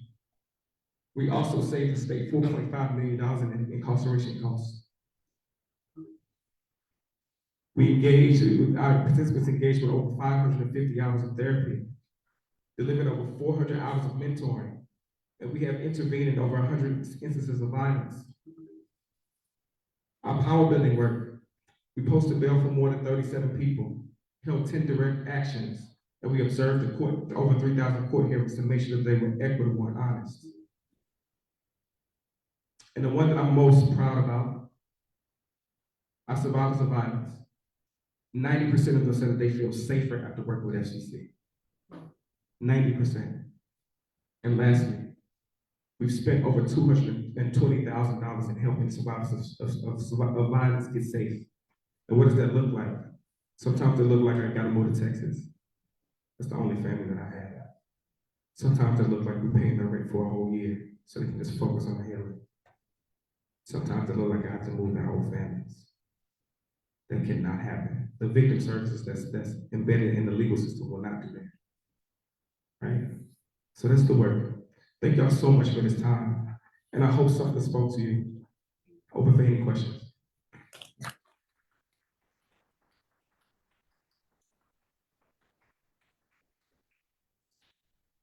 I just take a breath. That's incredible, isn't it? One of the things that stuck with me when Mike gave this example, when I saw him online, was the mother's story and how vengeance is almost the automatic feeling for when you've been harmed. And it's understandable. I did victim services. I was a legal director for abused women for 12 years. I had women be killed who were victims and supporting their families. But always the response was locking up the offender. And then I started to, after 12 years and toward the few years, toward the end of my tenure there, I started understanding how I was complicit with the system, because part of my job was to go to the Capitol and advocate for tougher laws. And so the shift started coming from advocates of color that said, you know what, we are locking up a lot of our Black, brown, and poor folks. And there was no analysis for us to be able to talk about that until the Colorado Criminal Justice Reform Coalition. I got connected with them, and Christy Donner and Pam Clifton were my mentors back in the day, because I didn't have a framework for criminalized victims, AKA offenders. And then when I started running the city's reentry project, I worked with men in the jail who had committed domestic violence related offenses. And I saw a different side of the same coin, which was trauma. And no one was talking about their trauma. And so I think having restorative practices so much rooted in recognition of that trauma, and not just the trauma of that incident or that family, but of generations. Which one of the things I also really appreciate, Mike, that you say is that the system is not a healing system. It's not a loving system. So when more resources are put into it, we're just perpetuating that harmful cycle. So those are my initial thoughts of just, getting grounded off of all the things that you said. So let's hear from you all as well. And as you pass that around, I want to say one thing. Yeah. To your point, One of the things that we learned when we do circles, and sometimes we do community circles, when I asked who in this room, this is a responsible party to do harm. When I asked who in this room has been harmed themselves, everybody raised their hands. People who do harm are often victims of harm first, what we call the cycle of victimization. And so if we want to do something about the harm, we have to also treat the harm that happened to them. That's a great point, sis. I really appreciate you. Yeah. All right, what thoughts, questions, and even concerns, because this is the other thing I'm right back to, is people also say we can't do this with violent criminals, right? And one of the things that I've heard you and other folks at VERA talking about is if we're really going to start shifting paradigms, we have to also look at violent crime and not oftentimes our programs that kind of nibble around the edges and will divert you for the low-level offenses if you're lucky enough to get into. And we always know that folks of color, their diversion numbers are far less than white folks, right? So just something else to think about as we go to you. Yeah, I saw one of the statistics that you put forward was the amount of dollars that you saved local government in terms of incarceration. Has there been any conversation about seeing if you can take those savings and reinvest it in your program? That's a beautiful question. I think what we're trying to do with that number is also make a point around the fiscal responsibility of these type of diversion programs so that they can invest into what we're doing. So not directly, but the goal is that one day we'll be able to model this and have enough research and support to say this is why we should invest into community-based services, not only just because it's a healing paradigm, but also because obviously it saves the city a lot more money. And so that's our ultimate goal. And we're going to shift to now bringing all of this into the conversation. I want to go around the room, and if you all can introduce yourselves, if you're with an organization or not, but and also perhaps one thing that brought you here today. That would be helpful. So, want to start yourself? Hello, my name is Laterrell Bradford, and I am a community member, but I am the founder and owner of Transitioning into Wholeness. And I am a yoga instructor in the community. I received my yoga teacher training from Lakshmi, and we have a cooperative, Satya Yoga, and Lakshmi trains people of color, BIPOC people, to be yoga instructors, and she teaches from the perspective of healing from oppression. And so, and I'm here today because I'm always interested in community and through community and supporting community. And as a yoga instructor, I instruct yoga in a way that helps us get in touch with our own bodies. It helps us get in touch with our healing and helping us to move forward. It's not about how flexible. I hear people say things like I'm not that flexible and things of that nature. And that's not the West turned yoga into an aerobic exercise. And we teach it from a perspective of healing. Everything you said just really touched home. And I think that I would love for it to be general knowledge and understanding that that the criminal justice system is not a healing system and not a loving system. And I just want to thank you for sharing the information, and I will be glad to share this with others. Thank you. Good. Good afternoon, everyone. My name is Maya Wheeler, and I'm the founder and executive director of Weja Data Center, which is a Swahili word that means empowering sisters. Our nonprofit works with women and their children, so women and youth. We're about community development, economic empowerment, skills building and development, and just overall well-being. And our work is rooted in safety, financial security, and self-determination. And before coming here, I thought I was just coming for my youth violence prevention program, empowering youth through entrepreneurship. I don't have lived experiences like the story that I've seen. I grew up in Boulder where I had opportunity and exposure to different things. But I think God has put this on my spirit because I don't even realize when I say my work is rooted in safety and financial security and self-determination. Hearing everyone here today has really touched me. And then what did you say?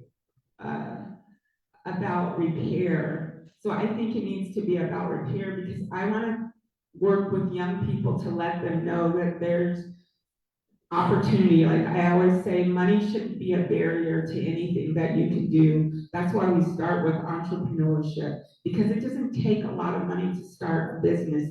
And a business doesn't care about your background or your history. And all the skills you have to learn to be an entrepreneur help you be a successful person and to be resilient. But I want to learn so much more about everything I'm learning here to put this information into our youth and our women, just to give them hope and to improve their quality of life. And like I said, I didn't really understand why I'm doing this work, but God just keeps working and revealing things to me. So I'm glad I was here because like I didn't even know you're doing this type of work, and it's what my nonprofit is turning to be about. So thank you all.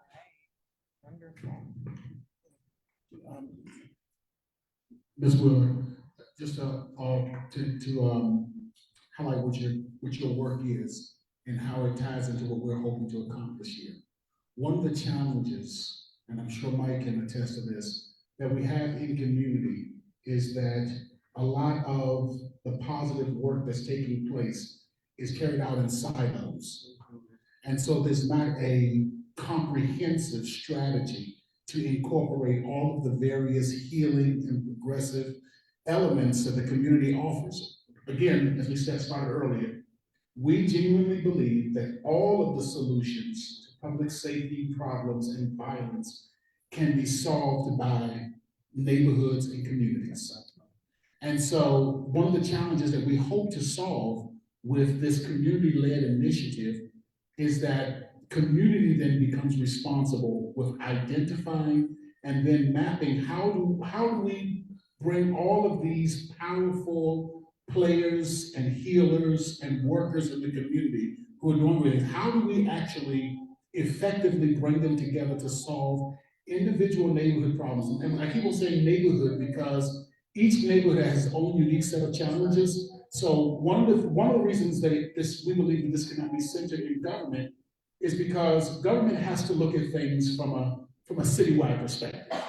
So that's just the nature of the beast. They have to look at it from a citywide perspective. Sometimes they try to break it down community by community, but it's very difficult when you're dealing within a bureaucracy. But community has the nimbleness and the flexibility to be able to do just that. So we're hoping as we put the finishing touches on this together today, that we're able to do just that. So I know you want to hear from me. I'm seeing anybody else kind of wants to respond to what Ms. Wheeler said. I just want to say really quick, I appreciate your work. It's hard work to do what you do, and I'm so thankful for it. And when I think about a collective, I might get into church again, I'm sorry. But I think about the body and how every part of the body is needed, right? In order for us to be whole, right? To represent holiness and righteousness. So your part of the body is absolutely needed, and I'm excited to see how it grows. Thank you. My name is Tiffany, and I am Maya's right hand and direct link to the community. My name is Jim Marcel. I work in the strategy office at Denver Public Schools, and I managed to fight to stay involved in youth violence prevention work for the last 7 years. I'm personally involved in work because I was an emancipated minor and experienced a lot of violence as a kid, and I want to, I suppose, pay forward some of the kindness that was done by community-based organizations that helped make my life better, and I think and hope that from where I sit within the district, I can potentially be a connector that can help identify where we have some amazing resources and assets across the community and bring them together. Hi, my name is Frank Locatory. I'm the Executive Director of the Colfax Ave Business Improvement District. really want to thank you all for putting this on, Dr. Davis, Dr. Calderon, Candi CdeBaca, Kristen, thank you. Yes. And there's just too many reasons to list why I'm here. One of them was to see if I could make a new friend, which hopefully I have made at least one new friend who I was talking to earlier today. But on Colfax, the issues that we deal with, and I also should say that I was fortunate to participate as a participant in restorative justice. So I've got to see that from the inside, which was really empowering. I'm trying to figure out how to turn off the faucet, or how to be part of a process that turns off the faucet. And so learning, like we're dealing with issues everywhere that in many instances have been decades in the making. And how can I be part of how we repair today, what has happened in the past, while simultaneously figuring out how to turn off the pipeline. Thank you. Hey all, good to see everybody. My name is Austin Collins. I'm at the Office of Children's Affairs. So I am the city and county member. We welcome you and you But having said that, I appreciate the dialogue. I understand the power dynamics that are at play, and the need for just a lot of times government to step back.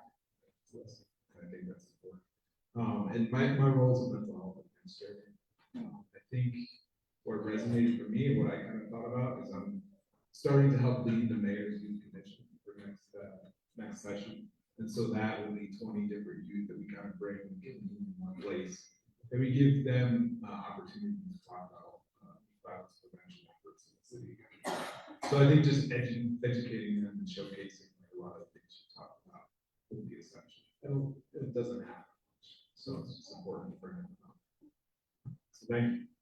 Antoine is your name, is that correct? Oh, Austin. I want to get Antoine. I'm sorry about Austin. I just want to say this as it relates to, and I hope that we've been very clear here today as well. This is not a us versus government. Government has a very important role to play in every aspect of its citizens' life. So we do honor and recognize the role of government. One of my greatest failures, every time that I failed as a pastor, I pastored for 22 years, every one of my failures could be traced back to one thing. And it was at the times when I was telling my congregation what they needed, instead of me listening to what they needed, and them telling me, these are our needs, concerns, etc. It was every time that I came into a congregation and said, here are the plans, the ideas and programs that I have already come up with, and I want y'all to get in line with them, versus the opposite. So what we're hoping to do is to create a paradigm shift where community literally does the assessment, literally does the mapping of the services, etc. And again, how that looks is going to be somewhat determined here today. But then goes to government and says, this is what the community needs. Here are the resources that we need. Here are the gaps that are missing that the community doesn't already have within itself that we need government to supply, versus government saying, this is what we're going to do. And again, not to make, but when the mayor came in, he came in saying, this is what I'm going to do to solve homelessness, without meeting, and he was saying this on the campaign trail, without meeting with those who are already doing the work in the unhoused community, and then saying, well, what is it that is actually needed? And then we kind of seen how that has been so problematic. So we're hoping to be able to create a paradigm shift in how communities respond to government and how government responds to community. So we're so glad to have you here. Hi, good afternoon. My name is Ariel Lipson. I'm co-executive director for Denver Alliance for Street Health Response. First of all, we cite your work at the community center all the time. Pretty much every time we present on the work that we do and create alternatives to policing and different public safety alternatives. So thank you. Really love the opportunity to give you your roses. Thank you for everything you do. Like I said, we create alternatives to policing and implement them around the country. We also do a lot of work with the unhoused. Actually, I wanted to say we did meet with the mayor. He did make us a lot of promises. He has not kept a single one. Right. So you all know that. You all do the work. I'm here today to learn more about the mechanism and processes by which the task force intends to be accountable to the work of community that has come before all of us, and has been foundational to all of our work, because that is a big part of the work that I personally do with the STAR program and also just in the coalition of organizations that support the STAR program.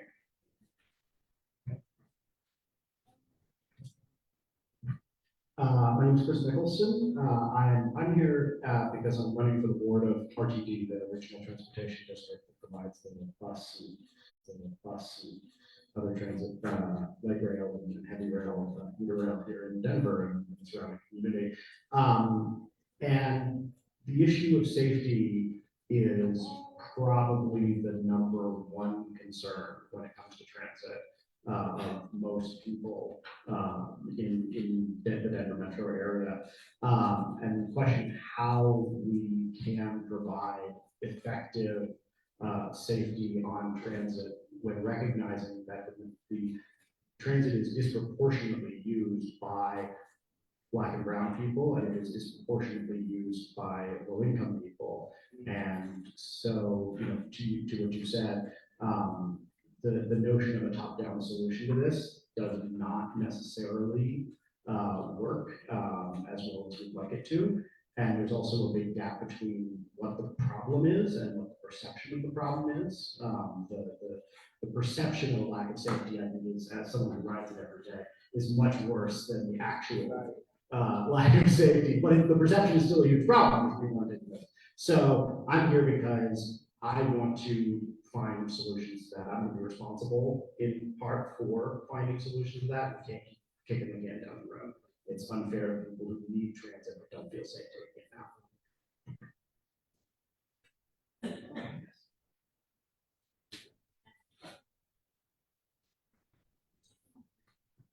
Good afternoon. Jason Mattello, I'm the Equity and Community Development Manager for the Colorado Criminal Justice Reform Coalition, or CCJRC. Our mission is to end mass incarceration, promote community-centered solutions for public health and safety. I first got involved with the task force 2020. Yeah, remember John?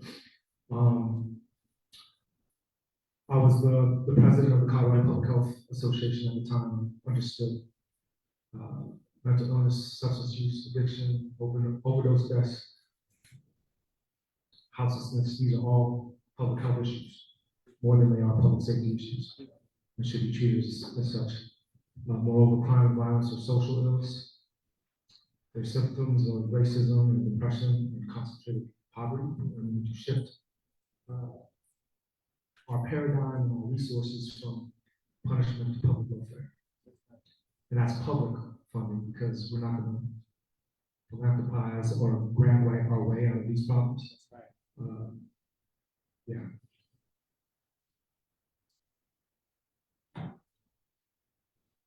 Good afternoon, I'm Nicole Taylor. I'm with the Office of the Independent Monitor.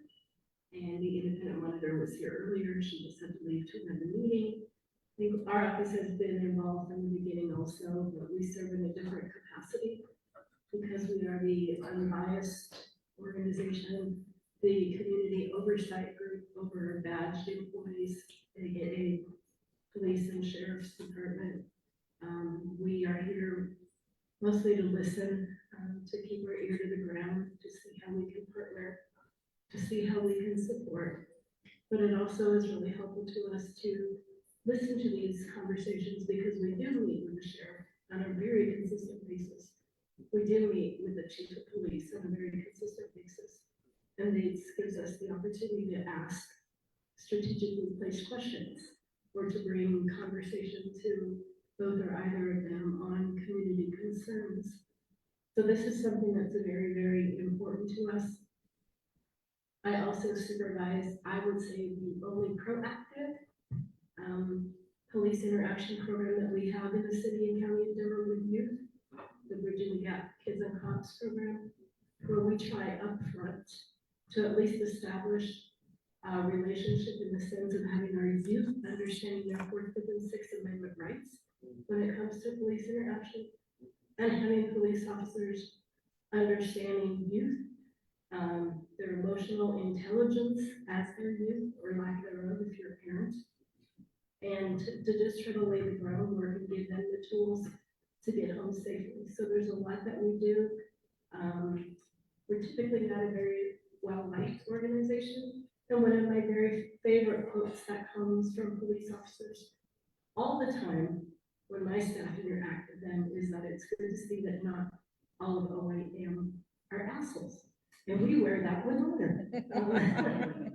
So Pastor, thank you for always inviting us to the table, and you know we're partnering here to support you in any way.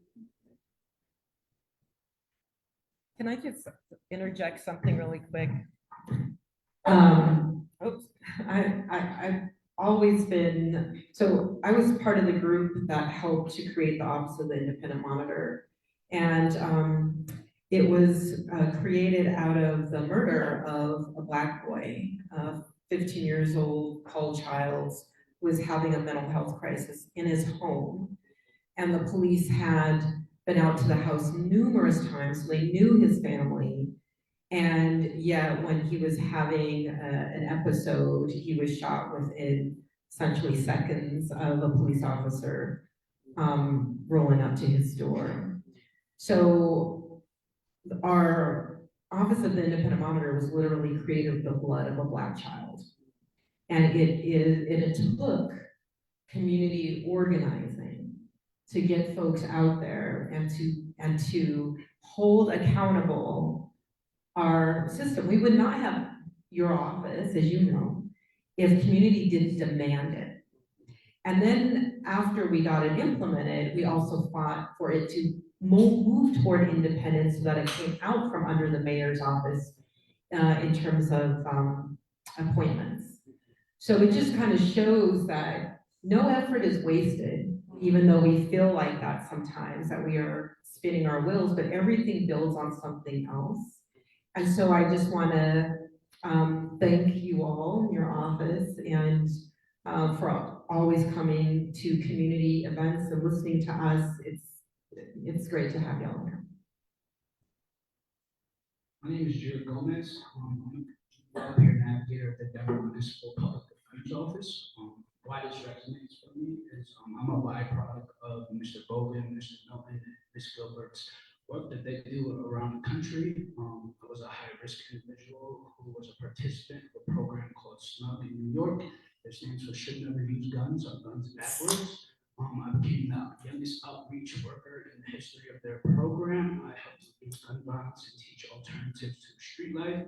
They chose me because of my past street reputation. I've been 5.5 years incarcerated, starting off at the ages of 13. And my last incarceration was 2 years for criminal possession of a firearm. I'm excited for Denver Municipal Public Defender's Office. We're going to start representing, as of July 1st, when the bill starts, juveniles who were not being represented at the municipal level, which was a travesty.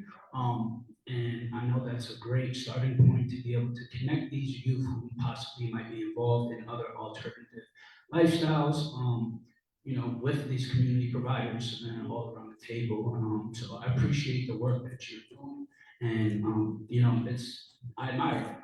I hope to continue to build on the success that you have done in the country, and I hope to, further my education and become an attorney one day, and continue to, stop the gun violence, and also be a role model, because I think it's very important for individuals like us to have seats at these tables. And once we continue to move up, we're not limited in just peer-to-peer work. We have many skill sets that I've learned that anybody can sit in a board or a conference room and have educational conversations, but it's a talent to be able to go into the streets and reach that population, and that's why we're invaluable assets. So thank you very much.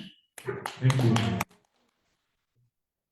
As a community, I want everybody to give this young man a round of applause, because Absolutely. back in school, and he happens to be a 4.0 student, working full time. Hello, my name is Yang Cho. I'm glad to meet you here. I did Christian mission in foreign country for a long time and came back to United States and came to Denver just 2 months. So I don't know the situation here. I thought Denver is so beautiful city and so safe, but today I learned not that much safe. But I think government and the community all together with church also participate for making a good city of Denver. And I think if it is possible, I want to participate for helping homeless people. I'm thinking for homeless people to do something, helping work. I don't know now. Okay. And I am very thankful for your good presentation. Thank you very much.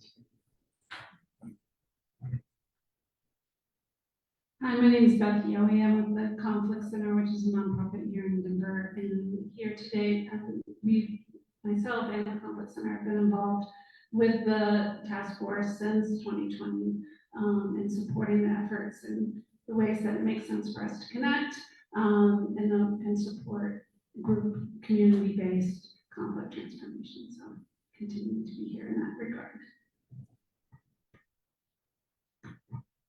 Hi, my name is Jan Shira, and I'm a school social worker at Gillian School. And maybe some of you don't know about Gillian Services Center, but it is the detention center for youth who get arrested and come to Gillian Services Center. And we have a school there, and I'm part of the school. And the reason that I'm here is because when you were talking about silos, I feel like I'm in a silo. I've been there 14 years, and I really want to learn about the different programs and supports and transformation projects that would help the youth that I've worked with for so long. And yeah, you know, they mean a lot to me, and I really want to know what's out there and how things could be changed in a positive way for that. Thank you. Hi there, my name is Daniel Van Scoot. I work as the administrator for Denver's Citizen Oversight Board, a group of 9 community members who are appointed by the mayor and city council to help oversee Denver's public safety systems. It's focused primarily on the Department of Public Safety, but not exclusively.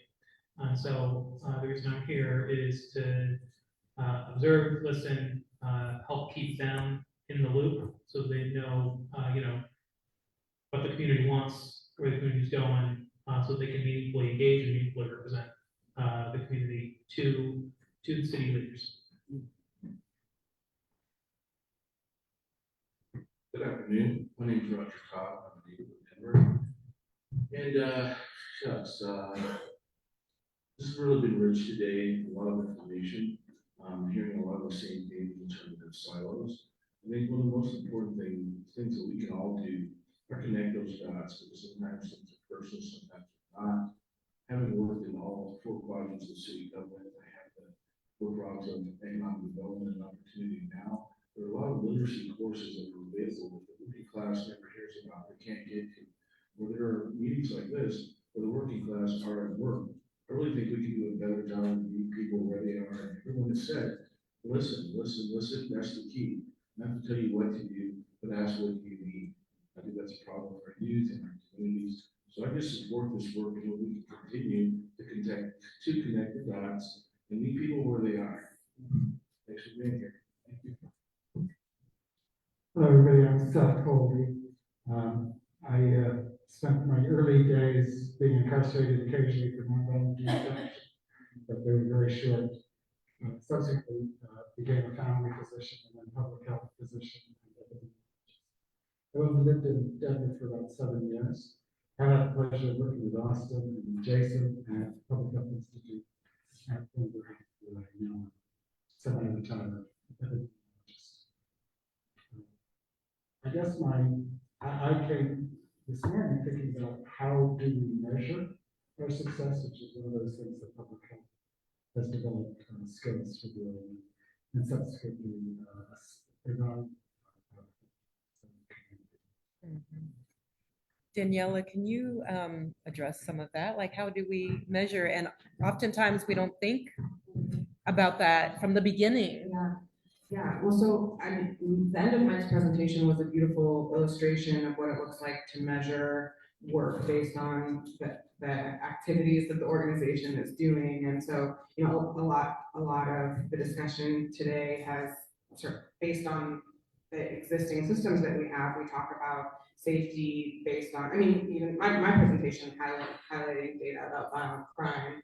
And so I think working back from the goals of the initiative to identify what, you know, what success looks like, and then how you would measure it. So I think depending on the specific activities or priorities that you all initiate, working back from, you know, what success would look like. I think the ability to show measures about process is also really important. So the way that you all are working together and trying to identify community-based solutions to, you know, safety and well-being, and being able to identify measuring things like collaboration, measuring the, you know, representation in the room today. So being able to tell the story of the work in addition to any outputs, I think helps provide a more complete picture of what you're trying to do. Yes. Can I follow up on that?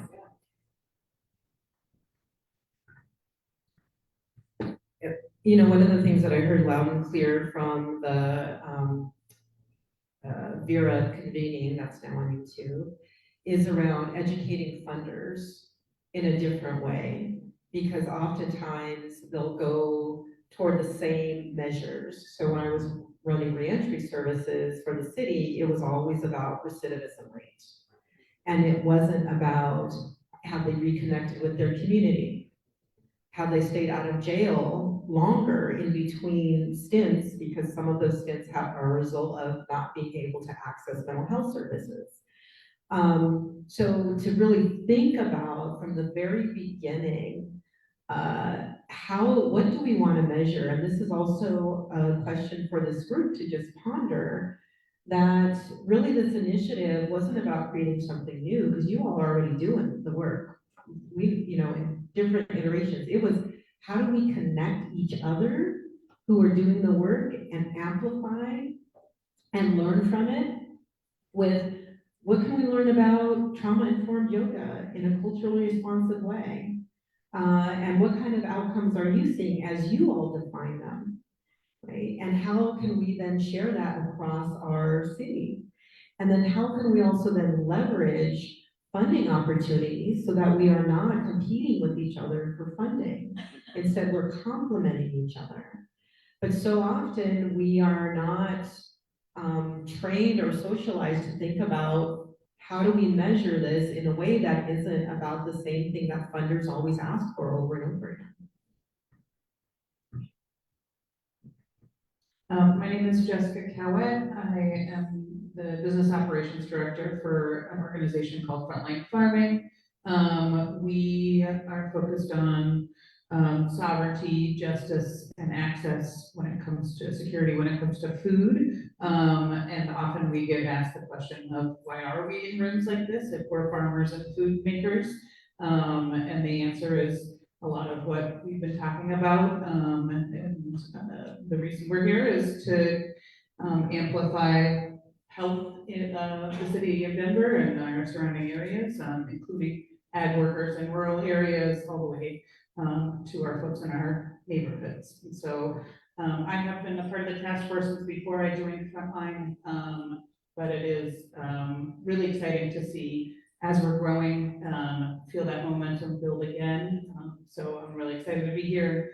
I work with Maya in the same room, in the same office space, the BIPOC Nonprofit Development Center, just down the road here at 29th and Welton. I think we're talking about convening and getting out of these silos. I think it's a good place where there's some really great organizations doing a lot of this work there. We have a long list of really good people, so we can start bringing them in. I will definitely share our future meetings with that group and make sure that not only Maya, I saw somebody else from the NBC here today too, but we'll start bringing more folks in, and maybe there's some folks online that I didn't see, so, yeah, I think there's some really good ways that Denver is doing some good work to bring people together, so it's just more of it, I'm excited. And Jessica, I just wanted to follow up on, you made me think about something in terms of when we redefine what community safety and well-being means to us, even fresh food is a public safety strategy, right? It was one of the reasons why many of us were so upset when the mayor cut the rec center hours, because the rec centers are also a public safety strategy. So we don't think about having healthy health and wellness as part of reducing crime, right? If you're hungry and you don't have a means to feed yourself, then you may turn to criminal activity when it really is about survival. So that's part of it, is redefining our definitions, including what we see as all of those things that you talked about keeps us safer, but they're not talked about through a public safety lens.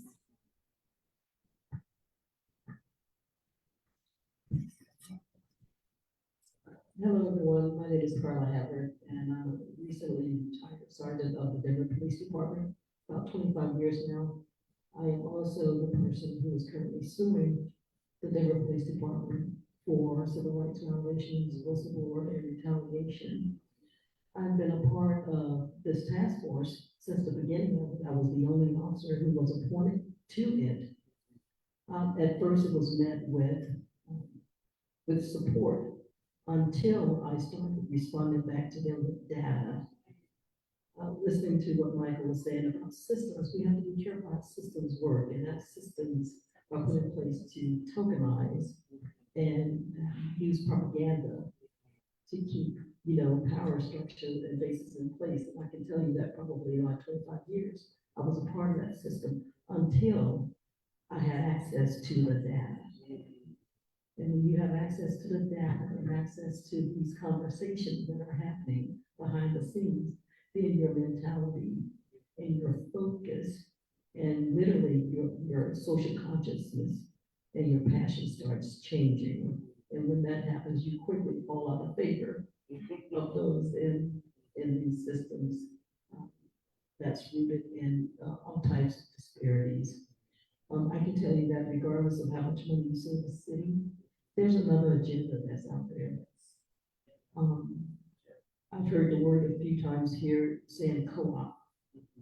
I would add some more appropriate.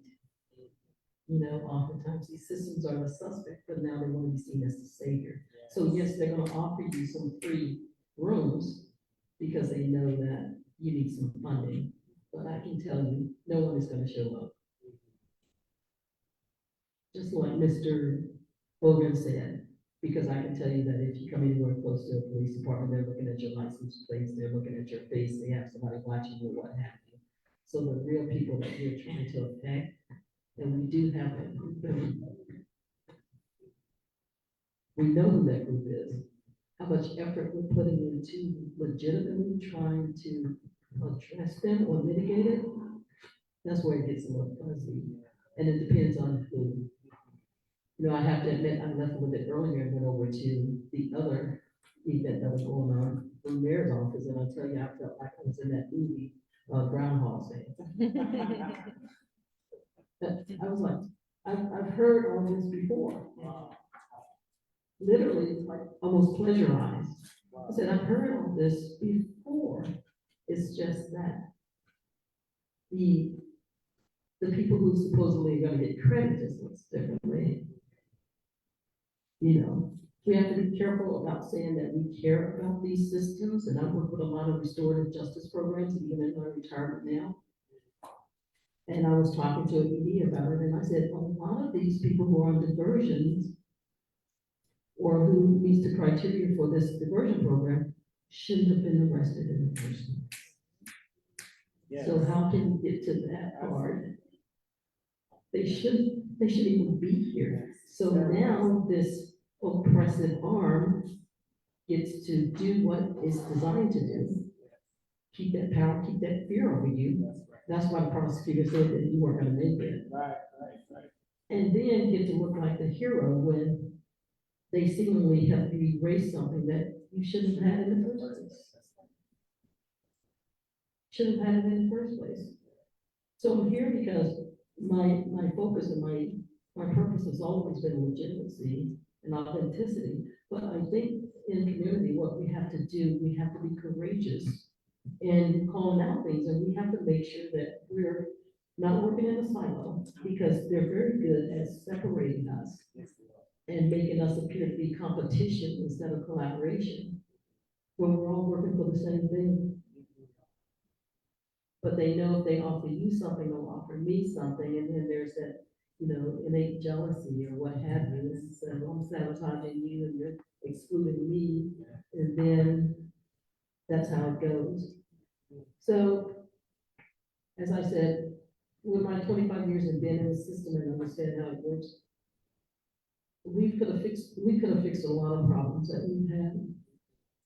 We've allowed a lot of problems to exist. I see that East Kovacs guy is gone. He probably forgot I was going to say something. We allow problems to exist. We created them, and then we come in and we would like to save you by saying, we're here to get you money from the ARPA funds. I know you said here in Denver, to clean it up. We shouldn't have allowed it anyway, because what we're missing out on are the victims that we've created along this game that we've played. The victims and the trauma that they endured. So while we're claiming victory, we created all these victims that are being harmed that shouldn't have, and that's painful. Yeah. And I hope that part stops. Well, I want to thank you for being here, Carla, since we have been organizing together in community for years around different but related types of things. And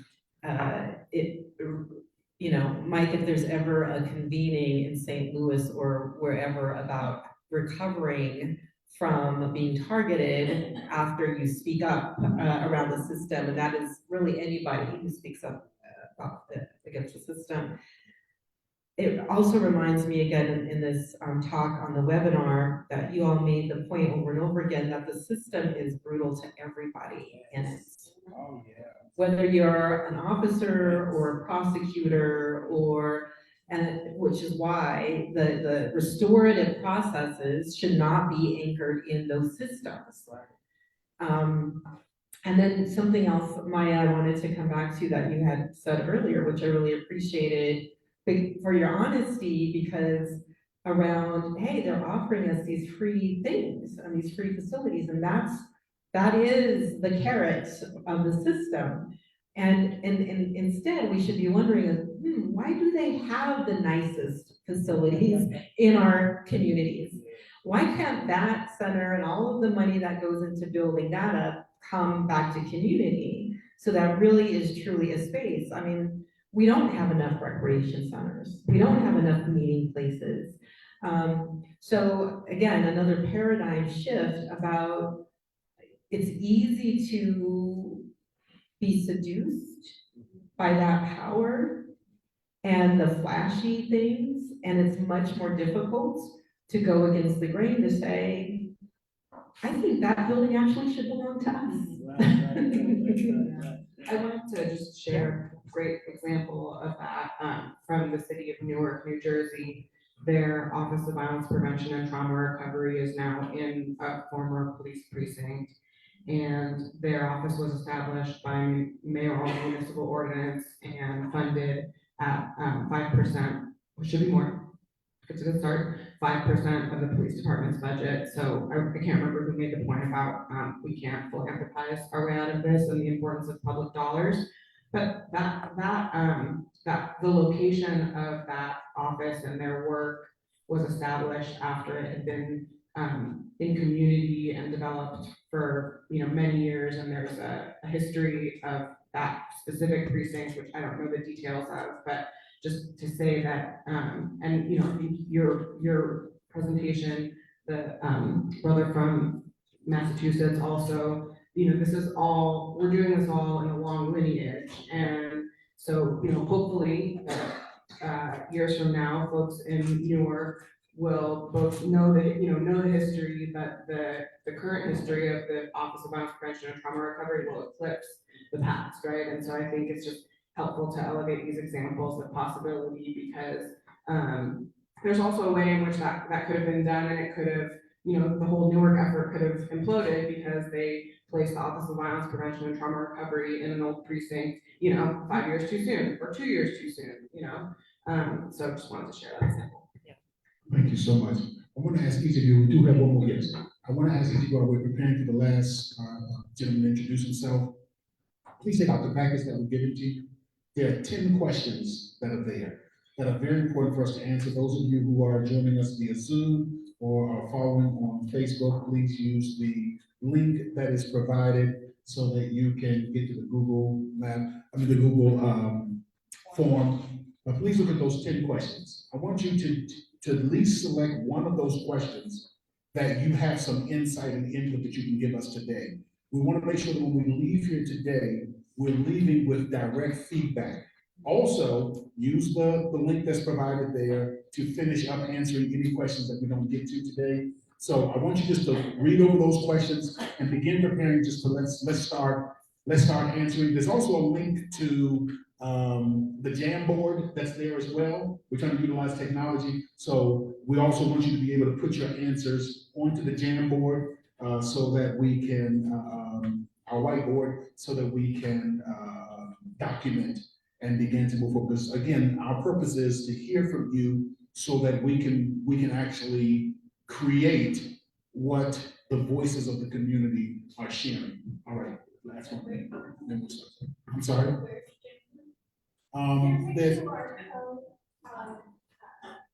There's a QR code that says Jamboard on the notes. There's a page that actually says, I think it's on feedback. The back page. That's a different code? It's on the back of the questions to consider. It says notes, and it says join that channel. Okay, got yes. We got a few QR codes. We got a few things we're trying to document. I mean, the information points we're trying to collect, but that's the one right there. All right, sir. Well, thank you for having all of us here. My name is Mario Ortiz. I work for Denver Public Schools. I'm a talent acquisition specialist for mental health pathways. And I think I'm a political scientist and a community activist for years. And I think for me, I've been in spaces where I haven't been at the table. And so I want to be at the table. I wanted to see what community-based organizations, what people from the city are here that are invested in this work. And then I think most importantly for me, I've done restorative practices in schools. I'd love to continue to see restorative practice in our schools. And I think more than anything, why I keep seeing a lot of familiar faces and is because I'm tired of having to go to funerals for my former students. I think I lost 3 students in the span of 13 months and had 2 staff members shy at the school I used to work at. So I'm just kind of getting tired of the violence, and what's really healing is being in spaces like this and seeing that my community does care. So thank you for all being here. Because we have provided a means whereby you can share in detail on the Google form, we actually try to keep your responses as succinct as possible. We have our resident experts who are here. So as you're sharing, we want to get insight from them as well to help us to think through, as they already have been doing, what are the possibilities on a local and a national level, how we can center. One of the things in this room is we work for the mic here today. We want to talk about how do we center this in community while also working with government. Again, no one benefits when it's a us versus them, and we just create a whole new silo. How do we work in harmony for the betterment of our community? So there are the 10 questions. Something jumped out at you during this presentation. Something jumps out at you with those questions. Let's start the conversation. I'm not even going to try to direct the conversation. You may have additional questions for the presenters. You see the questions that are there. Let's go. Let's get started. Yes, Beth. I do have a question about, and it's come up about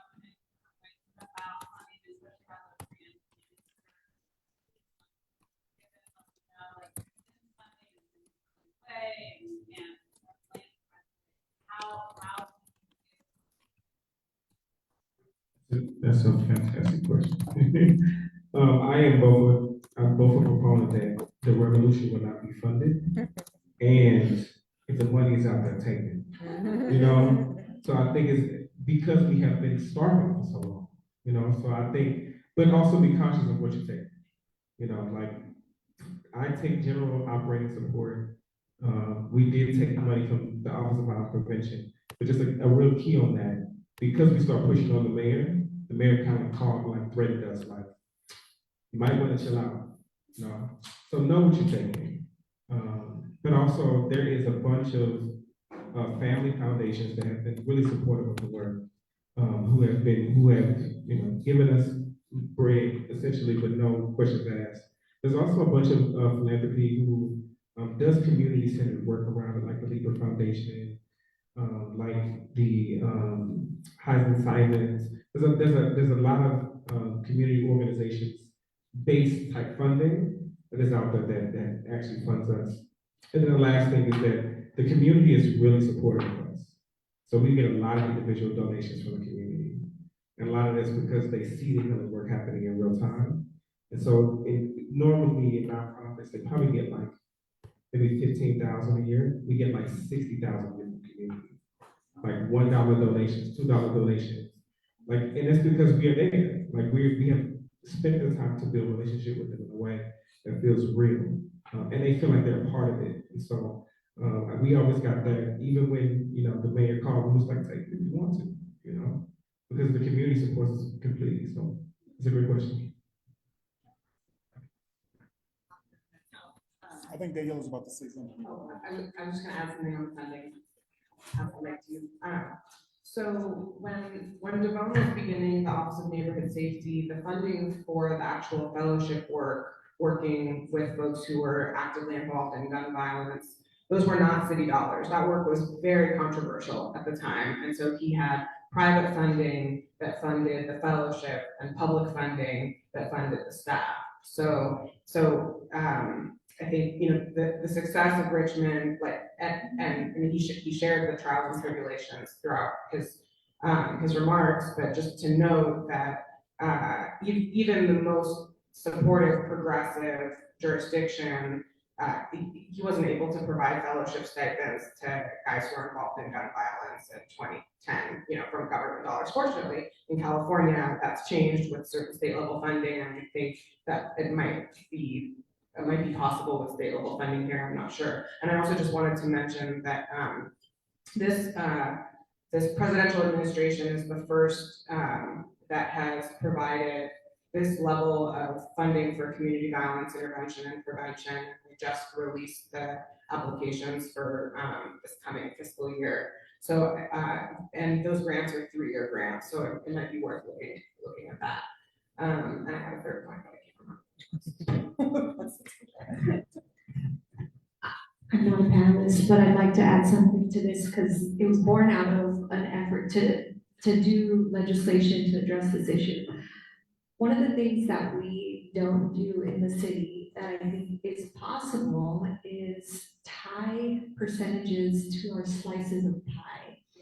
So when we were trying to reform the independent monitor's office, one of the things we thought about changing was reserving an X% in our city's budget annually for the Office of the Independent Monitor. That can be done with any office. If we ever chose to slice the Department of Safety pie in a particular way, there could be money that goes to a community-based organization, and it can go via Caring for Denver. It could go via different routes. We have mechanisms that exist, and it's not always about raising our taxes, especially if we're trying to reform the current state of public safety. And so experimenting with tying X percentages to things could really make an impact, even when we're talking about the district attorney and the municipal public defender. There's no parity between their annual budgets. And that's something that I think you could easily sell to voters to codify. It should be commensurate. And I think that when we talk about this entity, there's a good argument for it.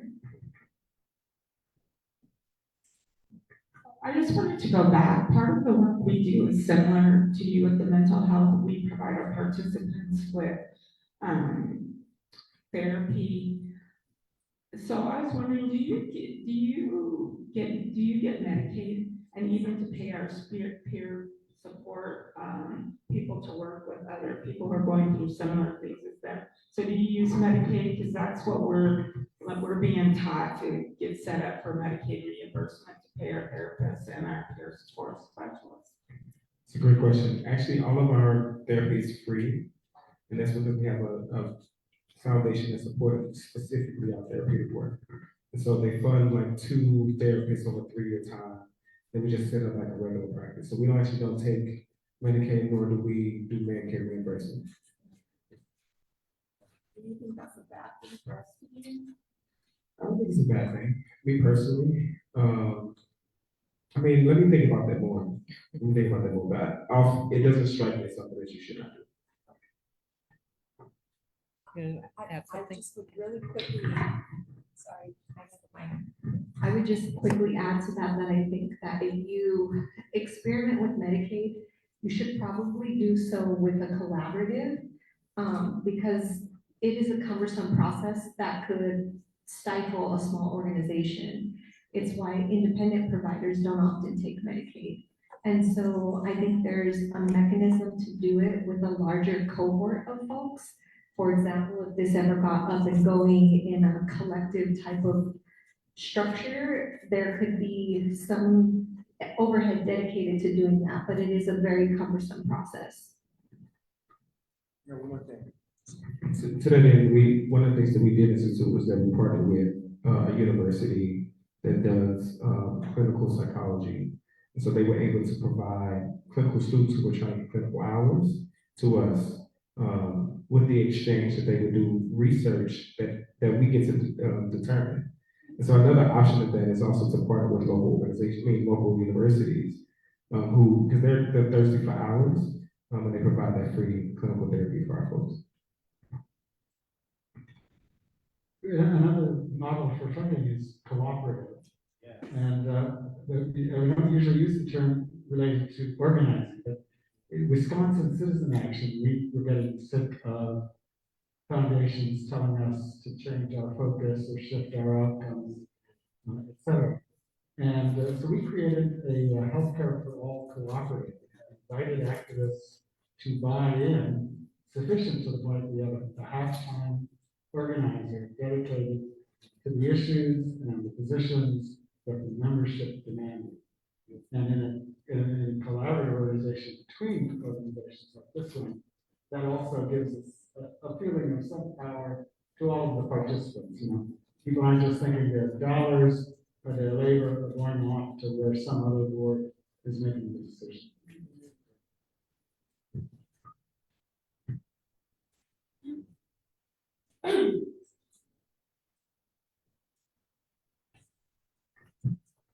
I know I've spoken to a few people in the room about some of the funding activities that I've been a part of, but for those that haven't been here, we've been trying to aggregate all of the needs as they relate to youth violence prevention across both our community-based organizations, the district, and the city in one place. So then as we go to pursue various different grant opportunities, we can do so collectively. And I have been trying to catalog all of the relevant grants as it relates to that work, and I've been sharing those out with anyone who's on our mailing list. And then finally, sort of as a follow-up to the question I asked you earlier, I do think I have decent buy-in at the right levels that we'll continue to see, given some changes, to move forward with social impact loans, which I think if we really are looking to fundamentally shift for sustainable public funding for a lot of this work, is a really meaningful way to do that. If you have statistics like the ones that you have, where you can show we have literally saved the city millions of dollars through doing this work, that is an excellent case for a structure like a social impact bond. And I believe it's the National Institute for Criminal Justice Reform has a lot of the analysis already modeled out that we just need to bring to Denver. And so I do think that there is some work already underway, and certainly would love to work with you that to add your needs to the needs list that I have and potentially participate in some of the grant fundraising. It is worth noting that I do spend a lot of time working with the city as well, and our city counterparts have grant writers, and they really do want it to be community led. And so it sounds like we may be able to have the city help us with the grant writing, potentially bringing money to community, even if it's not directly coming out of the mayor's budget. Is that might be one potential opportunity for collaboration with the city. I also know, working for the district and working with my city counterparts, that both of us find the process for distributing money to community partners incredibly burdensome. It's really hard. Like the paperwork is insane. We are exploring strategies around partnering with other organizations and fiscal agencies to make that possible too. Because if the money is not coming directly to the district or the city, there's no real reason we have to be the ones being the fiscal agent for it. So all very technical, not particularly exciting, but needed stuff. If anyone wants to work with me. Thank you so much. One of the questions one of the things that says community led more than anything else is the word office. Office of Neighborhood Safety, Office of Violence Prevention. That says community more than anything. I'm being sarcastic. So one of the big things that we're really trying to do is think about what will be the name of this initiative, the name of this movement. And I like to think about it in terms of movement. So we really do want to hear your feedback. Please make sure that you're putting those things in there, because we do need to name this. We've been calling it Office of Neighborhood Safety only because that's the image that most people can relate to. But this is not going to be a government entity. It's our work. I saw somebody just put their hands up a second ago. Yes, sir. Thank you. So I mentioned earlier the question of perception versus reality, and we've talked a lot today about the reality of violence and finding strategies to reduce the actual violence itself, which obviously is incredibly important. How do you see, what strategies do you see as being most effective at reducing not just the violence itself, but the perception within the community when there is a significant mismatch, which there is on transit? The second piece of that is, at least on RTD, this is the statistic I've heard, we've never had someone die on an RTD bus. People get hit and stuff like that. Most of the violence tends to be people getting beat up, people getting accosted, women getting, assaulted. And there is very much a perception of safety there that we're not doing enough to prevent that kind of thing. But so I sort of, because we were talking about gun violence, but I was hoping you could kind of address those two pieces, because it's a huge, it's the entire issue for us. That's working towards me, so I can answer. Yeah. Okay.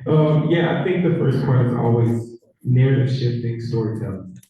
Like, people need to see the full story. Like with Bruce's story, like any other time you would have just said he committed a crime and he's going to jail. But part of that story is that they left him in the jail for 3 days with no food. The full story. So I think a powerful part of that is actually just storytelling, not just storytelling.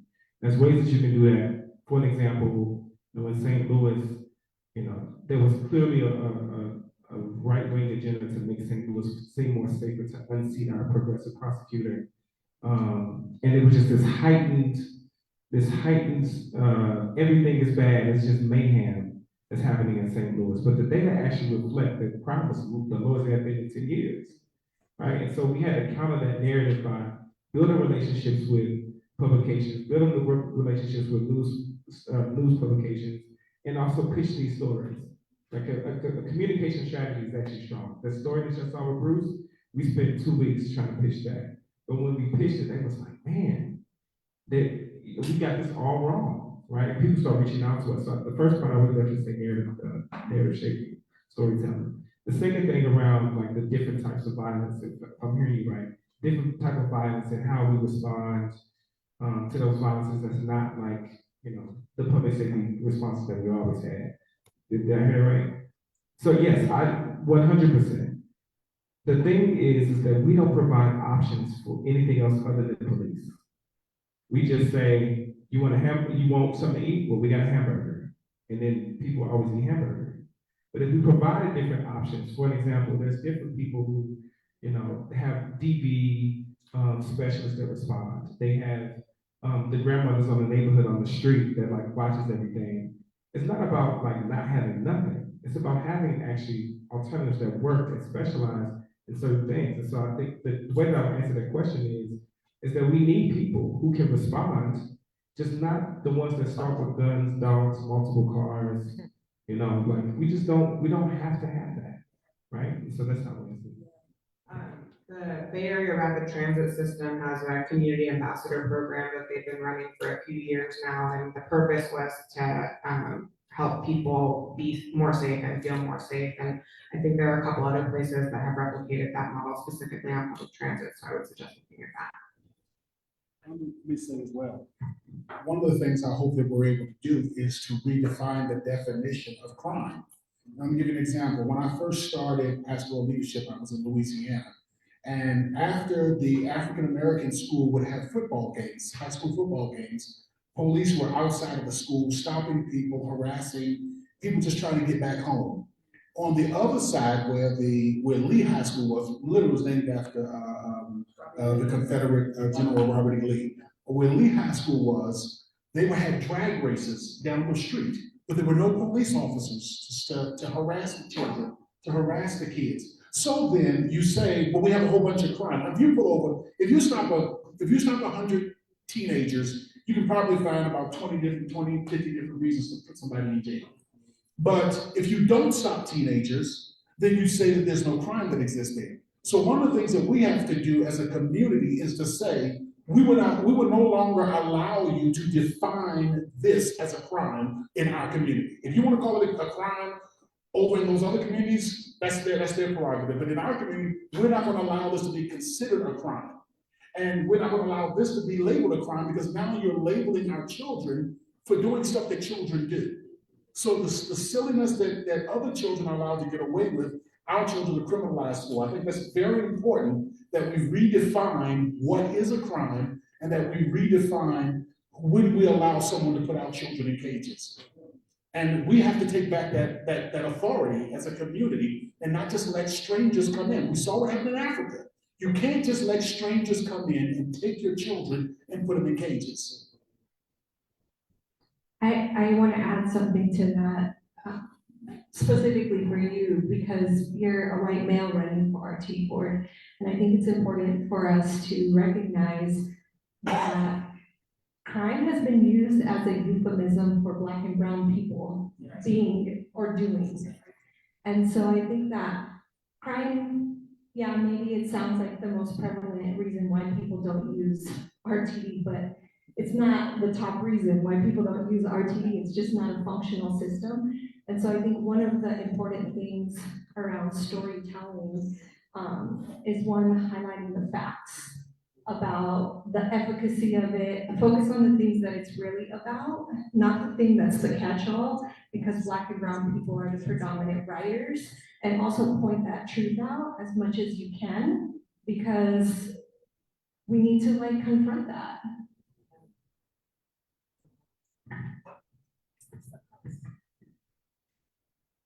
Yeah.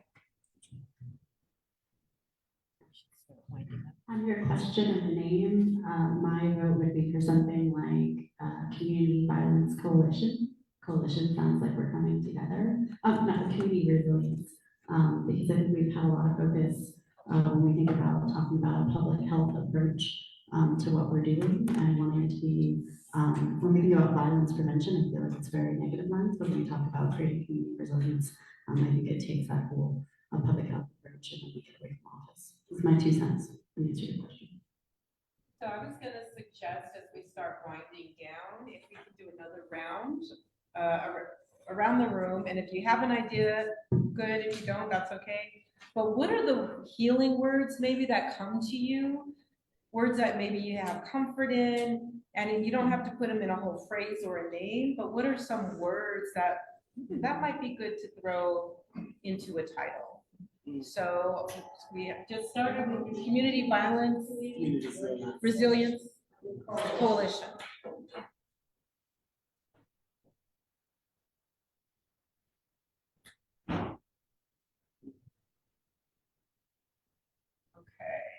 we'll just go around the table. If it comes to you, fine. If not, you can pass, but.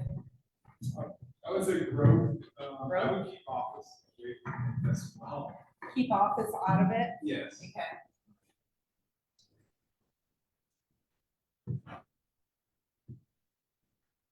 I actually like the term wealth too. Well? Yeah. Okay.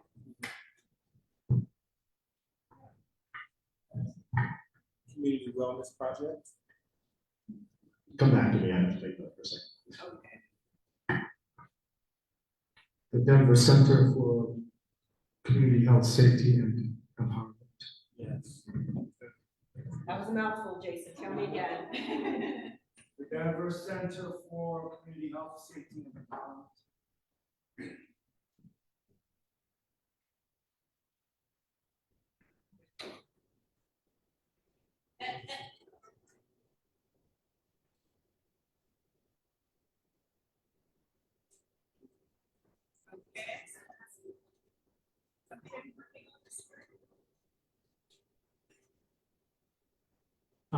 Community community support network. But I also appreciate this is the second question on the questions to consider. And I think the best name will come when you sort of figured out like a firmly established purpose and function will help make the best name clear. And just so you know, if you see the little small card on the back, we've identified 4 things that we really think this office needs. But we want to hear your feedback, because you may say, hey, you know what, this office needs these 4 things. So, or they need additional things. So this is why we gave you so much stuff.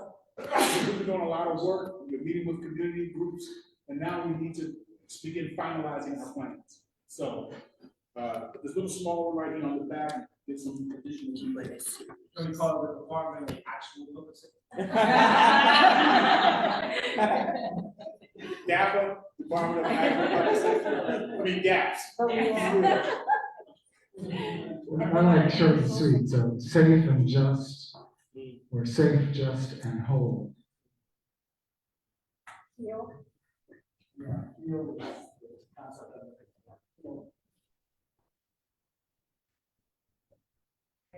And he said whole, everything to her whole. Whole, not whole. Yeah. You said oh, whole. whole.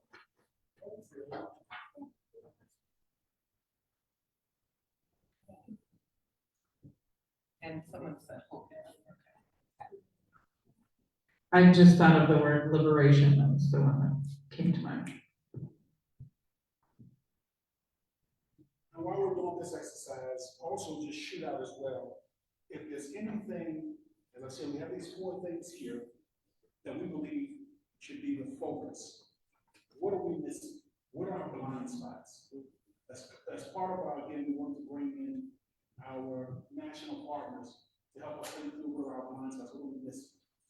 Because unfortunately, and I'm so glad that we have so many new faces here, because you know what happens is that no matter how much you try to fight against it, there is a group thing that takes place when a group starts working together for an extended period of time.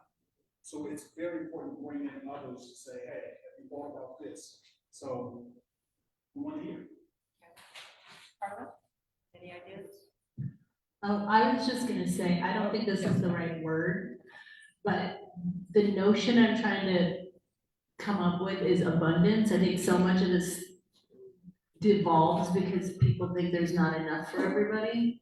And, you know, if you have more of a notion of abundance, but again, I don't think that's the right word, but a feeling, you know. Yeah, trying to convey a feeling as well.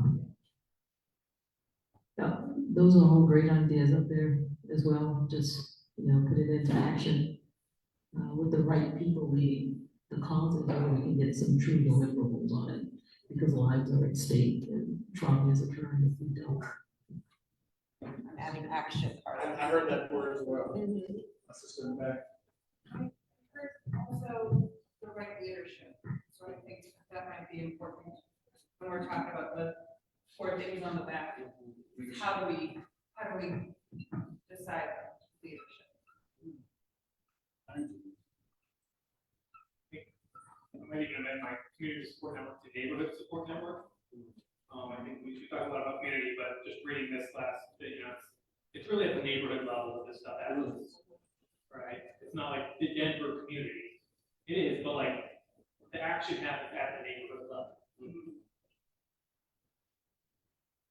But I remember when I was growing up, we used to have neighborhood block parties. And I know it's not a direct parallel, but each neighborhood organized. I mean, we actually organized and had block parties, people fellowships, as Brother Mike was saying earlier, people knew each other. I know it's going to ruffle some feathers, but it used to be people in the neighborhood, older women especially, had the right to get your sponges. If you were showing out. It was just understood. It is what it is, kind of thing. The neighborhood. I like saving community equals saving ourselves. Saving community equals saving ourselves. We keep skipping over my little sister in the back. Go ahead. You gotta jump in. This is one of those rounds. Sir, I was just gonna say the word link or linking to make a connection. It's power of that. I heard you say blocks, like everyone on your block knew each other. I think block is a word to throw up there, like block by block. And I like village. I think village is kind of what we're trying to recreate here.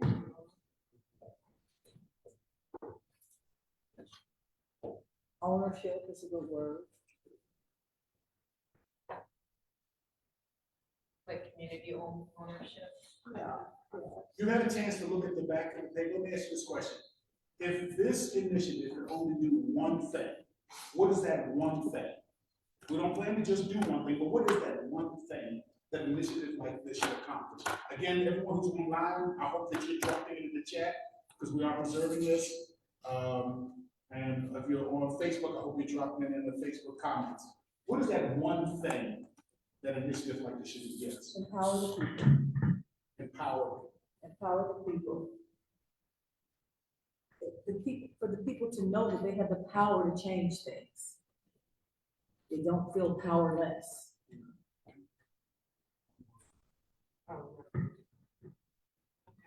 I'd make that empower / activate. And I would add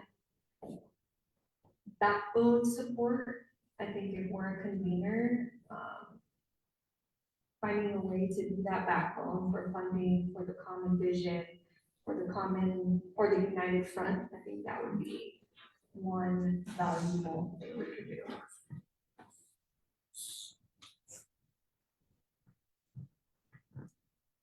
I would say family and like school and education. You know, in terms of who would hold me accountable when I was a kid, it was my mom and it was my teachers. And I think it was places where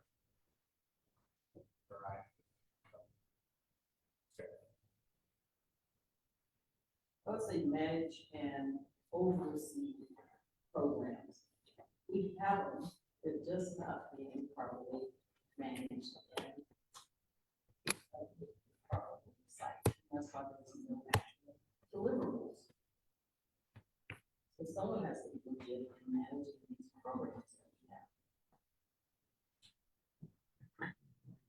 have. And yeah, I want to say it should give the community a voice. Like all these kind of things say that, but it needs, I think someone said it, if we're coming up with the plan, but the community doesn't feel like they have a voice, like they want to be heard. And then my only other thing is, what does community need? Like we're not saying the demographics of the people we're serving, because different communities have different needs. So I don't see black and brown, or is it just inclusive? Like, what does this mean? Well, and that, again, this goes back to each neighborhood developing their own solution. So let me give you an example. I meant to talk about this earlier. Councilwoman Parody is going to be working with the task force. Councilwoman Parody will be working with the task force so that the task force will actually be going to these various neighborhood association meetings that her office is often called in to present on, so that we can actually work with individual neighborhoods on how a neighborhood, how a community develops its own response to various public safety challenges that they're facing.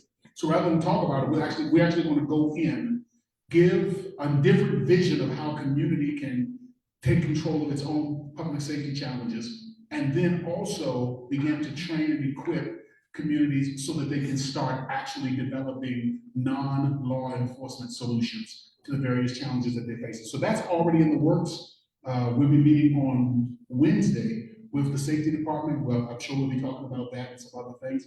But that's so that's why we didn't get specific, because every neighborhood looks different. And the issue is, how do we empower them? But how do we empower them to think beyond that knee-jerk reliance on law enforcement? Does that answer the question? Yeah, but like some communities don't know how to do that really well. So how do we make that maybe our Black and brown communities don't know how to do that very well? And since it's every neighborhood, but like some predominantly white neighborhoods or affluent, they know how to manipulate and navigate the system really well to make sure they get. So how are we going to make sure it's equal or it's equitable? And that's part of what, again, we're thinking that should be one of the responsibilities of this institution, this entity, is to actually provide, and I've been using the word navigator. No one has told me to use that word. It's just something that's been in my mind as I've been trying to explain it to other folks, is to provide navigators to neighborhoods, to actually sit down when they have their neighborhood meetings, to help them to navigate the system, to navigate solutions, to navigate how to live life without a reliance on law enforcement. Because it is a whole new paradigm. And I don't mean to talk so much, but let me just say this last thing. I'll be 50 in July. I don't know how to live life outside of law enforcement. It is so ingrained in me. I'm trying to create something that I myself don't know how to do. And that's the reason why it has to be created, because I don't know how to do it. When somebody's playing loud music, all I know to do is to call the police. If you're not going to go and ask them to turn on the music, they don't do it. All I know to do is call the police. All I know to do is to call the police. I see two people arguing and it's getting loud and I'm worried they might start fighting. I don't know what else to do. And so I need help. And if I need help, imagine what our communities need. My analogy for that is Angela Davis wrote in Our Prisons Obsolete many years ago in talking about prison abolition before it was a big thing. And she talks about how slavery abolitionists worked toward an end to slavery, even though they couldn't conceive of a day that there wouldn't be slavery, right? But they worked toward it anyway. And often they thought they would not see it in their lifetime, but they worked toward it anyway. And so our mindset has to be such where we reshift it to what would a world be like that didn't have prisons or jails, because that means that we have communities that are whole and healthy and just and free. So how do we get there, right? Yeah. No, I was done with my thoughts. So I would hope that in the effort we define success in terms of outcomes, not inputs. So now we're going to provide XDX number of therapy sessions, but we may want to reduce incarceration by 50% while avoiding increase in violence. Something that puts the outcome in front. The methods are going to change over time. And in terms of the complexity of many communities doing different things, I think we should probably look for communities that are ready to model for others, those who are willing to put themselves on the spot, use best practices, and become a beacon for others. Thank you for that.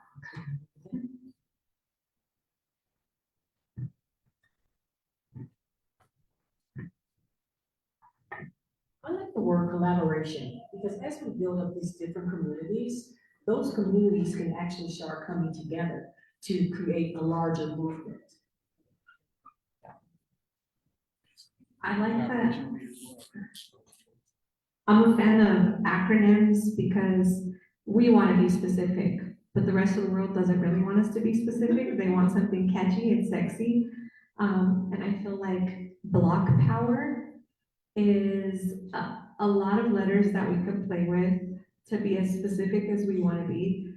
It's also easily talking about everybody. Everybody lives on a block, whether you're homeless, in a shelter, in a house, in an apartment. But also it resonates with people who do understand the Black Power movement and how it was bringing these liberatory ideals to us, and brown power too. And so I like Black Power because it'll speak to people who know, it's like if you know, you know, but also it's inclusive enough to have that big umbrella.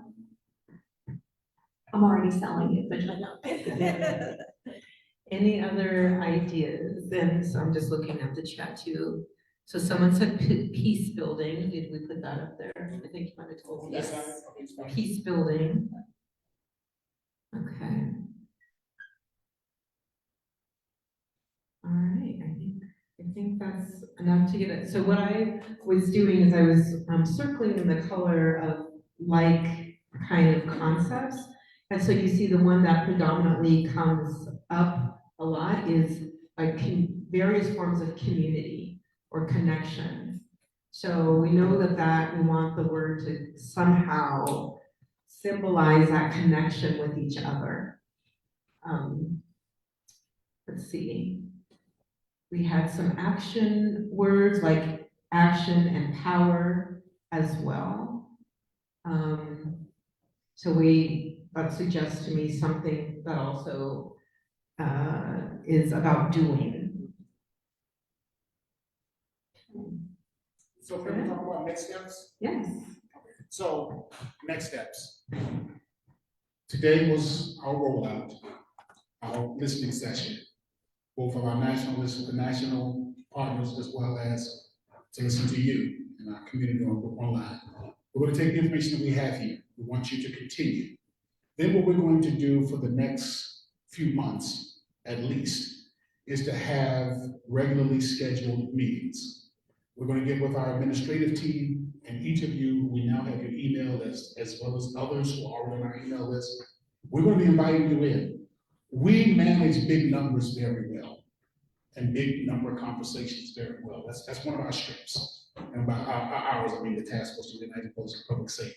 So we're going to begin these community conversations within at least the next 2 weeks. So it would not be longer than 2 weeks before you'll be getting an invitation to join back in. And we're going to have regularly scheduled meetings to flush out exactly the name, the function, the detail. At the same time, we are in the process of identifying funding. We are already turning over every single stone that we can get our hands on to see if there's a nickel, dime, or quarter underneath that stone. So we're working already to do that. And once the final step is once we identify the funding to get our initial team in place, whatever that team's function will be, based off of the next series of meetings, today's meeting, next series of meetings, then the next thing is to actually implement the first phase or first iteration of what this office will be doing. I would like to say that the very first phase is the work that we're doing with Councilwoman Perry's office. Just going into the neighborhoods and saying, hey, my friend, there's another way to handle this other than just bringing in law enforcement. I've been to these neighborhood meetings over and over again where all that happens is police officers come, someone representing the local district comes in, says, we heard what y'all's problems are, this is what we're doing to solve it. Wonderful. Now somebody needs to turn around, look at the community and say, you heard what they're doing, what are you doing to solve it? You just heard what police said they want to do to solve it. Now what are you doing to solve it? Now, if you don't know how to solve that problem, we have people who are trained to hold your hand and to walk with you through a detailed process on how you actually develop solutions. So we hope that that will be part of phase one, but we want to expand it so much more. And that's what these next few months are going to be about. That's what this summer is about. Let's call it the summer of transformation. Can we call it that? Can we call 2024 the summer of transformation? Let's do this. Summer of justice transformation. So that's what we're going to do. You can put that down, summer of justice transformation. Let's do that. I like justice, but yes. Okay, summer of justice. Sounds good. Those who work with me know that it's rare that I fuss and fight about anything. You know, I had one of my deacons when I was very young who told me, don't sweat the small stuff. It's all small stuff. And that kind of stuck with me. So I love it. Summer of Justice Transformation, but this is the summer. This is the summer to get it done. I want to say thank you to each of you, and I'm going to let Dr. Calderon close us out. Okay. Thank you all so much for hanging with us through the day. And I know we have people in and out, we have some people online. And it's not, again, that we are creating anything new. We are just connecting with each other to build power together. And we know we can do it. We know it's part of a movement. And like I said, we have an opportunity now that we have a government that is also in transition, and we have some new allies, and we have some new thinking. And I also think we have a point of awareness that's happening across our community and across the world. And so let's leverage that, let's use that, and we will be sure to be also transparent with all of you as we're going through this process. And then let's also thank our wonderful folks who came in from out of state.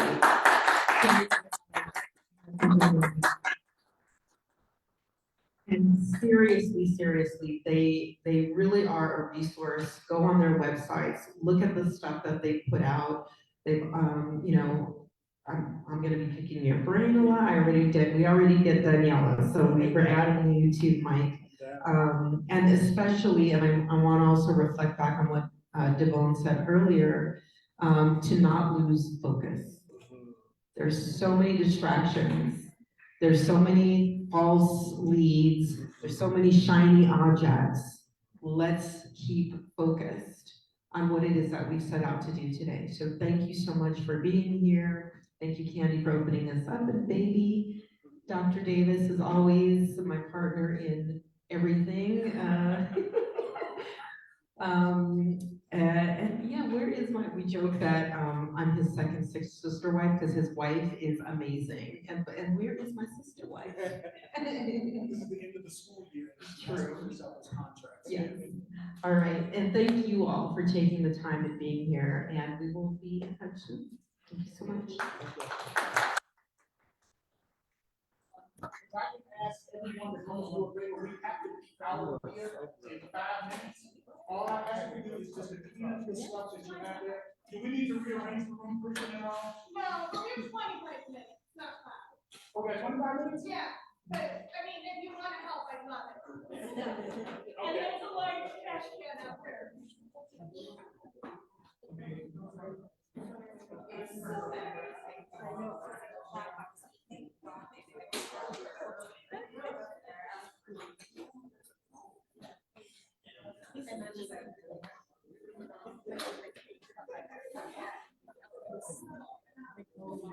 Real quick, is your order, is anybody's order in there? Is anybody's order in your comments? I know for a fact.